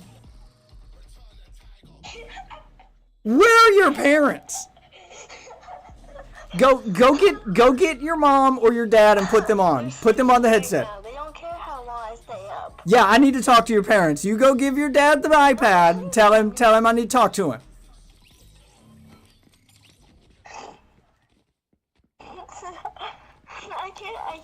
I can't get him while he's. If I get him, he's gonna ground me. Oh, I thought you said he didn't care, but if you get him, he's gonna ground you. Oh, it sounds like he might care. Sounds like somebody is supposed to be in bed and snuck his iPad into bed. I think I figured out what happened here.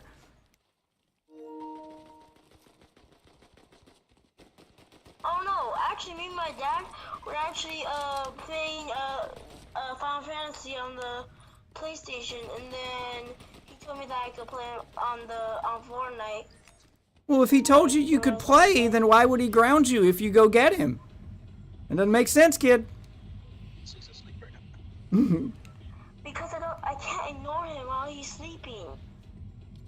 Because you're not supposed to be awake. Because then he'll yell. Because you're not supposed to be awake. You're supposed to be sleeping too.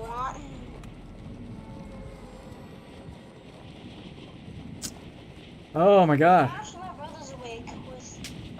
He's in the next door. He's next door. Yo, Fortnite has a bedtime. Apparently Fortnite doesn't have a bedtime, and he should.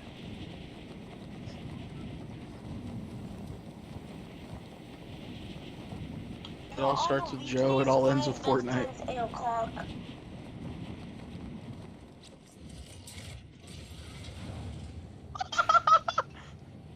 Alright, listen up, Joe Fortnite. You said you're a pro, and you're clearly breaking the rules to play this game with me, so let's make it worth it. Here's the deal. You said you're a pro, so if you don't leave out of this match with at least 10 kills, you're off the team. Alright? I only play with pros.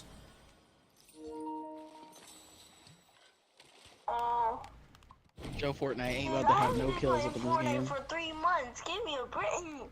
No, you're the one that said you were a pro. No, you said you're a pro. I want you to perform like a pro.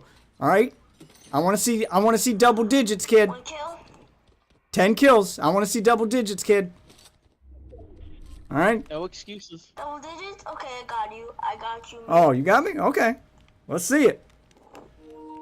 I'm hunting now.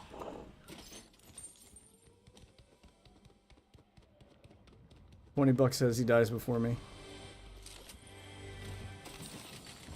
I ain't got $20 to bet.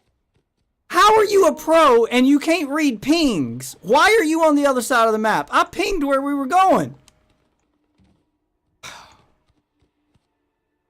You ain't even sticking with your teammate. I thought you were a pro. He's no pro. He's Joe. Joe Fortnite. Wow. That water was like ankle deep. I just broke my legs. Yeah, $10 says Joe Fortnite dies before me. Don't go, Joe. Don't go. I hate these kids. Oh, I already died? Wow. Bad now. Oh my gosh. It was fun while it lasted, Joe I just Fortnite. got back on Fortnite. You know what? I should have 10 kills already. I should. I'm embarrassed. I'm embarrassed. I'm embarrassed. No. Alright, let's see if I got time to get to this reboot I card. should have went to my brother's room and played the Xbox. Bro, I thought he was supposed to drop a 10 bomb right there, dog. What happened? He screamed! He screamed! I should have already had 10. You don't know how am I dead already? PlayStation. Oh. Why are you 1,500 meters away? Like, why are you at the other side of the map? What are you doing? Because he lives to win, bro. I He didn't tastes plan. sweet I victory, bro. Why you emoting? I'm like, yeah. How is he, like, he didn't even read the ping where we're going! Maybe after this match I might have to get off. Maybe after this match I have to get off. Because, my dad said, actually, yes, I kind of do have a bedtime on the weekends. He said I have 2 hours.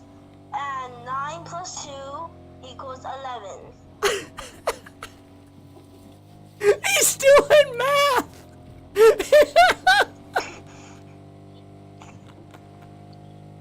Bro, he hit you with the math, bro. How are, your dad said you have 2 hours, and he said that at 9 o'clock. 9 plus 2 is 11. Why are you still on the game at 4 a.m.? You went way over! Oh no, wait, in my state, it's 10 o'clock for me right now, 10 p.m. right now. So I have 30 minutes left. Where do you live that it's 10 p.m.? Do quick thinking. I'm not... I don't hear an accent. Where do you live that it's 10 p.m.? I don't believe you. Bro, don't dox this kid. Around the Pacific. Pacific is only 3 hours behind me. It's not 10 p.m. Pacific. Right now it's 1. It's 1:39 if you're on the West Coast. You went way over, kid. I don't get it. There's no. Oh, you don't get it? It's 10:39 for me here. Not if you're on Pacific time, it's not. You're lying to me. How dare you lie to me, kid? You're lying to me. No, I'm not. I never lie. I'm a true man. I speak the truth. You just told another lie! I'm a true man. Oh, shoot, behind. Oh, it's because I killed you! You son of a gun! I'm Joe Fortnite. I'm a true man. I should. Oh my. $20, 20 minutes. That's what you get for trusting Joe Fortnite. 20. It's fun while it lasted, Joe. I might need like. It's time for you to go to bed. Look. I know you said you're a true man, but I mean, I'm gonna be honest with you. I know, Joe. You said you're a pro. That was a lie. You told me that you were supposed to be in bed by 11. It's 4 a.m. or 1 for you. So, you told another lie. And then you told me you were a true man. And you know what? I believe that, Joe. I believe you're a true man. And honestly, I'm not man enough to play with you. I'm not. I'm not, Joe. Sorry, kid. I'm not man enough to play with you, Joe. I'm not ready to play with a real man. It's too much responsibility for me. I can't handle it. Can't handle it. You can't handle Joe Fortnite. Yeah, I can't handle Joe Fortnite. He's too strong. He's too good at the game. Like, he's gonna start giving you hackies. Go to bed, Joe. Go to bed, Joe. I'm probably about to do the same. I didn't realize it was already 4:30. Fucking Joe Fortnite, man. Fucking Joe Fortnite. Fucking Joe Fortnite, man. It is. I can't tell if he actually knows that that's funny or if he thought that was a cool name. He thought it was a cool name. Oh god.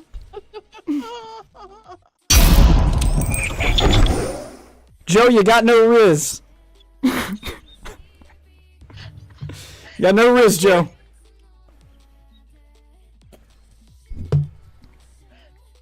Joe Fortnite is so fucking stupid. Joe Fortnite has no riz. Gonna be the name of tomorrow's stream. Joe Fortnite has no riz. Joe You got no riz, Joe. Skibbity toilet, Joe. No riz. No. Just roll with it, Joe. Just roll with Just doing the Donald Trump voice. No riz, Joe. No riz, Joe. I got that gat. Joe, you got no riz. Yeah, no.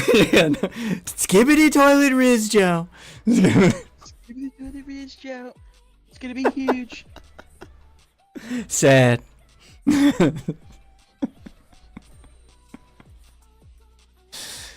Oh, it's too late for I haven't had enough sleep. I gotta go. Oh, I gotta get up tomorrow to go to a birthday party. I can't be staying up all night. I'm gonna be in a whole room full of Joe Fortnites tomorrow. I can't be half. I can't be sleep deprived. I'm gonna skate in a rink full of Joe Fortnites.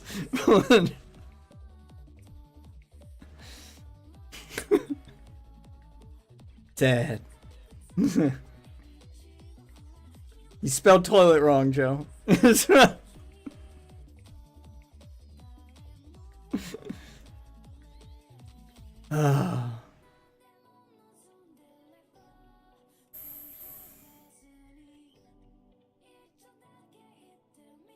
Go to bed, Joe. Go to bed. And tell your dad. I want you listen to me, Joe. Listen to me. You're gonna go to bed. I don't want to get you in trouble with your dad, so don't wake him up. But as soon as your dad wakes up tomorrow, You need to hand him that iPad and you need to tell him the Death Witch said parental controls need to be enabled on that iPad. Okay, you need to tell him to check the parental controls. Okay.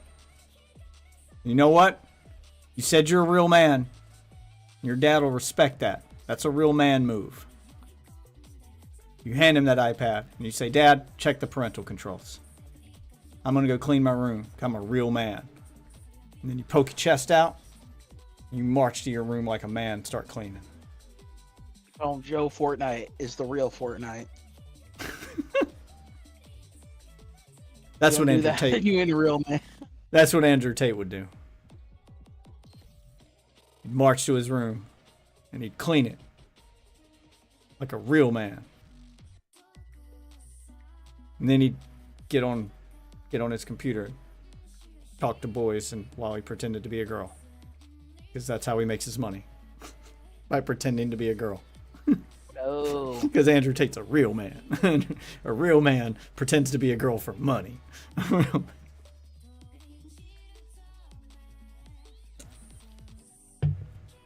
Wait, did Andrew Tate do that?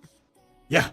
Yeah, he openly admitted to that. That he went into detail about how he ran his cam business for those girls, and he was the one talking to all the guys. Yes, he would pretend to be the girls in DMs. Huh. So real men pretend to be women online. Mm-hmm.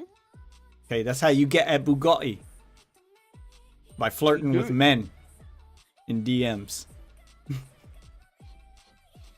Think about it, it makes so much sense. Only a man can know what a man wants. Only a man can handle that many dick pics. Oh, God, just imagine the messages he got. Imagine how many penises he's seen. That is a lot of dick pics. You know those guys were sending him dick pics. You know those guys were sending him dick pics. You're flirting with men in DMs? They're sending you dick pics, man. That's what's happening. Andrew Tate's seen more. He's seen a lot of dick. Surprised some OnlyFans streamer hasn't done like rate your dick pic. Like you have to pay money to send her the pics, but people she'll rate the fucking pics. They all do that. They do? Yes, that is a very common thing. Huh. $10 dick ratings, yes. That is a very profitable tactic. Well, $10? No, I think that's the going rate. Not that I've had my dick rated, but I've seen the messages. I've seen the advertisements. You should do that, Dev. You should do a dick rate. You can go. I guarantee you right now. You can go to any OnlyFans. You don't even have to go to the girl's OnlyFans. Any girl you know with an OnlyFans, go to her Twitter. I guarantee you, there is a tweet advertising dick ratings. And I think $10 is usually going right. I tried to do boob rates. I didn't get any booby pictures. I was gonna do them for free. I was running a promotion. I was gonna rate the tits for free. Tit ratings. Didn't work. Girls apparently don't want their tits rated. Maybe I should charge for it. Maybe it's because it was free. Some people want to pay for things.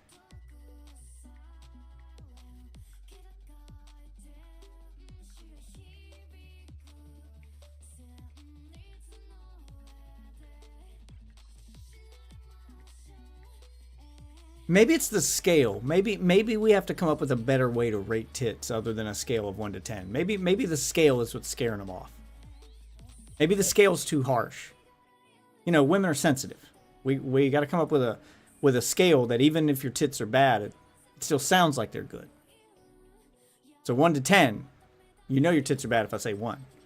But we got to come up with a scale that even if I say the lowest thing, you still feel good. Like, we got to protect their feelings.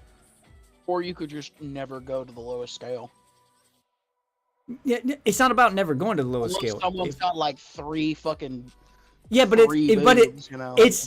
it's not about never going to the lowest scale. It's about the fear of it's about the girl looking at that scale and going, "What if I get the lowest?" And then she doesn't do it. So the lowest scale has to be still something that feels good, so she won't be scared off. Or the scale has to make no sense, so she can't tell what the lowest is.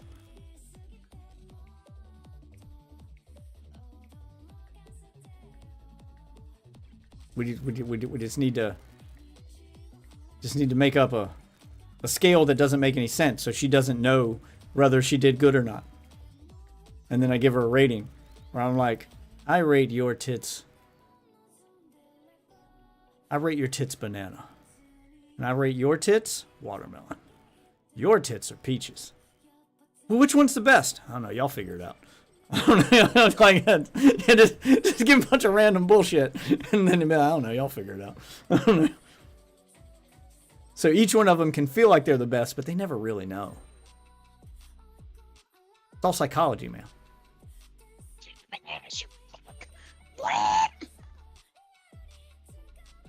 It's like a self-esteem test. You rate my tits banana. Whee! It's like a self-esteem test. Girls with high self-esteem will always assume that their thing is the best. Watermelon must be the best. Watermelons are bigger. Watermelons already kind of look like boobs. And a girl with low self-esteem will go, watermelon? Do they look that bad? Yeah, like, it's a self-esteem test.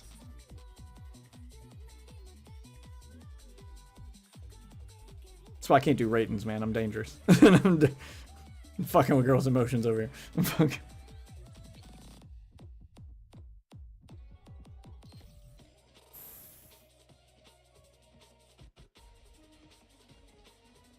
Can't believe I played a match with Joe Fortnite and he lasted 2 minutes. my wife's never played Fortnite and lasts longer than that. This kid's like, I'm a pro. 2 minutes later, I'm already dead. 2 minutes later. I don't even think it was 2 minutes. I think it was like 30 seconds. I think he lasted like 30 seconds. Jesus. Oh, God. I don't remember him getting a single kill. I at least killed that one guy. The only reason I died is because I was just, like, recklessly trying to get to his reboot card and get him rebooted. I put myself in harm's way for this kid. Tried to be a one-man army. And I'm not a professional. And never claimed to be. Ugh. Alright. Yeah, I need to get to bed. Oh, so I can do this fucking party tomorrow. I'll try to stream a little earlier tomorrow, hopefully.